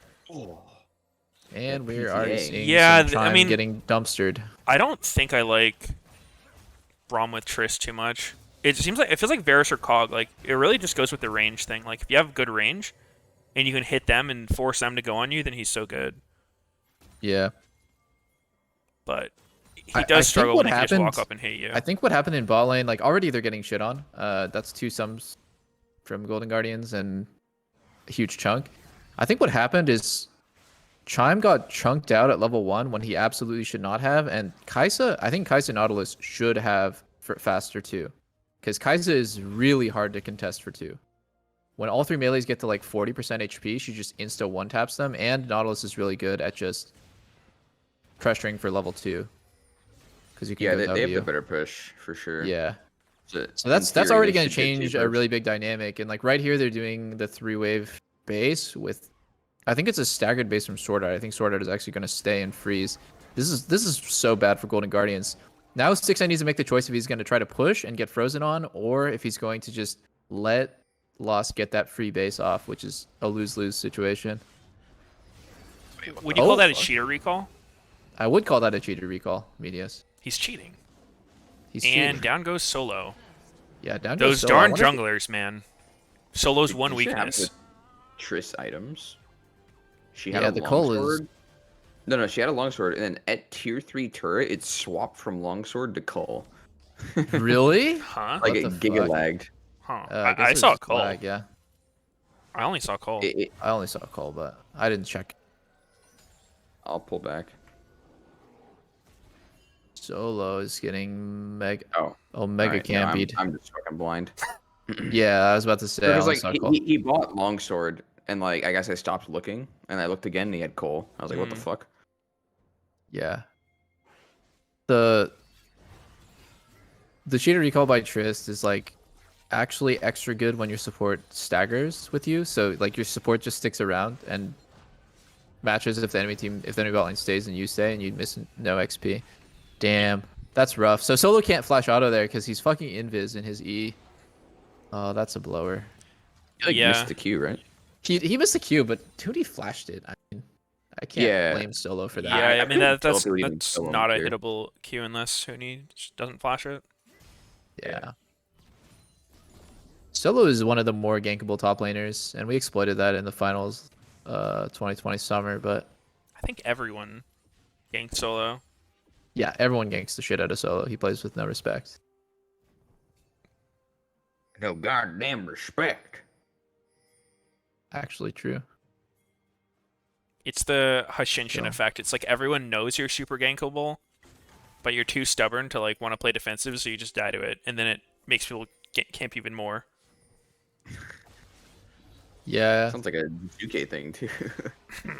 Jizuke is like, I don't know, Oh. man. I feel like it doesn't really matter against him. Like you don't really need to do anything special. He like whether he's ahead or behind, he'll just find a way to kill himself. Yeah. We've been Jizuke quite dies to in that the most word. questionable ways. Solo there, it's almost the same. Like, you should know basic jungle pathing. Your jungler is on bot crab. Their jungler is on top crab. Like, so bounce your wave, play safe, or ward for it. Yeah, I would say the There's a ward's lot the of things that biggest you can thing do. because if you see Solo like that, he had 2 ward charges before that, meaning he didn't drop one at all in the early game. Yeah. If you're I pushing think- like that, you 100% need to go and ward. I think that's one thing that always holds people back is just they are not willing to take time away from pressuring or take time away from like trading last hitting to ward or set themselves up to not die. And he's fine here, I think. I'd be really surprised if he died. Oh. Oh. Solo Bolo? Casual 2v1. Iconic, are you gonna Oh help my- him? Iconic, Like, help him. Actual 2v1. Yeah. He's just beating him through speed. I was actually talking Walks about away. Huni being like a good player at finding like new counter picks and shit. This does not look good for Viego. He is getting railed. Like he Yeah. is actively losing every trade that I've seen top. And Spica is being annoying as fuck here. Oh, he's not gonna freeze it. He's just gonna take the wave. He should, probably def- better. he should definitely take it. Freezing there is kind of Yeah. troll. Yeah, it's pretty awkward. Yeah. Like it'll help hooting a bit, but like the game state would be way more awkward. I see. I see. Yeah, in solo queue you get pinged for taking waves like that, but like honestly, if you don't, like you're kind of trolling. You just waste more of your time to get no resources. Yeah. Like, Might you're as well just take the short of wave, saving. get a faster recall, and then like you're. Oh, this is what I'm talking about. I think Chime. I think somebody can die here. Oh, never mind. Lost is 6. I think if they focus Chime there, he dies. Like I think if Lost didn't E on Stixay. Oh yeah. But that's okay. Like this is gonna get fucking bad for Golden Guardian spot lane. I think. Uh-oh. 2 sums at the Huni least. doesn't see solo. Yeah, he doesn't. I actually And think he doesn't have ulti either. I think he just dies here. Yeah, I think he just dies here. Yeah, Iconic played that pretty poorly. Like he missed his E, and then his ult was okay, but didn't really matter. Yeah, Solo's been playing well. Actually. Yeah, Solo's been playing well, considering he got ganked early. This is so bad for Golden Guardian spot lane, man. It's always going to be a sore spot. Their support is never good. I feel pretty bad for Stixay, dude. He goes from having Newbie as a support to Chime, like. Yeah. Is Chime actually bad, or you just don't like his melees? I mean, both times I saw it. Okay, so he played Leona, and Nautilus so far. And in all of the games that I've seen him playing melees, that's why I was super reluctant to like introduce range support solo queue superstars to playing competitive, because playing melee support is just objectively harder.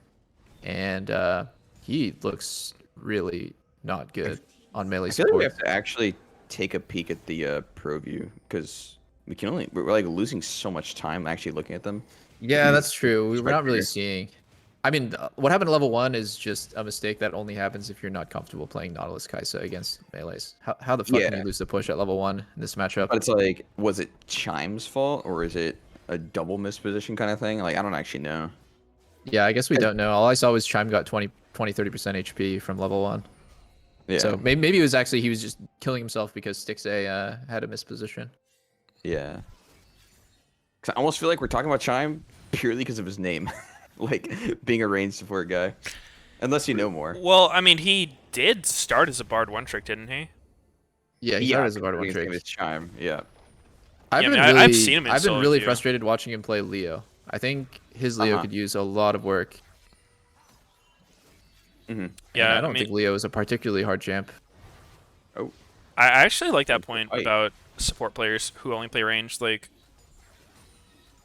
a lot of support. Like, if you see a support player who only plays range supports in solo queue, like that, there's like almost no chance they're gonna do well competitively.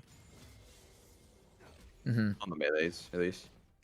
And I mean, sure, but tell me a time in the past 10 years where melee sports haven't been like, by far the best.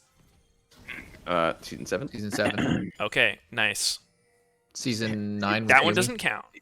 Season 6 as well. Dude, season 6 was fucking weird.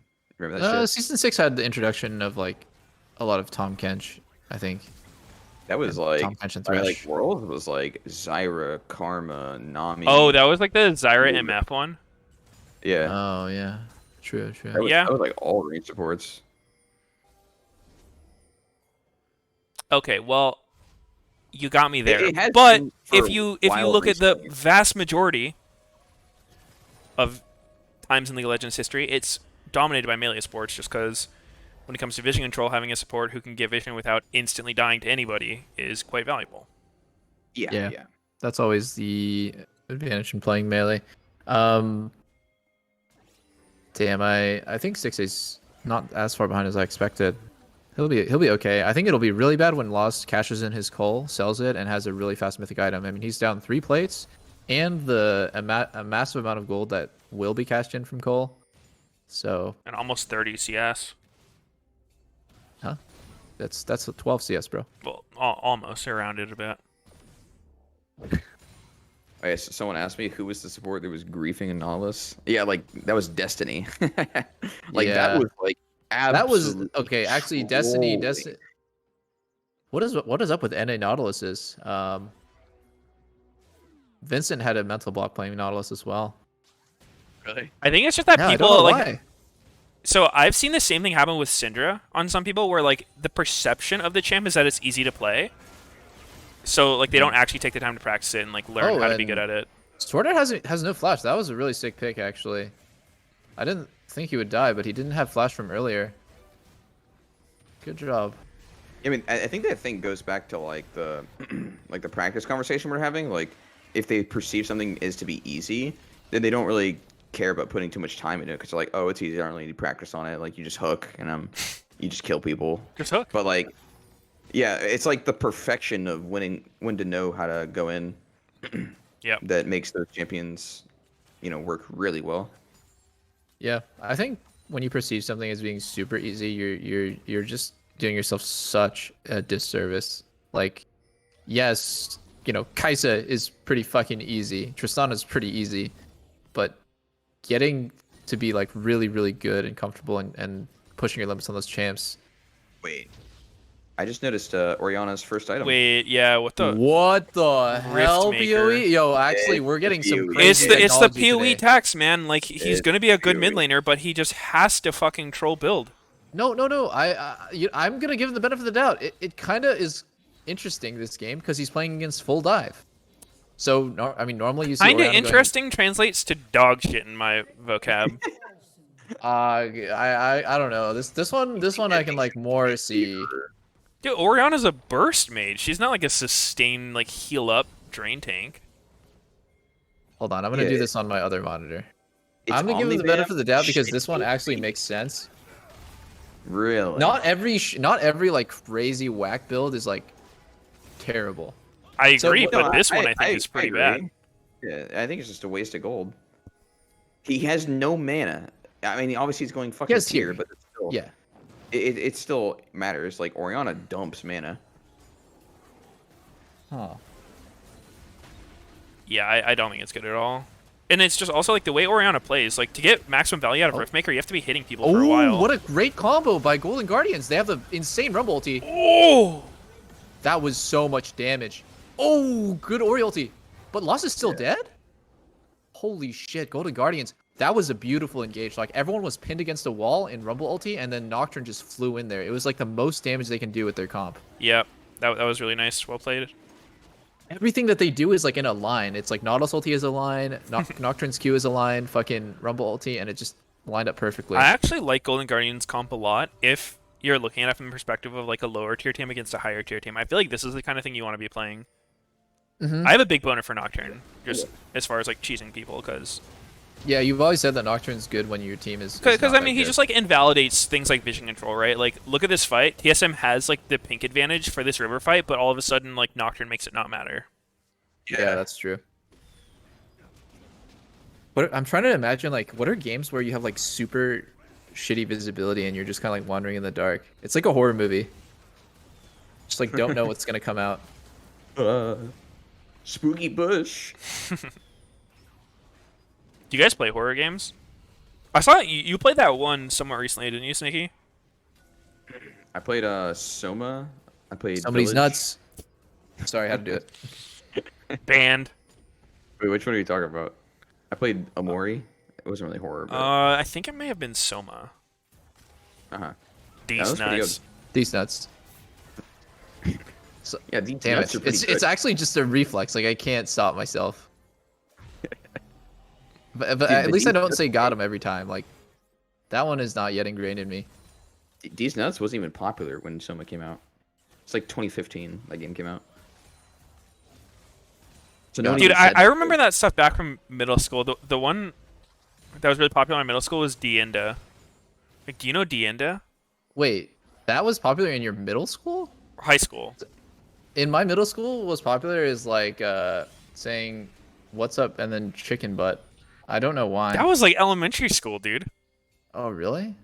Interesting. Trying to remember what all the immature shit is in my middle school. What about talking about the game, guys? I'm here for a watch party, not listening to your immature middle school stories. It's a party, dude. Come on. To be honest, We're this here game to is really, really interesting. But before the game, I was like, wouldn't it be super TSM to lose this? And yeah, they're fucking losing to Golden Guardians, but it... What's happening with that Nocturnal? Bit of a whiff on the Nocturnal team. I don't know who their The target Flash, was. Ori. It was Ori. It was Ori. I think It was, but how did I she think, manage to not take any damage? Yeah. yeah, No, she no just Flash, no walked out damage. of range, or not range, out of vision, so they didn't want to go for it. Yeah, does Lag. Nocturne have a blue trinket? I think that's a yellow one, right? I love blue trinket Nocturne, man, because there's nothing more tilting than ulting and then losing vision on them. Oh. Yeah, you should go blue for sure, Nocturne. Every time. I feel like he got the second part off. I don't know. Because he was really close to Ori. Yeah, I don't know. I mean, Ori like didn't take any damage unless she just shielded the full thing, and Nocturne didn't like stride break or fear her. It doesn't make any sense. You. Yeah. Maybe he did. I don't know. No, I don't think he went in at all. But looking at the Church, gold, there's like everybody on Golden Guardians is ahead in gold, except for their AD carry, who's like pretty massively behind. He's down 1,300 gold, so he's just always going to be down, half a core item or up to 1 core item, I guess. Ooh. Oh, and Blazolov does not want to be there. He does not want to be there. Why is Blazolov not at just- all? Man, that was really, really a big mistake from Blazolov. Yeah, and it's 700 gold shutdown for Ori. Oh my god, or not that for was Ori, for- weird, dude. He like for phase Meteor. checked them, and then even after they started hitting him, I felt like he didn't react. He's just like, all right, I guess we're fighting. Yeah, I'm dead. I thought he would have Didn't tried to get the fuck out. Did he That not is a do really the- massive mistake. Oriole? I mean, he got It's- like stunned into Oriole, but still, like, he didn't really make any effort to move. This could snowball. Like, they could get more here if they engage on mid off this. Oh, they're not going to. They're just going to go top, I see. He didn't even try to move while stunned. That fucking idiot. Yep. Should have moved while stunned. Big mistake. 40 seconds. So TSM is just going to concede drag. Yeah, he got like combo. Like he got QW'd by Ori, Yeah. and I feel like you would have dashed backwards away from Udyr at that point, right? There's a chance that his dash was down because he used it on the wave. Kind of small chance, but there. He didn't have flash. Yeah, I'm not saying he would have lived. I'm just saying I feel like he could have made a better effort to not just sit there being like, "Yep, that's it, boys. Take my money." Maybe. yeah. Blazolov's. I think I just don't like Lucian mid, but he's also not It making was the like best case. by far one of the best picks in all of MSI. Like Lucian mid had a fucking nasty win rate the whole tournament. Oh really? Well, 80, I guess in 90%. LCS I don't like Lucian mid because That's people fair. are really bad at playing around it, or the Lucian player is just bad. Nocturne Yeah. ulti just Or completely Nocturne, yeah. invalidates the enemy team by itself. The Yeah, enemy look, team look, dude, walks up, CSM literally has all the vision control. They have full Yes. vision, and it just doesn't matter at all. and they were right 1 second away from going in, and Nocturne presses ulti, and CSM's just like, I can't go in, because you're not gonna go in blind. You can't fucking play the fight out. When Yeah, you like can't see shit. you don't know what your team's doing. You don't know what their team's doing. You don't want to be the guy who just runs in Yeah. by himself, gets fucked. I feel like that was just a League of Legends blue ball where it's about to be a banger, and Nocturne just presses ult.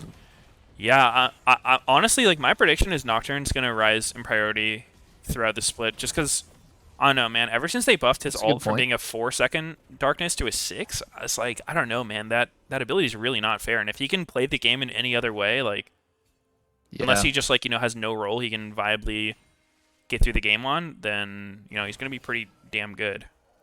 Yeah. It's a very good powerful. prediction. It does seem really good. I think like one thing I haven't talked about yet is like one of the strengths of Solo in our eyes when I was on TSM was like he's one of the best team fighting top laners. He doesn't usually die or take damage for free, and he knows when not to go in. I like there that he just like literally pressed ulti and ran away. And like he did this especially. Oh, okay. Oh, he's getting 6A's so much 6A's sustain. PoE so is much just sustain. healing. Isn't he dead here? No, I think Huni does no damage. I think Huni is actually Solo. Okay, never mind. I think Solo's the worst team fighting top laner in the Best world. team fighting and the giggle. Jokes, guys. Well, That's a Baron for huge TSM, turn. and Yeah. I think they're gonna be pretty ahead after wait a sec. this. The tickling. Yeah. Well, I guess the caster curse really strikes, guys. He was way better at GP. I'll just say that much. Fucking double lift. You made solo int. I made him run it. Fuck, guys. Dude, these players need to stop listening to the broadcast while they're playing. Like, it's just affecting their games too much. That responsibility is just making me nervous. They keep trying to fucking... All the good plays for TSM happen around PoE. On this bush. This specific bush. This is the PoE bush. Oh, not to be mistaken for the Jensen bush. Yes. It kind of looked like Solo got hit by his own Nocturne ult. He just went fucking blind and flew in. Yeah, he flew in for I mean, there. I actually think he could have been okay, but he stride breaker toward the enemy team. Like, he didn't stride breaker out. Which, honestly, I see Nocturnes do that so often. Like, they ulti in, and then they actually use stride breaker to just get out, so they're not in a horrible spot. Because a lot of the time, the ult itself is enough to make people, like, react. Yeah, I think he's either way, but... You think? Yeah, I think if he did it back idea. toward his team and flashed, he could have got out, but maybe not. Like, he's just wasting all of his resources. Like, it didn't do anything to Huni. Yeah. Yeah, it Huni didn't was kill already him. out. He definitely miscalculated whether or not he would kill. Oh, boy. Golden Guardians is going to be really hard pressed to kill PoE. He has Zonias now. And he's so much Omnivamp. All the Vamp, guys. Why don't they, I think they should just have to focus Lost Solo then. looks pretty goddamn dead here. Yep. Yeah, he's getting collapsed by 5. Yo, everyone. Actually, doesn't Riftmaker make Oh, even less sense something. with Everfrost giving HP? Yep. Yeah, Everfrost could be the move. Like, so if he wants to be tanky, he just goes Everfrost instead. Solo seems tilted. The fact that he didn't even attempt to hit the wave there seems like something a tilted player does. I don't think they can kill the wave it's Baron. I'm not saying he can kill it, but he could hit it. Better than just running around dying. Huh. Yeah. Solo doesn't have boots. Oh, no, he does have boots. You're on the Solo hate train. No, he's not in my solo queue game. I don't really mind. Oh, true. Yo, Chime, gotta run, bro.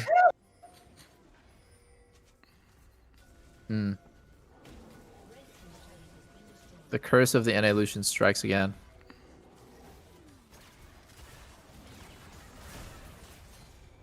Ooh, Weave clear Rumble ult ult. doesn't clear band minions all that well, but you know, you bought yourself about 15 more seconds. Good job. That was a huge ulti.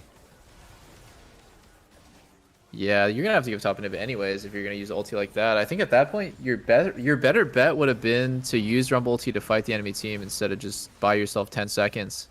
Yeah, I mean, you can't do it on on Baroned waves. It just does 10 damage. Yeah. You only use it The to only like, reason he stall said- them, make them have to back up. Like, if they were pushing the Nexus to end the game, like, yeah, you probably have to use it, but... I they're think gonna lose Golden it. Guardians should honestly just slow down a little bit. They don't have the damage to kill anyone right now. Their 80 carries need to both get Lord Doms. There's so much armor on the enemy team. You're not going to kill anything. And doing this seems so troll. Are they actually going to get it, though? they get it. Oh my They get god. it. Yeah, They're have going to get it. They should be able to get it and That's back it, yeah. out, and then just... They're going to get it and run. TSM, that was a really, like, troll macro decision by TSM. They could have for sure just got the top inhib and walked to drag. Yeah, they would walk down instead of recall. Yeah, but at the same time, because they recalled, they can just instantly start sieging bottom. Maybe they don't care that they lost dragon. Yeah, they don't care. Maybe. That's fine too. See how it works out. I think if you're Golden Guardians, you should think that, like, if you have a really good, you know, kind of perception of the game, if you have godlike observer info, you're only down 4k gold. I actually think Golden Guardians can win. This is not copium, but they need to know what they're playing for. Not copium. This is not copium, guys. Yeah, I think this is... I honestly don't think they're good enough to, like, to make the perfect decision and get the correct fight. But, like, I think when both 80 carries get Lord Doms, it's gonna flip pretty fast how much damage they can do. Yeah. They do have a pretty fat minion disadvantage, though. Yeah, I mean, I'm gonna have to see how Golden Guardians looks to fight this, because TSM is all piling into the side lane, which generally will give the other team a good opportunity to fight you. Yeah. Plus, Nocturne being mid is, like, you instantly get the It's 5v4. really hard to clear the minions when you have these champs. Golden Guardians champs are not good at defending. Yeah, that They was... just not going. We're not, Not going, what you guys. like We to are not see. going, guys. We are not going, guys. Wait, Nocturne canceled his ult with Stridebreaker. That Yeah. was pretty troll. I don't think that's Yeah, how you that want to was- do it. But actually, ultimately, this could be good for Golden Guardians unless TSM gets more. So like TSM has to get this third inhib right now. They need to get it. Okay, they are gonna get it. Cancel it at any point. Yeah, I I saw guess. that too. He used Stridebreaker mid dash and it canceled it. Huh. Oh my Look god, like is that inhib gonna stay Malphite. alive? Oh. Ooh, Oh my Winnie god. got, big he's shutdown. Oh, you Nautilus. don't This even is- want to be Nautilus. Nautilus isn't very fed. Lost his 1 HP. No collector? No collector, oh, Monka. oh, look at Pewie's that out of collector. Are mana. they actually getting out? No. Pewie's out of. I don't know. Wait, yeah, Pewie's here. He has no mana. He's got Omnivamp though. He might just Yo, turn they're around. losing and their base. Golden life Guardians need to steal. send one back now, dude. Send one Big back right brother. now. Ooh! Wait, A Blaze on Blaze. how the fuck did Lucian die? He got bombed. Oh, Like Triss did a lot of damage That's and got her E off. both of their Nexus turrets dying. I think a Blaze Olive, or sorry, not a Blaze Olive. Yeah, Blaze Olive had no lifesteal. He was hitting the minions and he had no lifesteal. That was did he, so did bizarre. he die to minions? Maybe No, should he build- died to Tristana's Riftmaker. bomb. Okay. Yeah, he's okay, lacking maybe- lifesteal. He needs Rift Maker. He needs Riftmaker. Yo, but okay. Golden Guardians is actually in a somewhat better spot for fighting, but worse spot in terms of like getting backdoored or like playing the map. Their gold yeah, lead has the Baron is the big threat right now that TSM should just go for right away. Spica just dies instantly, dude. That is, and that's before Stixay has Lord Doms. So I think like Does Lucian not have Bloodline? I don't think so. Yeah, it doesn't look like it. It- That's pretty cringe. That's actually like, giving look- cringe. A Blaze Olive is actually like giving me fucking anxiety with how cringe his Lucian has been. Why would you not go Bloodline on an 80 carry? Lifesteal Yeah. is so OP, and he dies here to Tristana's bomb Yeah, you would totally. when he live. could easily lifesteal off these minions and survive. Well, Wait, why would he- what does were he- those? Does he have life? Does he have Yeah, Bloodline? what was That must. I mean, What you was can check that? it on the. I'll check on the all esports. We got to check it. I feel like 'Cause he's, those numbers like, seemed like that could only come from Bloodline. yeah, it can only come from Bloodline. If or, you saw uh, him autoing before, there were no numbers ever. Yeah, that was he weird. was not healing before. Okay, Yeah, so but he does was have it, hitting apparently. champs. Maybe he just doesn't have it stacked up big enough to be. I There's don't no know. way, it's 30 minutes. Wait. Hold on. The enemy team. Okay, so he does have it. Whatever. He does? just doesn't. He doesn't My lifesteal stat enough. thing Yeah, he isn't does. loading. How the fuck was he not healing anything on the minions before? His HP Solo's was going getting up caught. to 0. Solo's getting caught. He's fucking dead, guys. Uh-oh. That's not what you want to see. Solo maybe also didn't have Bloodline there. Omega. Oh. Oh! Sword Art's kind of throwing. Oh. Chime's kind of throwing. Hook. Nope. Hooky. Oh, Alright, it's it's over over. now. It's over now, guys. Woo! Stixay. Ooh, No, he's donkey. dead. Donkey. So wait, Diego, he- ladies and gentlemen. He does have bloodline, right? He does. Or he does. I couldn't. does. It wasn't loading for me. My chat. Well, okay. My chat's really confidently saying that he does. So we gotta. It was so weird because literally, like, if you watch that whole fight, when he was fighting them at the beginning near the inhib, he was hitting minions and he wasn't getting any HP. But then the last second before he died, he was hitting minions and he was getting HP. Like, it was Yeah. visibly showing HP versus not. Yeah, I don't know. I guess And- we'll have to see it.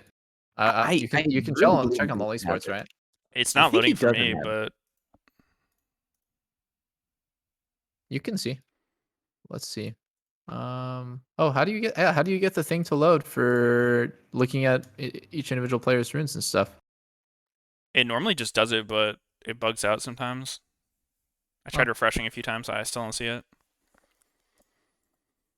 ProView says he has it. They pull up like a random point in the game where he's chunked. Well, they didn't win or lose because he picked the right or wrong runes anyway. That was pretty close for Golden Guardians. His It's HP pretty- hasn't ever moved from fucking full. the last 10 minutes here. The fuck? They had an Ocean Drake, which was like a little of the healing. Meh. He was It hitting ain't into much. like he had Grievous on him when he was hitting minions. Oh, yeah, okay, he's healing. Yeah, he has it. Wow. Wait, he had Grievous on this last thing here? When he was hitting the wave on the way chasing them, he had Grievous on him. Oh, really? Yeah, he was getting like 36 per auto on the minions when he didn't have Grievous. And anything under 20 doesn't show. Why can't you see Grievous on... Oh, you can. Okay. It's like the little heart. Mm-hmm. Okay, I see. Golden Guardians lost to that one bush. That's all I'm gonna say. That fucking top river bush, man. Oh, yeah. Yeah, I mean, They died there twice as a team, either getting caught or like over engaging and getting TP'd on, and and the game was so fucking different because of that. Oh, you know what I think it is? I think since the Grievous was on him first time when I was watching him hit minions, I think if it's not like a significant number, it doesn't show you the healing. Makes sense, yeah. that's But like, You're not gonna see like plus tens. that's similar to Plus what 15s. Meteos said earlier when he said it only showed over 20. oh, I didn't hear you. Sorry. It was Meteos. Yeah, I wasn't Ooh. listening. Sorry, Meteos. It's normal. I I'm was used to making it. up my other gender. Yeah, someone like they tweeted out the runes on LoL esports stats, and he has Bloodline. Yeah. He's definitely got it. We can move on, guys. No, we need more opinions. Viego looks really not good against Nocturne. Don't want to see that one again. This is definitely a Huni miss. I was excited to see it. Doesn't look like a counter pick though. It might not be a counter, but like if Viego can get through lane, he just seems too OP. Mm-hmm. Be back real quick. I'll be right back real quick too. Not me, guys. I'm here. I'm here for you.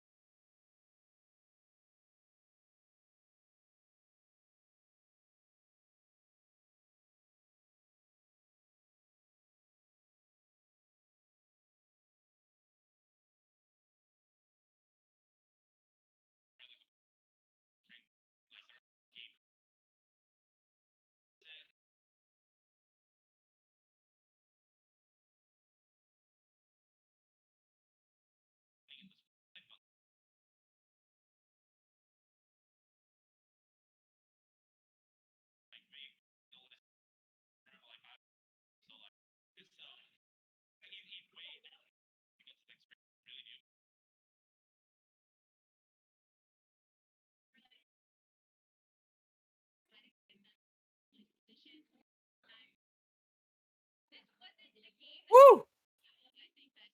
Get out of there.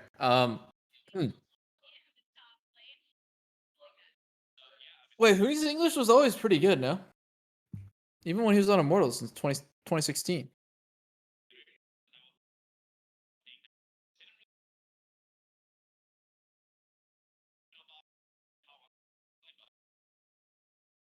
Am I hearing someone's...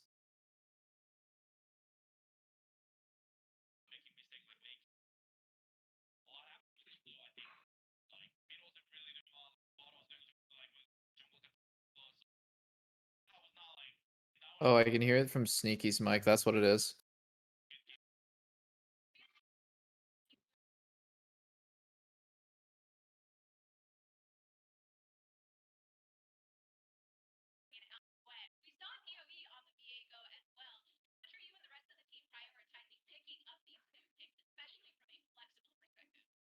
I'm gonna mute fucking Sneaky for a little bit so I don't hear the echo.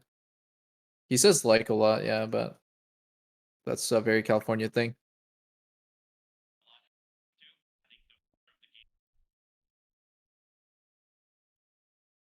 That's a really huge advantage for us, I would say. Being that he is somebody that we are still learning about here, and we had seen him previously in the mid lane position, is there any insight that you can give us on how Viego operates in the top lane, specifically into that Nocturne matchup? Yeah, I mean, that's what you guys see. I think, like, as an item build, it was kind of like, kind of new. Like, I was more like Bruiser. Like, since we have a lot of carries that, like, I'm just, picking some soul, like, in the team fight, or more like front back. And then that's why I thought it was going to be really good. But it should have been better, honestly. But it was pretty good still, I will say. In the end, it came together for TSM, for you and the rest of the squad, being that you have had such a strong start, but there's still some uncertainty around how the teams are performing, getting their footing. How are you generally approaching the coming weeks, as all of the other rosters that just got kind of thrown together are going to get more comfortable? Yeah, I think it's the same thing as going back. Like, I think we had a really rough start, even spring split, which is like, was like really unstable, like was not He says like so much. consistent. I can't get it out of my head now. I think it's gonna be like more better for us like by the time goes more, which is like playing on the stage is also new, and like we just started to practice too. Like it's not even been months, so those kind of things are gonna be like come to us that by the time goes more, and we're gonna be better because we're gonna get used to each other more. TSM gets to be the squad this time, coming through with that roster consistently and working through it all. Huni, thank you so much for stopping by after your W. Big W. Yeah, big W for TSM here on the stage. We do have one more match for the day, though, going down between CLG and Immortals. You don't want to miss it? See you there. You won't want to miss it, fellas. You will not want to miss it. Big W.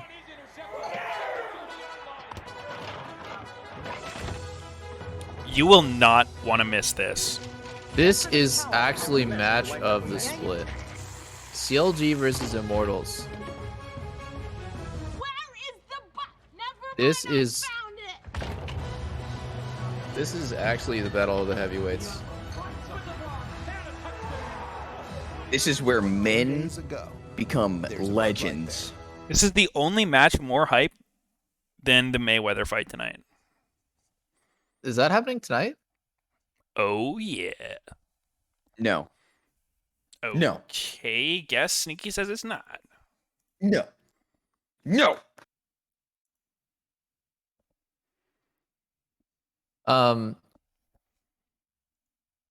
Sneaky says it's not, so I think it's delayed. Yeah. It is delayed? It's today. Lena's super invested. Lena's a huge Logan Paul fan, Team 6. Okay, what it are was a their lie, fans guys. called? Are they called That like was- Paulers? Wait, is it Logan Paul or Jake Paul? I actually don't know. I think Logan's the one fighting tonight, but they both fight. Yeah, Logan's the one fighting tonight. Both fight. Dude, I think it's this the picture Logan, I found of them and looks then like there's they're like about to Team make out. 6.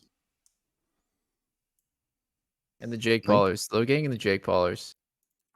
Link the makeout Coming pic. from It looks like they're a second away from just in the Logang. getting into it. The low gang.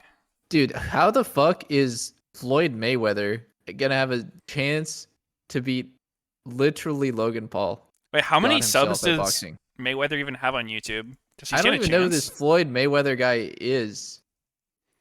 He's garbage.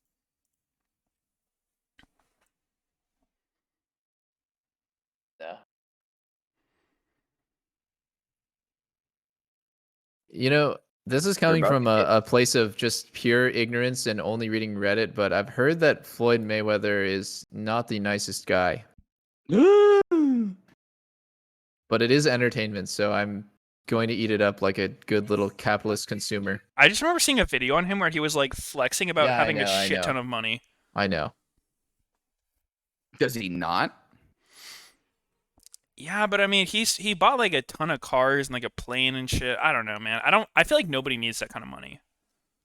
If you're I getting don't a think ton of that money matters. just to waste it I on don't random think being shit, like I don't think being super wasteful with your money is what matters. I think he actually like beat his wife, and that's why I think he's a terrible person. Let's see here. yeah, that's not great.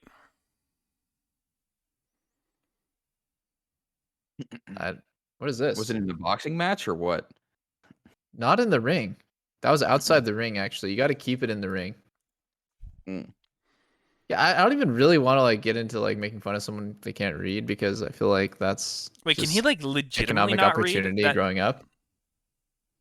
I mean, I think so. That's the rumor, or maybe at some point in his life he couldn't read. Maybe he can now, but that just all comes down to like what economic situation you were in growing up, which you can't really control. If you just didn't have the option to go to school and no one was able to teach you to read, that's everyone around you failing, not really you. Although, I mean, like, yeah, sure, you can learn as an adult, but it's probably really fucking hard. True. 3 minutes.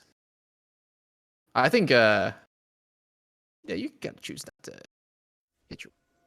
But anyways, are we here to co-stream Floyd Mayweather versus Logan Paul, or are we here to battle of CLG versus Immortals? So hype. Let's go. Woo! Oh, What do we actually, want? this apparently this was people the- say he can't read because he messed up reading a radio, like teleprompter thing. Oh.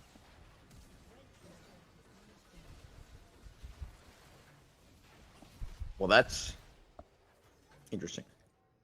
Well, that's it.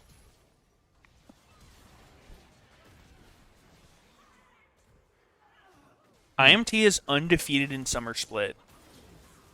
Oh my god. IMT is winning worlds. I really want to see Revenge Doctor Skin.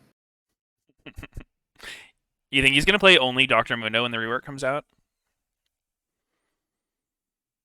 I thought the rework would come faster. I mean, they had a really cool little teaser of Dr. Mundo, and where's the doctor? I think they said it's next patch. Maybe this upcoming week. Is it on PBE right now? Like, have people been playing it? I don't know. I'm honestly not that excited about it, I haven't checked dude. Nightblue's YouTube in a while, but it looks pretty imagine. boring. Yeah, it's not crazy changes. It's like the E is the only thing that's like that different. No, his W is different too. Well, I know, but like I'm saying that different in how it plays. Like the W is kind of the same effect, but just like not a toggle, and it like heals him based on who he zaps and shit. But the E like launches minions like Scion does. You guys see the Baus doing Prowler's Claw E on the Scuttle Crab? That was so cool. Oh no, I haven't seen that. That does sound cool though. Oh shit, I'll link it to you guys. Where is it?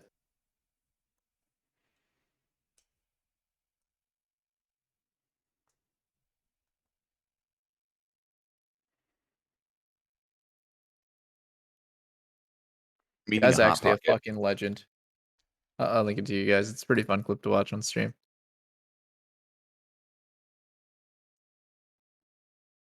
Epic Prowler's Claw.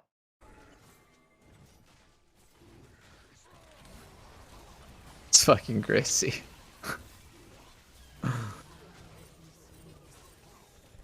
Oh.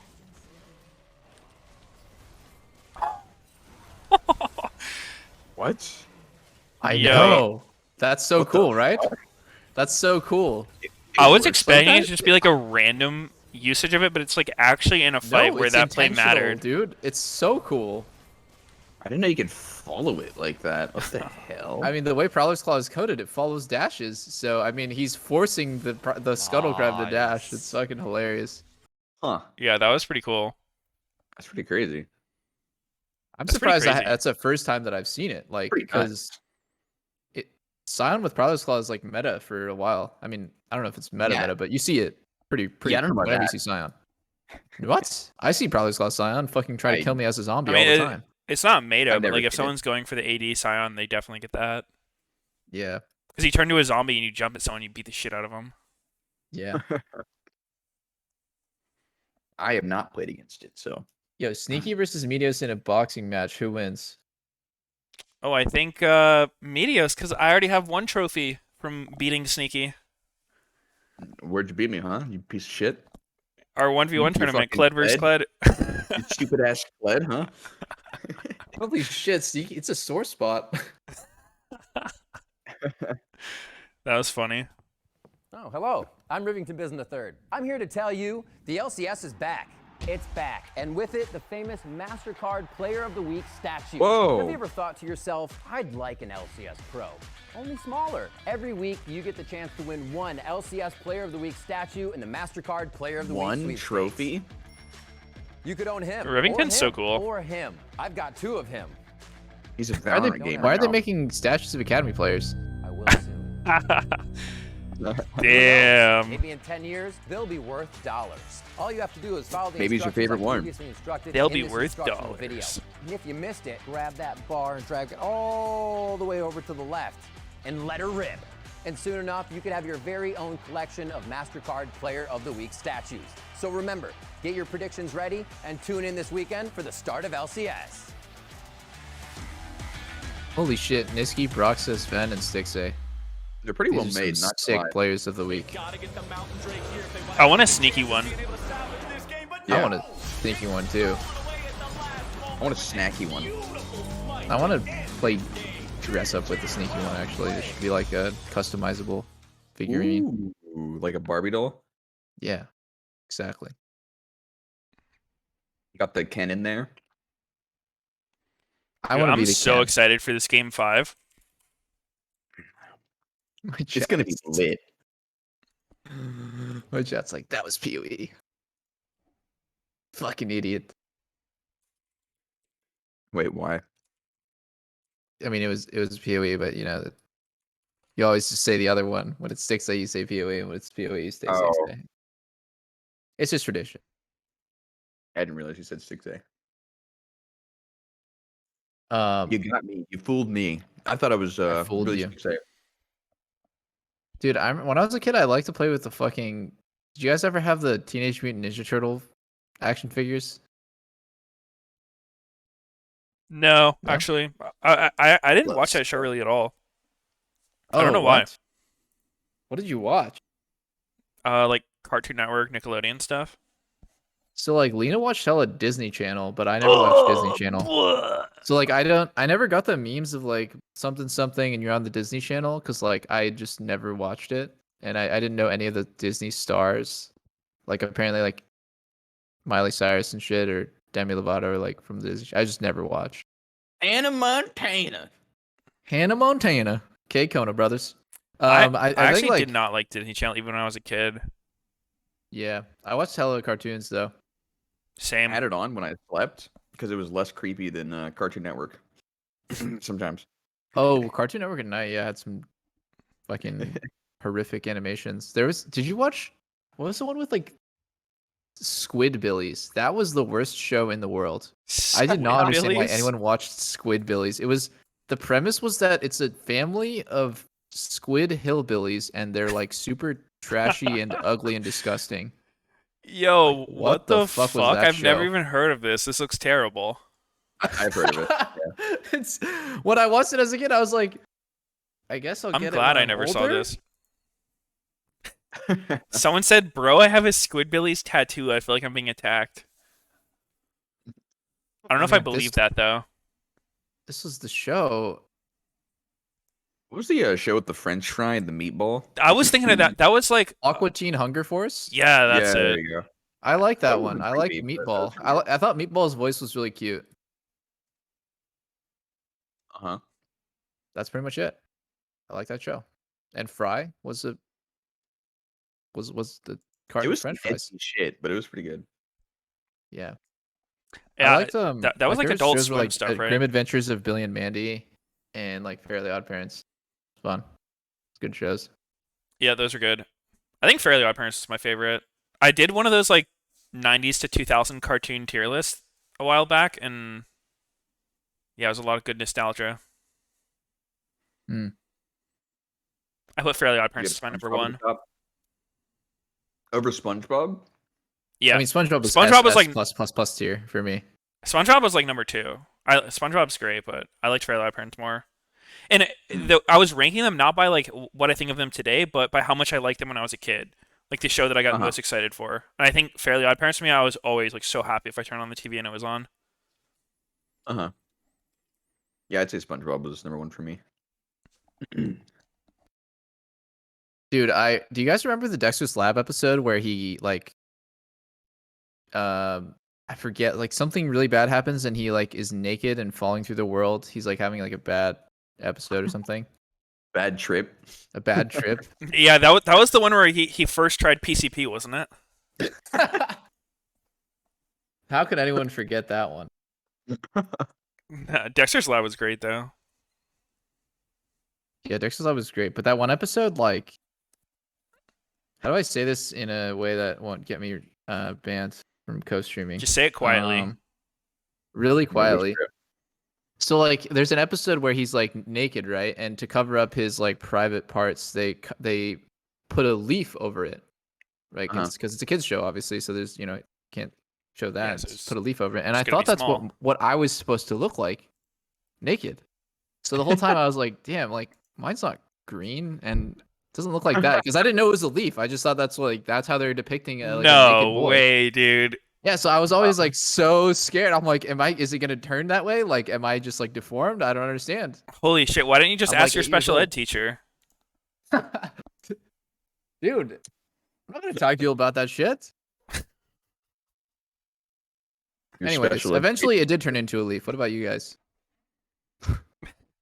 Mine was just a twig. I'm still waiting on the leaf to grow. Yeah, not yet. All right. Well, you guys are just lagging behind. Well, on to the draft. What do you think about these bans? Crazy bans, huh? You have your Crazy leaf. bands, huh? What's up? You have your leaf already? Yeah, I've grown into my leaf pretty well. Double leaf. Double It's a leaf. big one too. It's like an oak tree leaf. Maple leaf. Jesus. First picking Lee Sin. I guess Pobelter is gonna have 500 CS Lee Sin, Doin beat, Lee Sin hack, and then do nothing the whole game. Yikes. That does seem to be the Lee Sin playstyle. I need to change my camera? No, my camera's in a good spot, guys. It's not blocking anything. LCS is the first league to start again, right? So far? LEC hasn't started, LPL, LCK? I think so. Because I haven't been seeing the other ones on the schedule for all esports. Yeah, I'm curious how Lee's going to do in the other regions. If they It looks like Wednesday there's some kind of matches. Surely Lee Sin scales incredibly hard with skill. So just like Jace, it's like the better and Akali, like the better mechanical players are gonna play it better, be more impactful on it. Yeah, I feel like Lee Sins are popping off in scrims, like going for all these flex, like swag plays. And then on stage, everyone's just playing so like, safe. Yeah. Seems like it. Makes sense. Immortals is also the only team that is going for Jinx Thresh, and I think this combo is one of my favorites. Just straight up one of my favorite bot lanes to play, because it's probably the only way you can ever have kill potential in lane with Jinx. Otherwise, you're just straight farming for late game. Because you can like pull them onto the traps. Your traps are good. Yeah, follow-up on it's the hook. so fucking strong. Like, yeah. And like it goes both ways. It's like if they walk up and auto you, like for example, like Karma walks up to auto you for some reason, Ezra walks up to auto you, trap behind them. It like limits their movement. Like they can only do two things, obviously: flash over or like walk around, and it lets Thresh. Yeah, especially if it they're up makes against his the life wall. a lot easier. I love it when they're up against the wall, dude. Yeah, it is good for setting up the traps. I agree. Especially when I'm playing Skirting Vayne. dominance. Oh yeah, Poppy. Wallbang. Another good one. Wallbang. Someone said LS and PoE discussed their Riftmaker Ori on Twitter. I'm sure, dude, PoE's always on Twitter defending his builds. Just because he has a reason that he did it does not mean it's good. I think like one thing that always is brought up is like, well, why is it better than this other option? You know, so why was it better than Everfrost that game? Why was it better than you know, the normal build? And it's not just about like, oh, why is this item good? Oh, it's okay, it's good because of Omnivamp. Like, I mean, I'm looking at it. I don't really want to fixate on that one. I want to fixate on what? Oh, on like the last game of PoE's build. I mean, they won the Oh. game and it's over now. We can focus on this one. But yeah, there's a discussion from between LS and PoE jerking it off. It's over now. Raid from a battle? What the fuck? This is war. No, actually, we can't keep it. We can't stay quiet, guys. We need to rise up. Yeah. I mean, dude, I don't think anyone's saying it's like the worst shit ever. It's just probably not the best. Probably not the best option.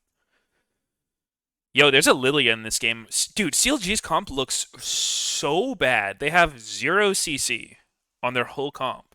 Maybe, okay, hear me out. You run no CC so nobody gets mercs or cleanse or anything, and then your Lilia ult gets crazy catch value. Ooh. Yeah, maybe, honestly. Nah, dude, Actually, this yeah. is one of the worst comps I've seen in quite a while from CLG.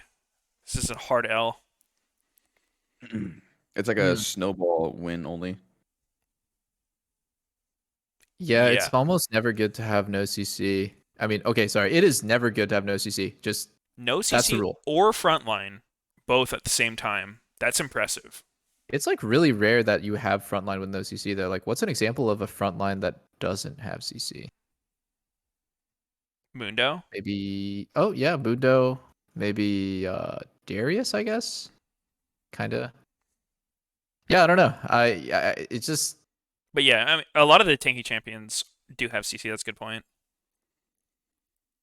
I think it's just you have to get something out of it, and it's like league. Like draft is a game of trade-offs. You trade lane prio for a better team fight. You trade split push pressure for better initiation. Like you're trading things in draft, and I don't think CLG got winning anything. Like they just got even across the board, and also the shittier comp. Yeah, I mean, I think they traded team comp strength for money in PayPal. Oh yeah, like that's a big trade-off that a lot of people overlook. Huge. Casino when when you're 5 and 15, you gotta hustle, bro.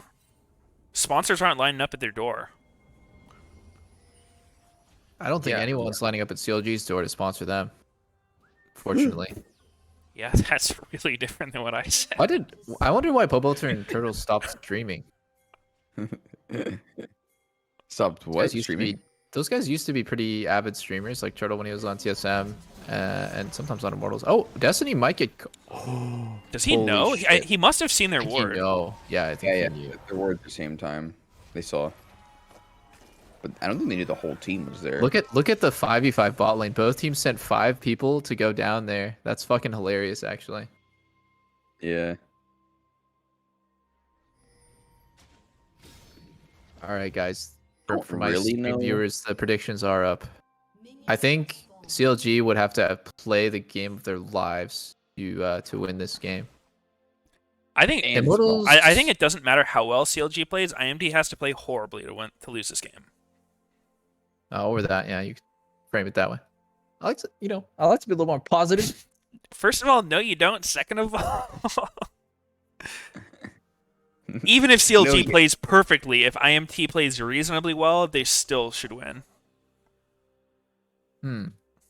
I think Lee Sin and Lilia can be decent playmakers. Like, yeah, there's not a lot of AoE CC going on, but like sometimes it's just enough to have a one shot.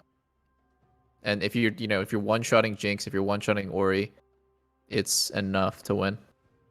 I see what you mean, though. Like, I'm fully in agreement. Their comp sucks. And it's a lot of pressure. Like, with full knowledge of their comp sucks, it's a lot of pressure on Lee Sin and Lilia to do something good. Yeah. Like, I feel like if it was, RNG on CLG's draft against any NA team, they'd still probably find a way to win. But it would only be through doing plays that are just, like, good in any situation and outplaying. Yeah. Rather than like actually having a strength their comp can work off of. I think this game is really like it's a really big indication of if Broxa and Finn are going to be able to step it up or not, because they have a bad comp and all of the playmaking is on them. So if they're not able to make good shit happen. Oh, it's actually it's Pobelter who's playing Lee, so it's kind of just the top side. GP ulti with Lilia Lee Sin. Yeah.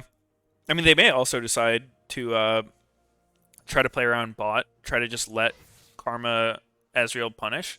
Because that's probably what I would do, since if I was CLG, you're always running the risk of like Thresh going for like, the Lantern flash gank. Oh no, Turtle is gonna get hooked. It's not that bad though. They can win. No, they can't. They can't. They lost. Oh Turtle is no. dead here. Turtle is dead here. Smoothie's gonna get hooked and die too. Nope. Just flashed out. Well, that's not what you like to see. Damn. That is unfortunate. Huh. Wraith had a pretty good ward there, actually. You saw that? He warded over the wall before they saw it. Yeah, but regardless is... Oh wait, Broxus reset his red to try to help with that too. Yeah, he reset his red. Is there any world where that play would work? Like, I'm just confused here. Like what? Turtle and moving into blue? Yeah. I mean, you could definitely get some chunk if they're leashing for Udyr there. But I mean, I feel like they should have just went and fucked Udyr, right? Like, you should just walk up and start killing him if he's trying to start solo like that. So I guess, okay, here's the logic. They think that he's starting on that side, which means that their bot lane's leashing. So there's no risk if they walk up. They saw him on the buff, and maybe they still thought that they were leashing. Immortal's bot lane was leashing, so there was no risk. I think that's what it was. The deer full pulled it into the bush. Yeah. So they So walked here, up. they have that like small vision that they're... Oh, wait. Oh my god. Wait a sec. Oh! Between this game and the last game where Turtle played Jhin, I would say CLG's bot lane is really having a rough one. Destiny not griefing? I want to see what happened there. It looks like Turtle got fucking owned. He hit hook. Yeah, it probably just got hooked. Died. Oh, this could be good. It's TP behind from Lee Sin, and Revenge already flashed in. So Revenge is just gonna die for it. I guess Xerxes just like walks out. Just give them up, boys. I think it's already so fucked. Like, bot lane is so fucked. Look, Jinx has a 3-minute noon quiver. It's so fucking over. Yeah. That's hilarious. The level 1 terrible, and then immediately something even worse happens. I don't know. Alright, here we go. Traps? Oh my Play into god. traps. That shit nasty. Getting hooked there is pretty troll, I'd say. Yeah. No, I think it was good. So far back. Yeah, pretty good.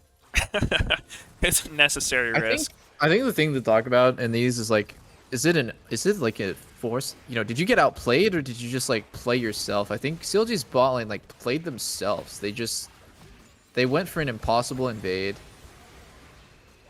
I think like the level 1 is kind of understandable in a way of like, they kind of made an assumption off the information they had that ended up being wrong, which happens, right? Like I guess they probably thought Jinx and Thresh were there.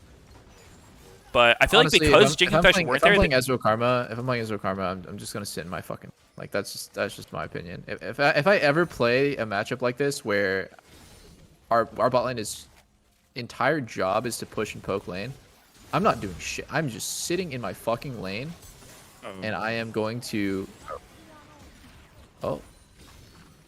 Okay, they get pushed out. I think they should have late invaded. First of all, they have Lilia, Ezreal, Karma. That's like a fucking insanely strong level 1. Yeah, they could have done that. But I feel like Ezreal and Karma could like push Udyr off the blue or kill him if he tries to start like that. And I feel like that's the thing to do if you see a jungler solo starting. Like, you just fuck him so hard that he can't play the whole game. Because then Broxus actually has like a really good shot of just snowballing on him if Udyr gets that pounded level 1. Yeah. Then they should have warded the buff at level 1 instead of doing what they did. Really? You don't think they should have done what they did? I think if you're going to invade without your jungler, you ward preemptively. You don't like kind of like make any risky invade with no vision, with no information, just kind of walking in blindly. Yeah. I mean, if they have it warded, which Immortals did, you can just get hooked from fog. It doesn't have to be like. Yeah, I mean that's fair. In that exact bush. Yeah. But yeah, I mean we're all talking about like perfect hindsight, and I can sympathize what they're trying to do. It is really, I cannot overstate how hard it is for fucking CLG to win now. Their winning bot lane matchup just got turned into one where they're getting shit on. It's unplayable. Oh my god. I feel like this happens every time I see this matchup. Like support, especially the ranged support players, will be like, "Yo, no, dude, Karma counters Thresh. Like I just shit on him." But then in practice, this is what it always looks like. Yeah, Karma doesn't counter for Thresh actually. But oh, this is fine for CLG. CLG is winning 2v2 again. But nothing happens here unless Pobelter can come up and dive. Let's see. Lee Sin's coming. He backs off. He turns around. Guess I can't do anything here.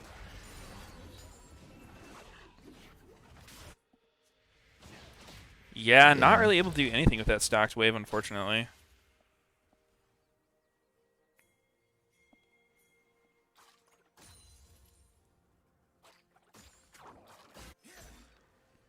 He's camping. Uh-oh. Ooh. Oh. One barrel in a queue. Is he gonna base here? Oh. Why is he basing Wow, he's here? gonna miss the cannon like that. Okay. What? He's vibing. He's afraid of getting ganked, maybe. Surely that wasn't a real play. What? I'm so confused. Why do you deny yourself a cannon and let this weak-ass dude push out? I don't know. Afraid of throwing. Just fear of the unknown, but like a bad calculation, yeah. Raze is almost on his first completed item. I think this is a game where he's just going to go Gale again. It's all 5 squishy on the enemy team. And it's good against GP to have Gale Force. It's also good against Ezreal. You have a lot of kill potential. Repositioned from Lee as well. Yeah.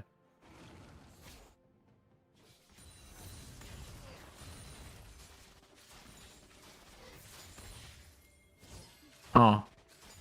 So what should Immortals do to snowball this game? I mean, they can choose any direction that they want. Herald's not really an option when your top's losing this hard. I think you just... No, I mean, you just play through bot hard. Yeah. You commit. I think you commit to your top laner losing as little as possible on the weak side, and you just accelerate through bot, because when bot tower gets cracked open by Jinx, she just goes top and starts pounding that one too. Jinx is kind of just like the siege cannon that needs to like get moved around. Yeah. Oh my god. Yeah. Perfect vision. Let's go, boys. It's kind of like a Philios Thresh. Same idea, just fast tower killer. Yeah. With the safety of Lantern. My god, Jinx is 2k gold up right now. She's going to be more than 2k gold up after this turret dies. And this turret's not going to stay alive much longer. Yeah. It's actually insane. Who would you say stronger here, Ezreal or Jinx? Ezreal. Not close. Hits a Q. What can Jinx do? That's fair. I didn't think about it like that. Wait, the 1 damage Viego Q stat. Yeah, that was pretty funny looking. Hits GP for 1, gets the damage healed up by Grasp and takes like 200. Oh man, I hate how Xerxes covering this. You think Revenge is like crying for help? Normally laners do cry for help in this situation. And I don't know, who do you guys feel like it's on in that situation? Like say you're on Immortals right now, you're Jinx, and then you see this shit happening top lane. Like say Viego's crying for help, and then Udyr goes up to like break the freeze. Is that on Udyr for listening to GP's or Viego's cries, or is that on Viego for crying? It's so I would definitely tell my top laner to stop crying when we have the game 100% won. But it's definitely on your jungler, because the mentality that I've always had is no one can mind control you to play bad. You have to actively choose to play bad. Oh, imagine if they warded that lantern. That actually could have been a summoner blown. Smithy didn't have a ward though. Neither did Turtle. Yeah, I mean, that's true, but at the same time, I feel like faulting someone for just like wanting to listen and help their teammates also is like kind of weird. Yeah, I understand that it's weird, but like, let's just say like use yourself as a reference point. Like, well, I mean, you're a jungler, so you get pulled in a bunch of directions, but yeah, that's weird. If somebody tells me to do something really stupid, I'm just gonna tell them I'm not doing it. Oh, but yeah, but then usually the way it'll go is like, all right, I guess we just lose then, and then they start soft ending the rest of the game. Okay, I well think then that person, then you Rex- need to like fucking set it straight after the game. I mean that should never happen. Yeah, I mean, You should never have a teammate soft inting because they didn't have their call listed, dude. That's fucking wait. crazy. They're not gonna break a bot turret before they swap. That's what I was gonna point out is that Immortals fucked their snowball up really badly. This 2K gold lead hasn't grown at all. All of that 2K gold lead that we saw earlier is still on Jinx and has not grown. A team that's really ahead needs to grow the gold lead over time. 2K gold doesn't matter at 30 minutes. Okay, so here it is. Broxa is the homie. Looking pretty dead. I'm damn. They get quite some plates here. Probably Unfortunate, dude. Why the fuck is he playing Lilia though, dude? That's the real question. This champion's dog shit. Sure, that bad. Seems pretty bad in this meta, yeah. And one of his games he was playing Karthus. I wonder if Broxa is taking the angle of like, I don't care what the meta is, I'm gonna play what I know I'm good at and let's play to our strengths. It's kind of like this tone deaf like Reddit mentality of just play to your strengths, just do what you're good at. But you need to really actually play the meta. If you don't play the meta, you're fucking stupid. Well, like, what's bad about Lilia here? Like, you think she's just not gonna be able to jungle? Oh, I think she's just a bad champion right now. She gets outpaced and doesn't do anything.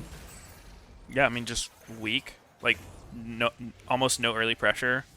It's basically like the only way you win with Lilia is like starting from a level 1 invade. You know, one of those games where you just totally choke them out. They don't get to play, but it's just seemed like. Ooh, when he's dead, it's a trade kill. Oh, nutty. Holy shit. Dude, you could see Ray's hands go up before he even died. Yeah. He had flash. He probably just didn't expect to actually die. So, the way that like a lot of teams think about Lilia probably is that she's good at kiting because she's like a really self-sufficient champion that's good at counter engage.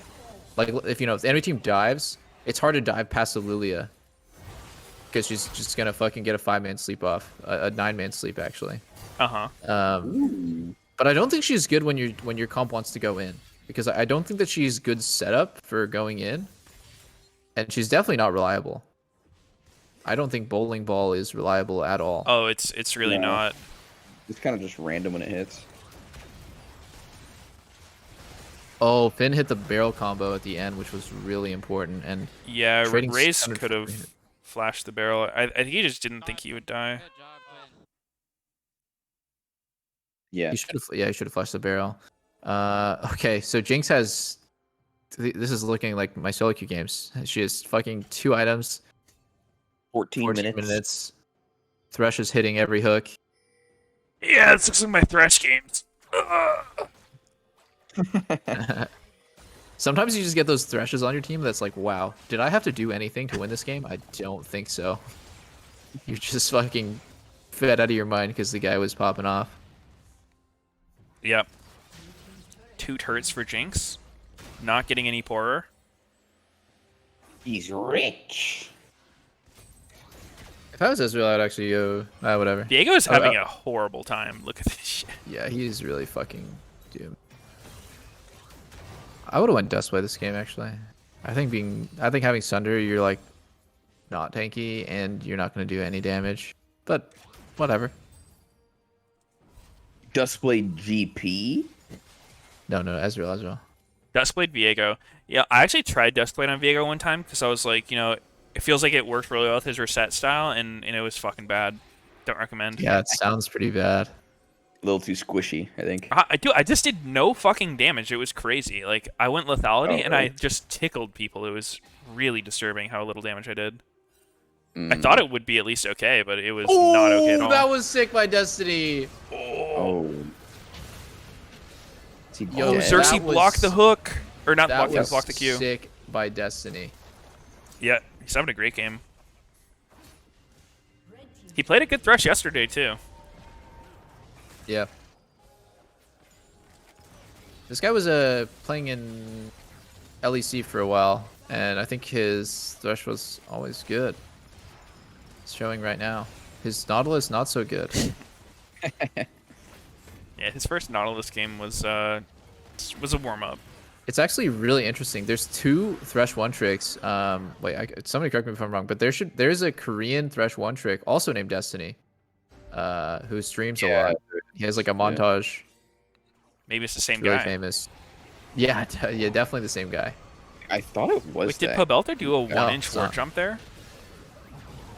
Yeah, he did a 1-inch ward jump. Pope is. And Destiny predicted the 1-inch ward jump. I guess so.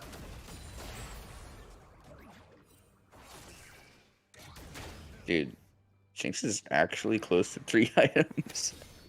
It looks like he's I like going that she's BT. going. I like that she's going BT or just having like the pit stop with Vamp Scepter. I think sometimes it's actually good to buy the Vamp Scepter and sit on it, but maybe she's just going BT straight up. She does not need more damage. She's gonna kill everyone. Yeah. I think this CLG team comp is reportable. I think Moon needs to be reported for this one.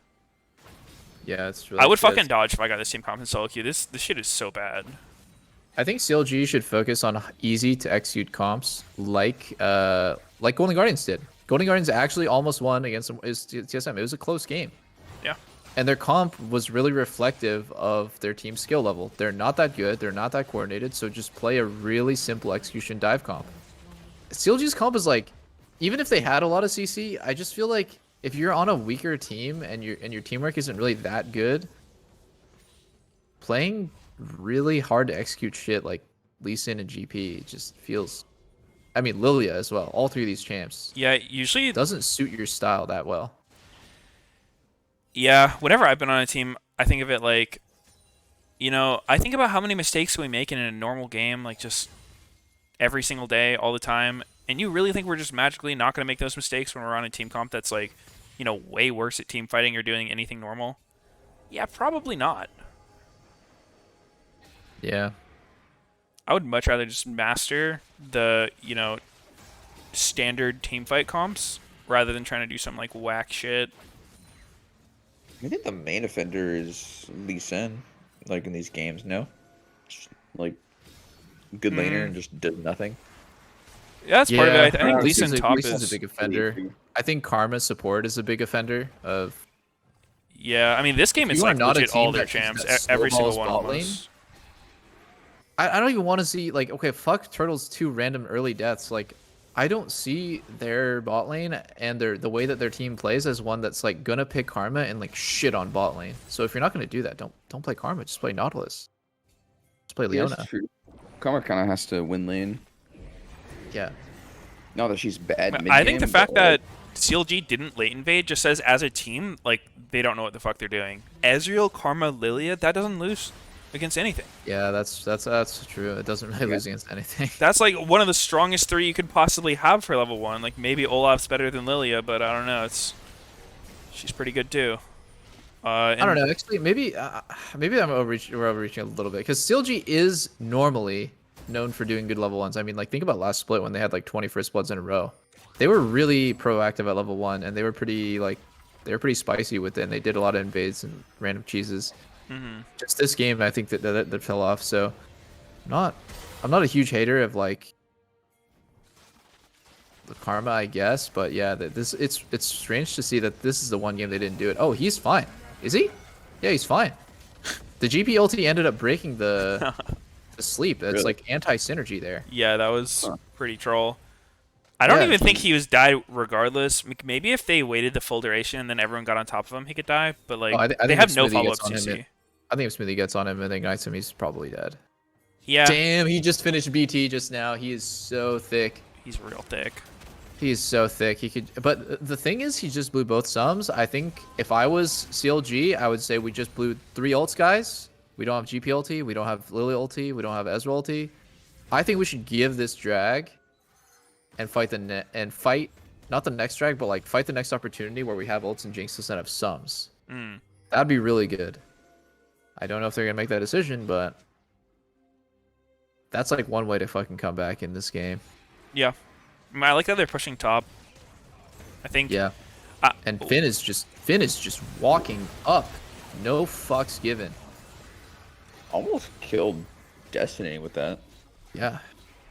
Not the worst result, I guess. And so what is why did he get an early serpent? Look at the ward. Look at the ward. He's gonna TP. Maybe they can kill Race.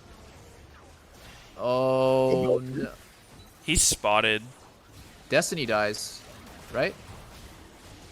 Guess Oh, not. the Guardian saves him. No, it doesn't. Nope. Okay, Finn is dead. Look, we have the GP. Huh. Welp.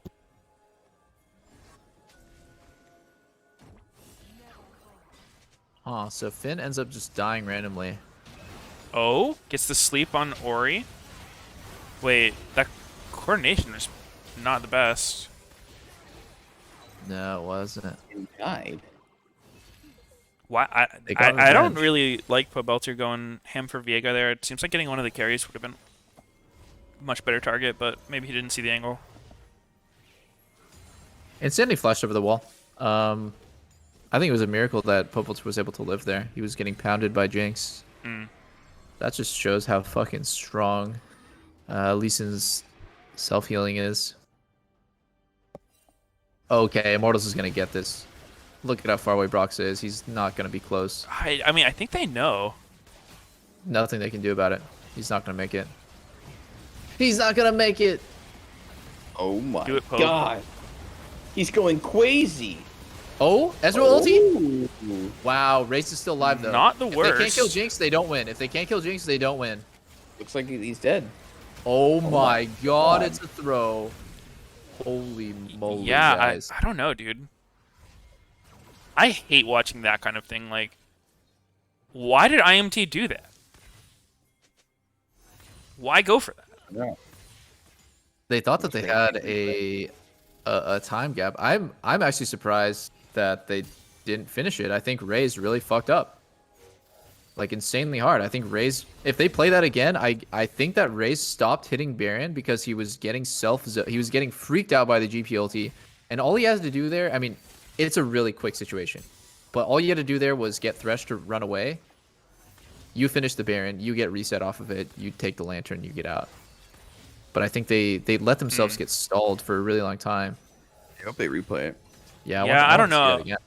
I still think I don't feel like they have enough information to like go for this in the first place. Oh, actually, Raze was just straight hitting Baron the whole time. Yeah. Maybe they just don't have enough damage. What the fuck? I mean, they kind of just died to the AoE. Yeah, they died to GP's big wiener ulti, and Pobelter is going in. His ult too. Smacked him. Smacked the Ori. That was just a ridiculous sequence of events. Like, GP did 4k damage? My god. Yeah, they took a nice little bath in his ult. Yeah, they were just soaking it. But Immortal still has one Baron left, right? And that would be, I think it's Viego's ult Baron. So they have enough of a buff to at least take one inhib. Probably not any more than this. Okay, Pobelter. Nothing. That's GP ulti down. I think Immortals can continue to siege this, and then probably just use the rest of Baron to get a good reset off. Yeah. Yo, toss the leash out. Juicy. Oh. What do you guys think about the Serpent's Fang this game for GP?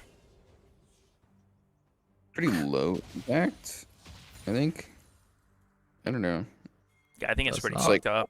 Does it apply on his Ori- ult, or is it only PW. physical damage? It's abilities, I believe. We were looking at it yesterday, right? Or the day before. Dealing damage, yeah. So I mean, it does apply on his ult, so I guess it's. I mean, it's at least easy for him to apply. Yeah, I'd say that one's okay. At least it's a melee champ, but maybe not enough value this game. Yeah, I think the enemy team has a lot more lifesteal than they have shielding, but you know, it's all right. Lethality, I think Serpent's Fang is a pretty gold efficient item just on its own without really much value from the passive. Yeah, it's really cheap. Yeah. And this is Infernal Soul for Immortals. Are they is CLG just not going to fight this? Dead. Letting Pobelter die? Another prediction by Destiny. Ooh, That was a decent attempt by Pabelter. Yeah, it was.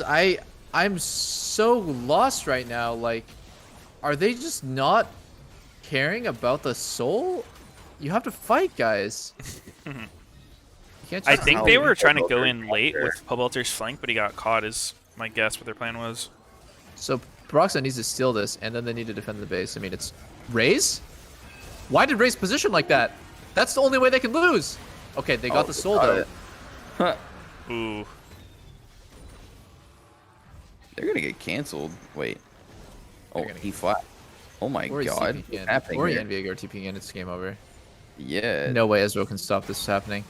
Or. Oh my god!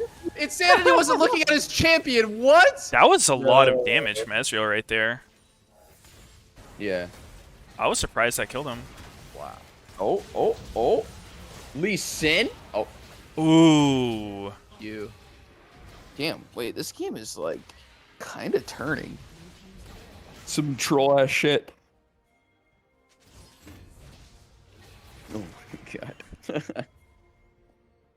Man, what's the point of trying to play Lisa on stage when all your practice is 60 ping? What's the point? That's the reason, homie. It's not possible. I don't know. I mean, I think I love Pobelter, but when I played with him, he was not allowed to play assassins. He's my homie. Lee Sin's a bruiser. Yeah, with assassin mechanics. A little bit. It's like, when we had BB, we tried to get BB to play Ornn. It's not working, guys. We're going to stick to Jackson Camille. Like, there's just certain players are going to gravitate towards playing certain styles of champs and be better. I think Lee Sin mid is on probation right now. Finn's fine. Wow, that barely did any damage to him. What the hell? Barely. Barely. Oh, you're so funny, dude. That's a good one. You know who's Lee Sin I want to see? I want to see Svenskern's Lee. He's so fucking nutty at that champ. I have like such fond memories of him just pulling off crazy shit. I remember when Pobelt's just eating every hook. Oh my god, Raze just got Wow, sniped. Raze is seriously throwing this game so hard. He has all the money in the world. What did Can he you just even position die like to? a fucking human? I didn't Got even hit by see- the Lilia E, got slept, and then they just load up a bunch of shit Dude, after. how he many came out of it. times are we gonna see Raze position like fucking garbage? It's so easy to play Jinx. You have 725 range, man. How do you get hit by bowling balls? How do you let Lilia walk up and sleep you in drag pit? Like, this is so cringe to watch.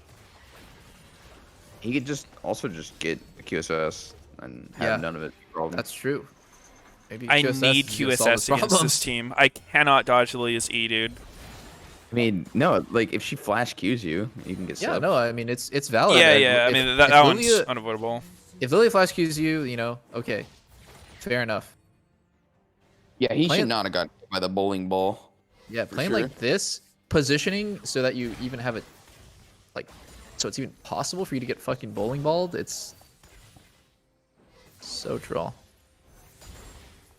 Oh, my fucking stream just stuttered. Did you guys? I'm at 30:05 right now. No, mine's seconds out. at 10, 11. Okay, I was gonna say, in games like this, sometimes it just comes down to that Elder fight, and it's coming up 2 minutes. I mean, I think the team with Soul is super advantaged with the Elder fight, but like, It's weird. that's that what he it's would- looking like right now. Dude, Look at because- What is that Yeah. damage, bro?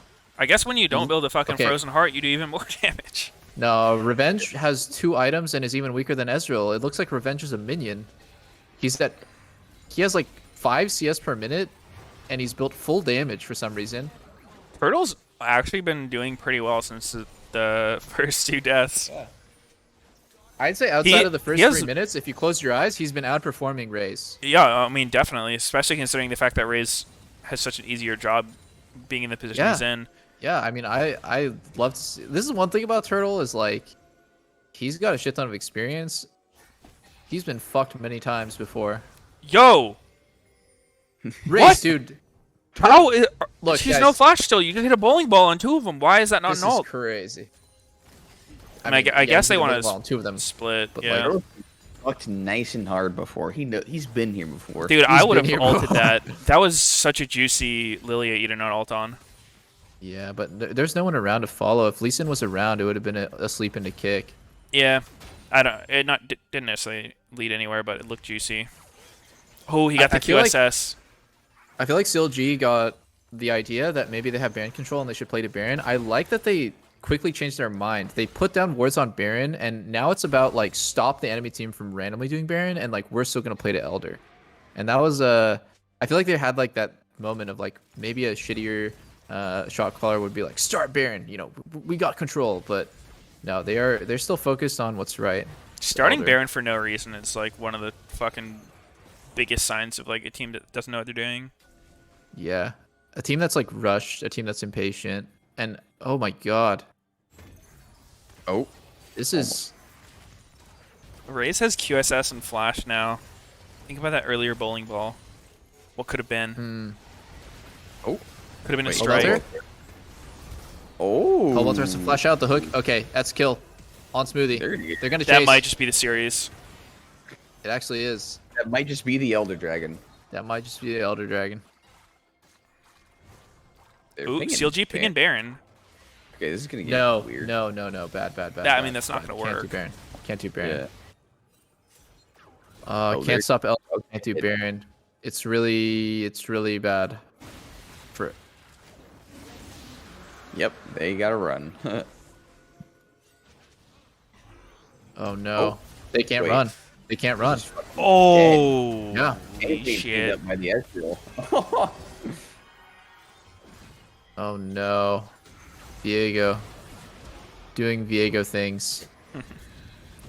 I'm convinced Elder you Dragon can is- build Viego pure tank and it doesn't actually matter at all because you're just playing as other people the whole game anyway. Elder Dragon is so cool when you see people get fucking imploded by it. Yeah, I like One of the animation. coolest things in the game. Is that an 0-3 week, CLG? Or they win a game. Yeah, I think it's an 0-3 week. I don't I don't remember. remember them winning. They played Jin Alley. I remember one yeah. game. So they got fucked by Gwen against Yeah. FlyQuest. They played Finn Gwen lost and both got sides of fucked. the same matchup, And then then they played this game. yeah. So 3-0 for Immortals, 0-3 for CLG. Damn. That's insane for Immortals, actually.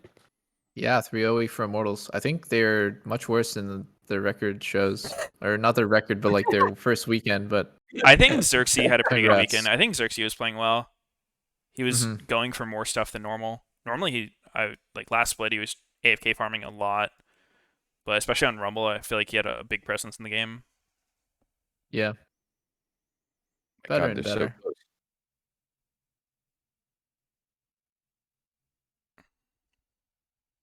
Broxah doesn't look happy.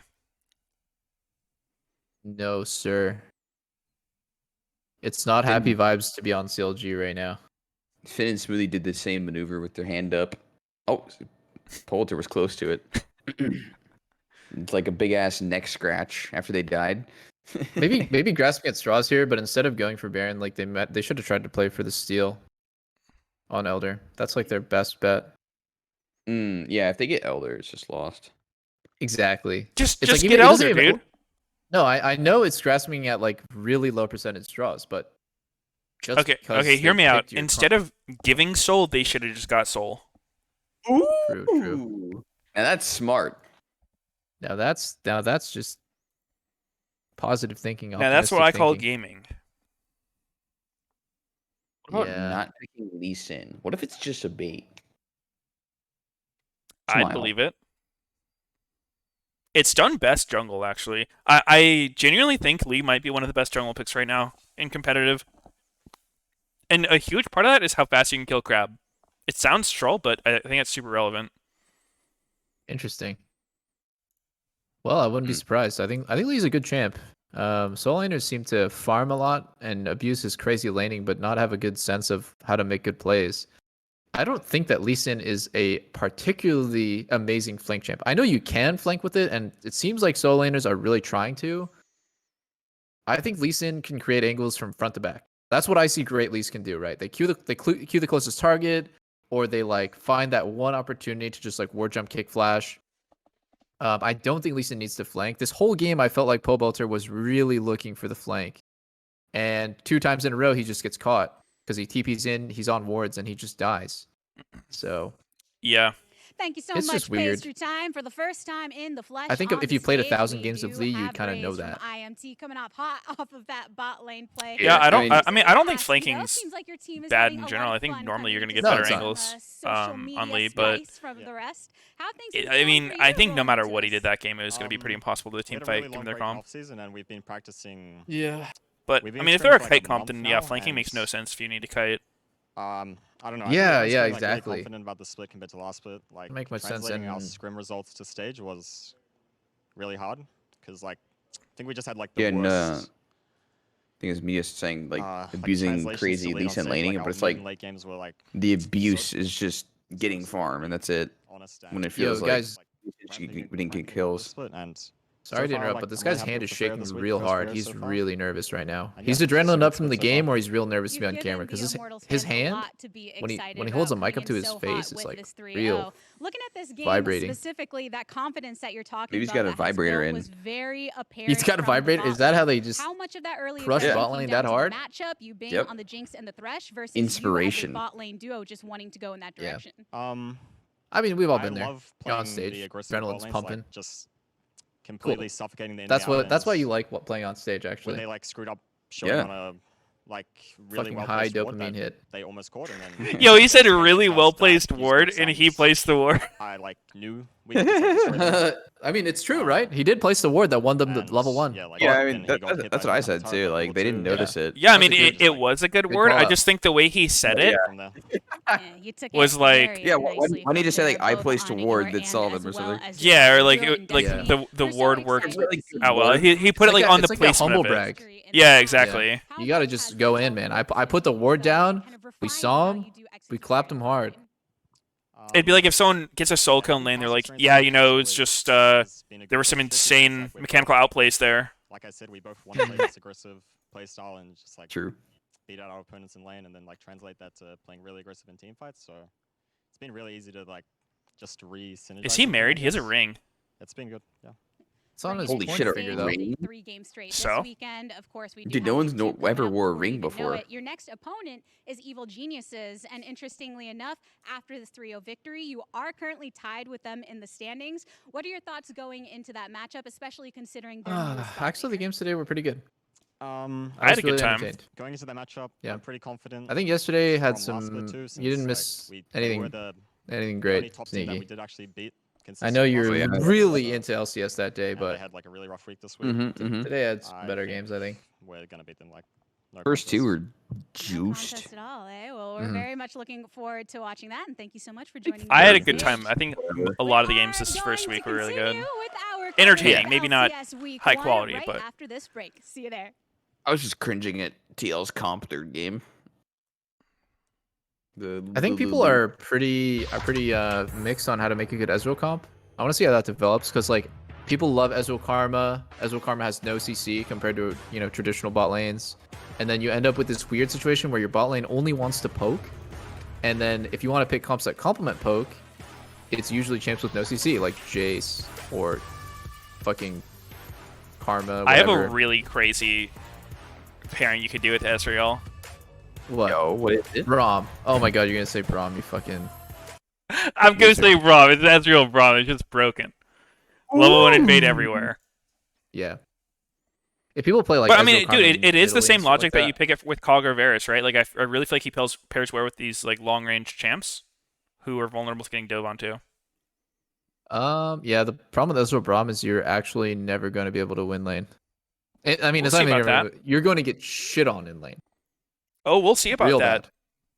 bad. Oh, Okay, we'll see about that, guys. After you map split from your OP level 1, you're still gonna get shit on, huh?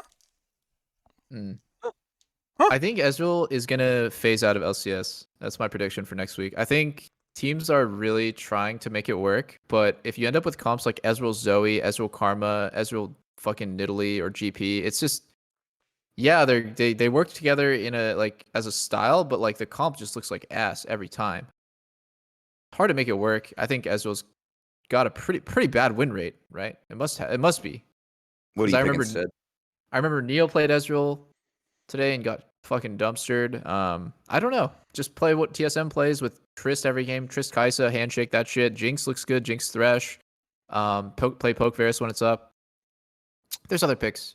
I think whatever can work with a melee support is usually best. CC support. That's what pro play usually gravitates towards too, is just CC support. Chance to work well with it. Samira, yeah. Samira popped the fuck off today. Danny had a good game. And then they lost the game somehow. Yeah. All right. I'm out of here, guys. Yeah, I'm gonna head out. Was fun. See y'all next week. Yep. See you guys. All right. GG's. Take care. Peace. All right, boys. Dude, I'm just the Braum preacher, but I don't know. I don't know what else to say. I feel like I'm being gaslit by other people. It's not that I feel like I have this attachment to Braum, or like I think I'm like this genius for seeing the strength in him. I think like it's just right there, dude. I'm being gaslit by people who don't think he's OP. I was getting heated? No, I'm not getting heated.